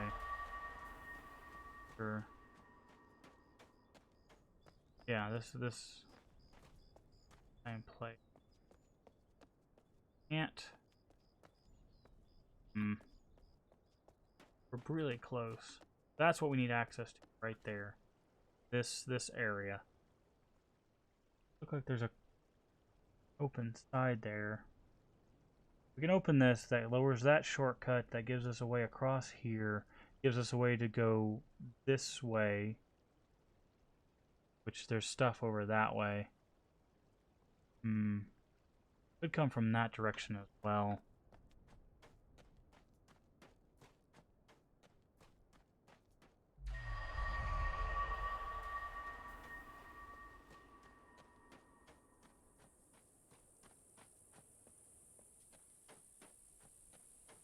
I have one more.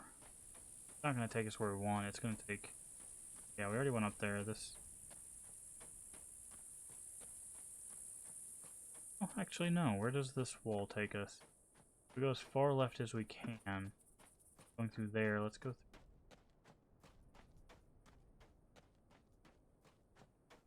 What happens if we go, like, right here?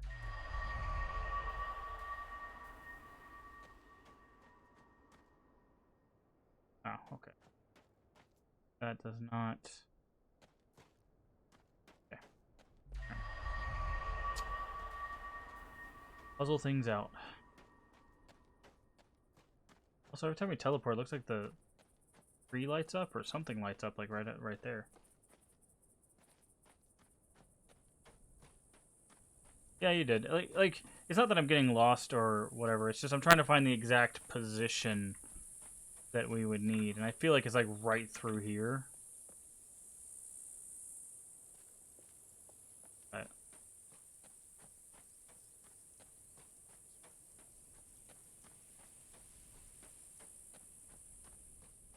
fortunately, can't. The route.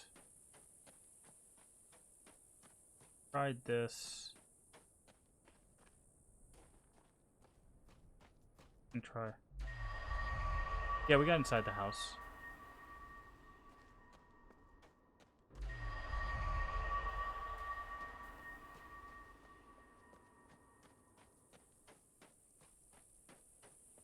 I've actually been using it as a shortcut to get to the other side of the map quickly.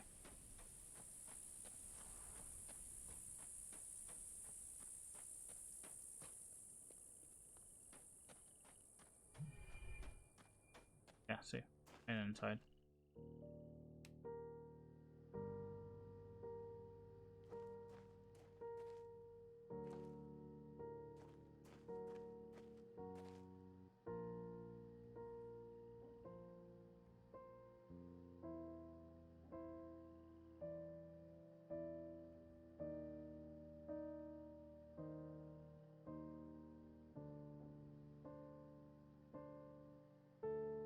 rotated.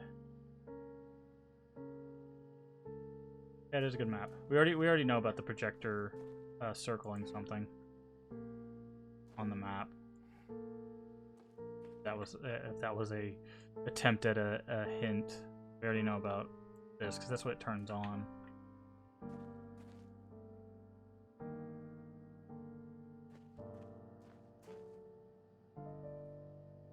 Turn it on. That's what it does. Ugh.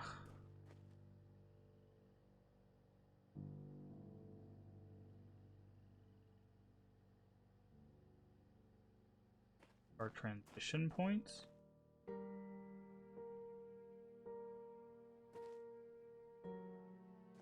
Oh, I see.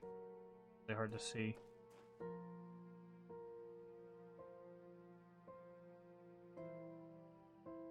There we go. Yeah, see this circle there, that's cool. Alright, cemetery we know about. Yeah, we know about those.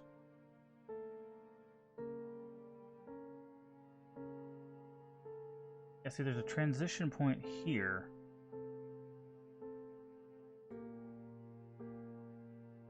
Right across from it. That's where we want to end up. No, actually. Yeah, that's where we want to end up. Because once we can get there, we can cross it. But we've tried next to the cemetery.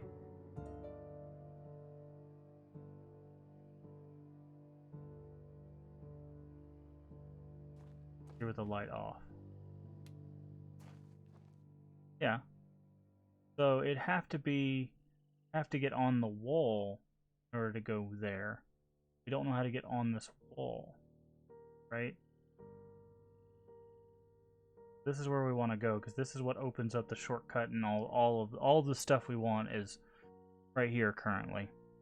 Okay, that is his battery. I turned on his battery. Why is he still complaining about his battery? Anyways.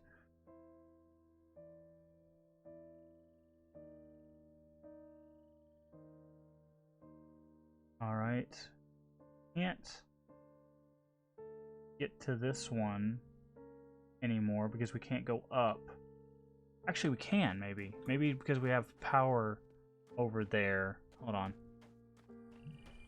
I have an idea. Yeah. At first I was like, well, we can't get back up the elevator because we don't have the water spinning. Or maybe because we have power there, we can use the elevator to go back up. Maybe not, but... in which case we need to find a way to move his things, because there is a portal up there that takes us to that thing that's in the middle of the lake, which may be super helpful.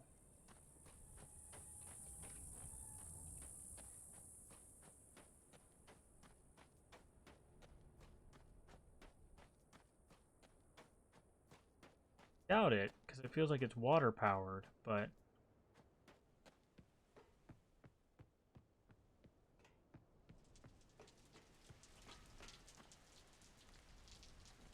yeah, see. We have no way to make the water back that way without moving that stuff. We don't know how to move that stuff.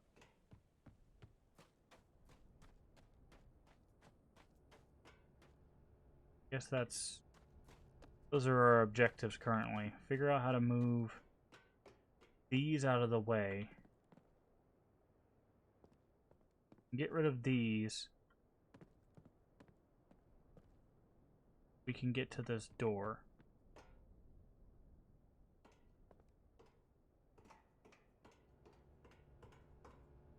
There's like no indication on how you would do that.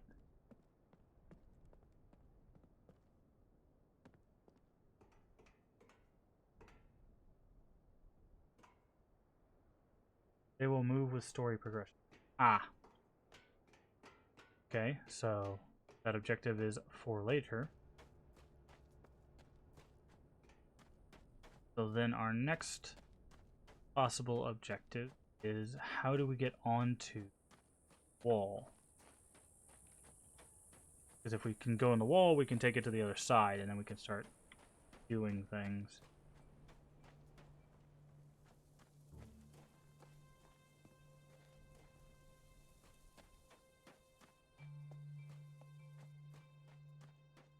get into the mayor's office. 3.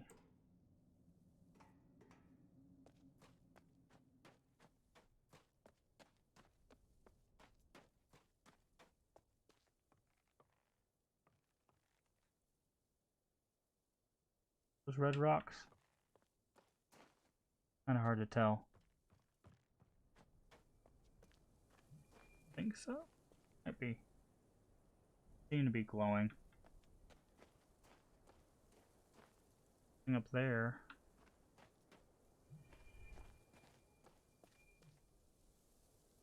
We can get up there, we just can't cross that gap. Let's go take a look at that.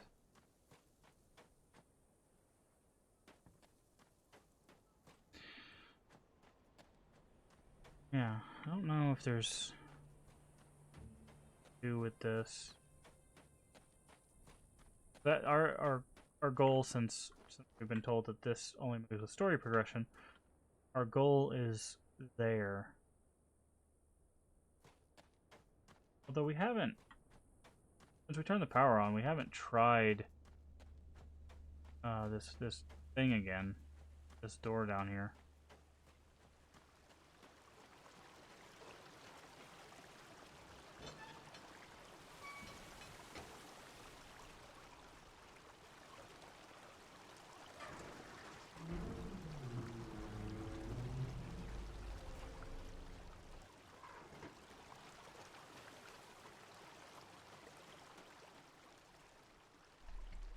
Yeah.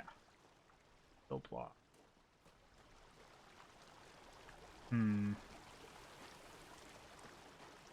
What happens if we do this?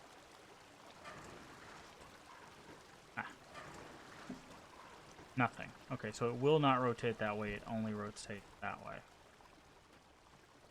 But now we can get to the other side, so let's leave that as is.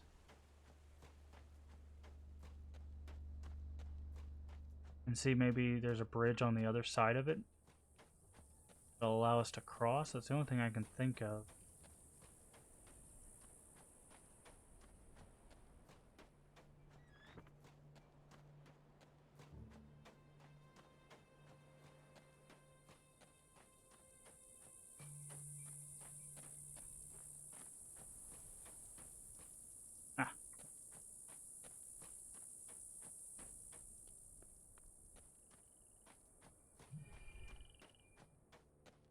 Here.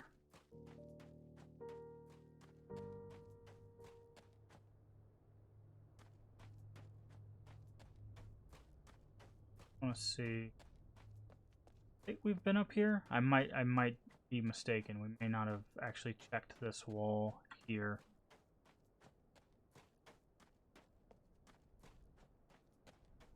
Where does this put us? Aha. Puts us where we want. Okay. That was a good thing I went ahead and moved that bridge the other way.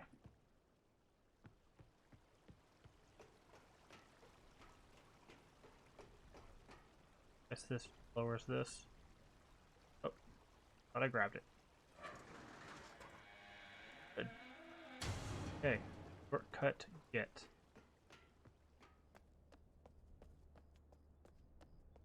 This should bring us into the back side of the mayor's office.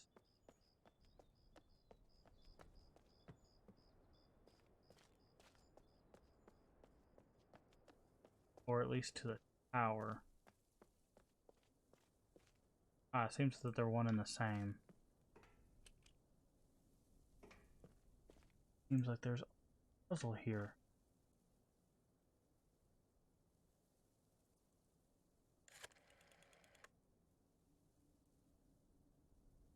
Phone number, is it? I don't know why it'd be the phone number. I don't know where I wrote down my phone number.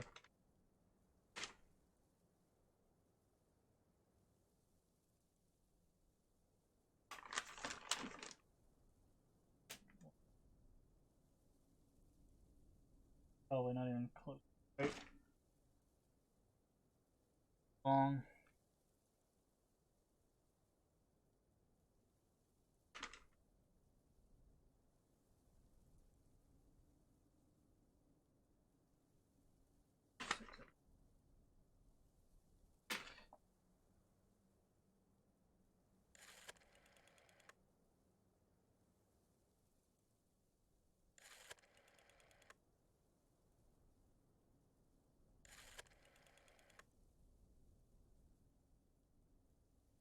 how many we need.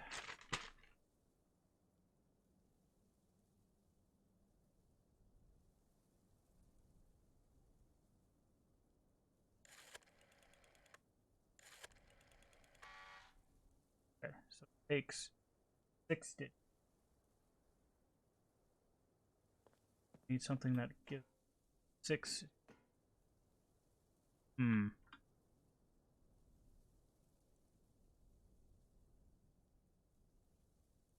6 digits.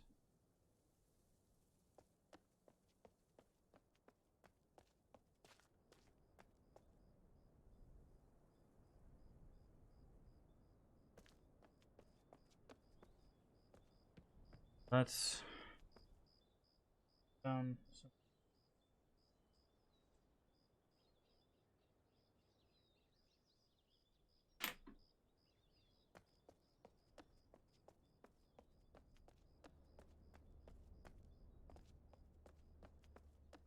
And we get for there.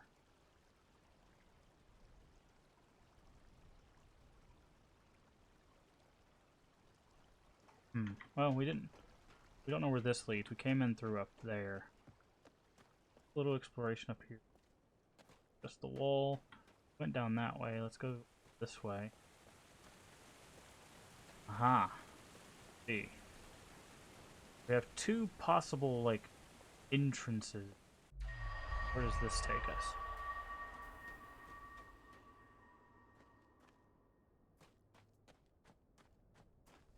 Takes us above. Okay. Different place. Oh, is this going to lead us to that thing in the middle of the lake?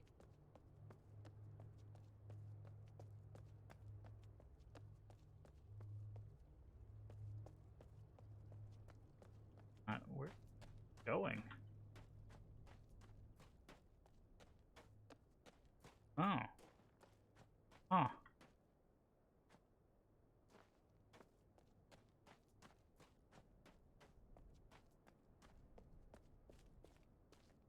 I see.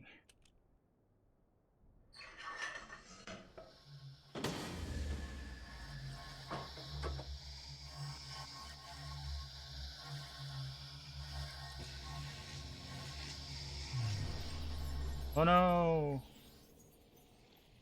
Heard about this. This was the thing that allows the seed and transport. Oof. That's pixelated.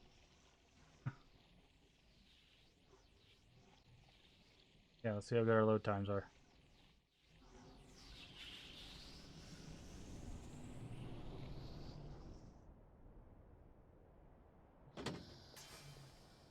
Oh my.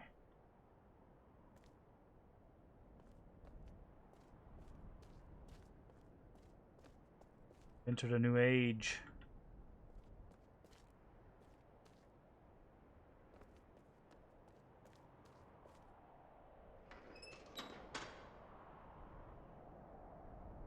Time you're linking, my stream stops.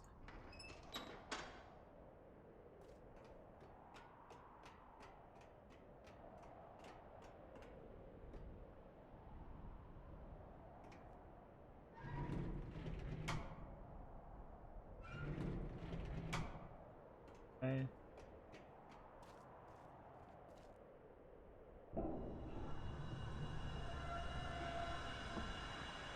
Now I opened up another big can of worms. Yeah, it seems like it.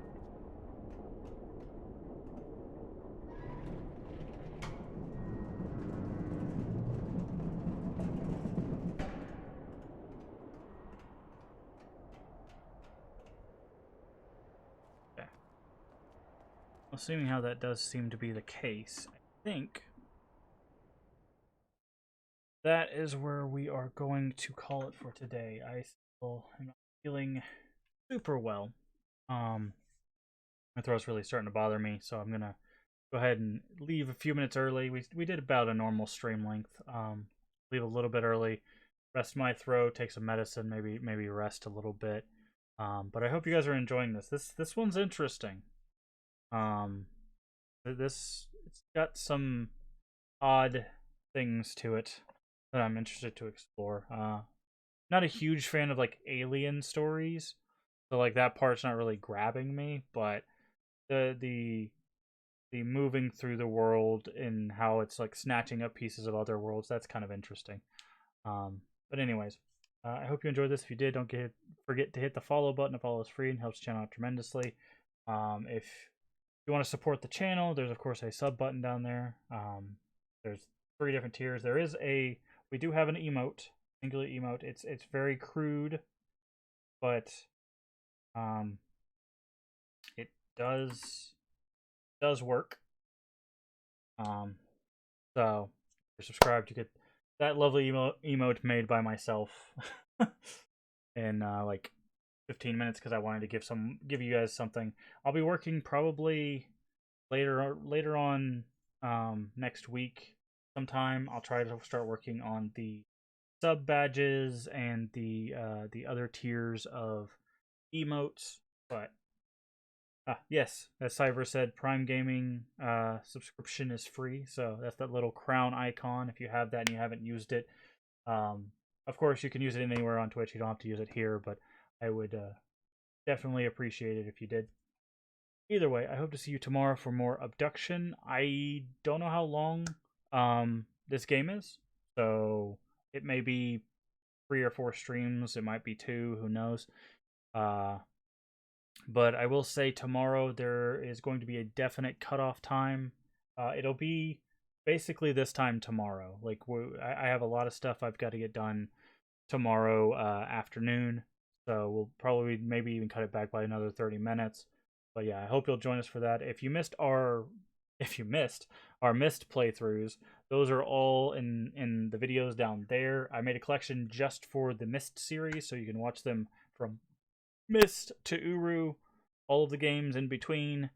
They're down there, and you can see those now. I'll add this one as well after we finish it, so you can catch those. You can also see all our other playthroughs there. So, anyway, I hope you have a wonderful day, and if we don't see you again for a few days, a wonderful weekend. Be safe, stay healthy if you can. And I will see you tomorrow for more Obduction. Bye-bye.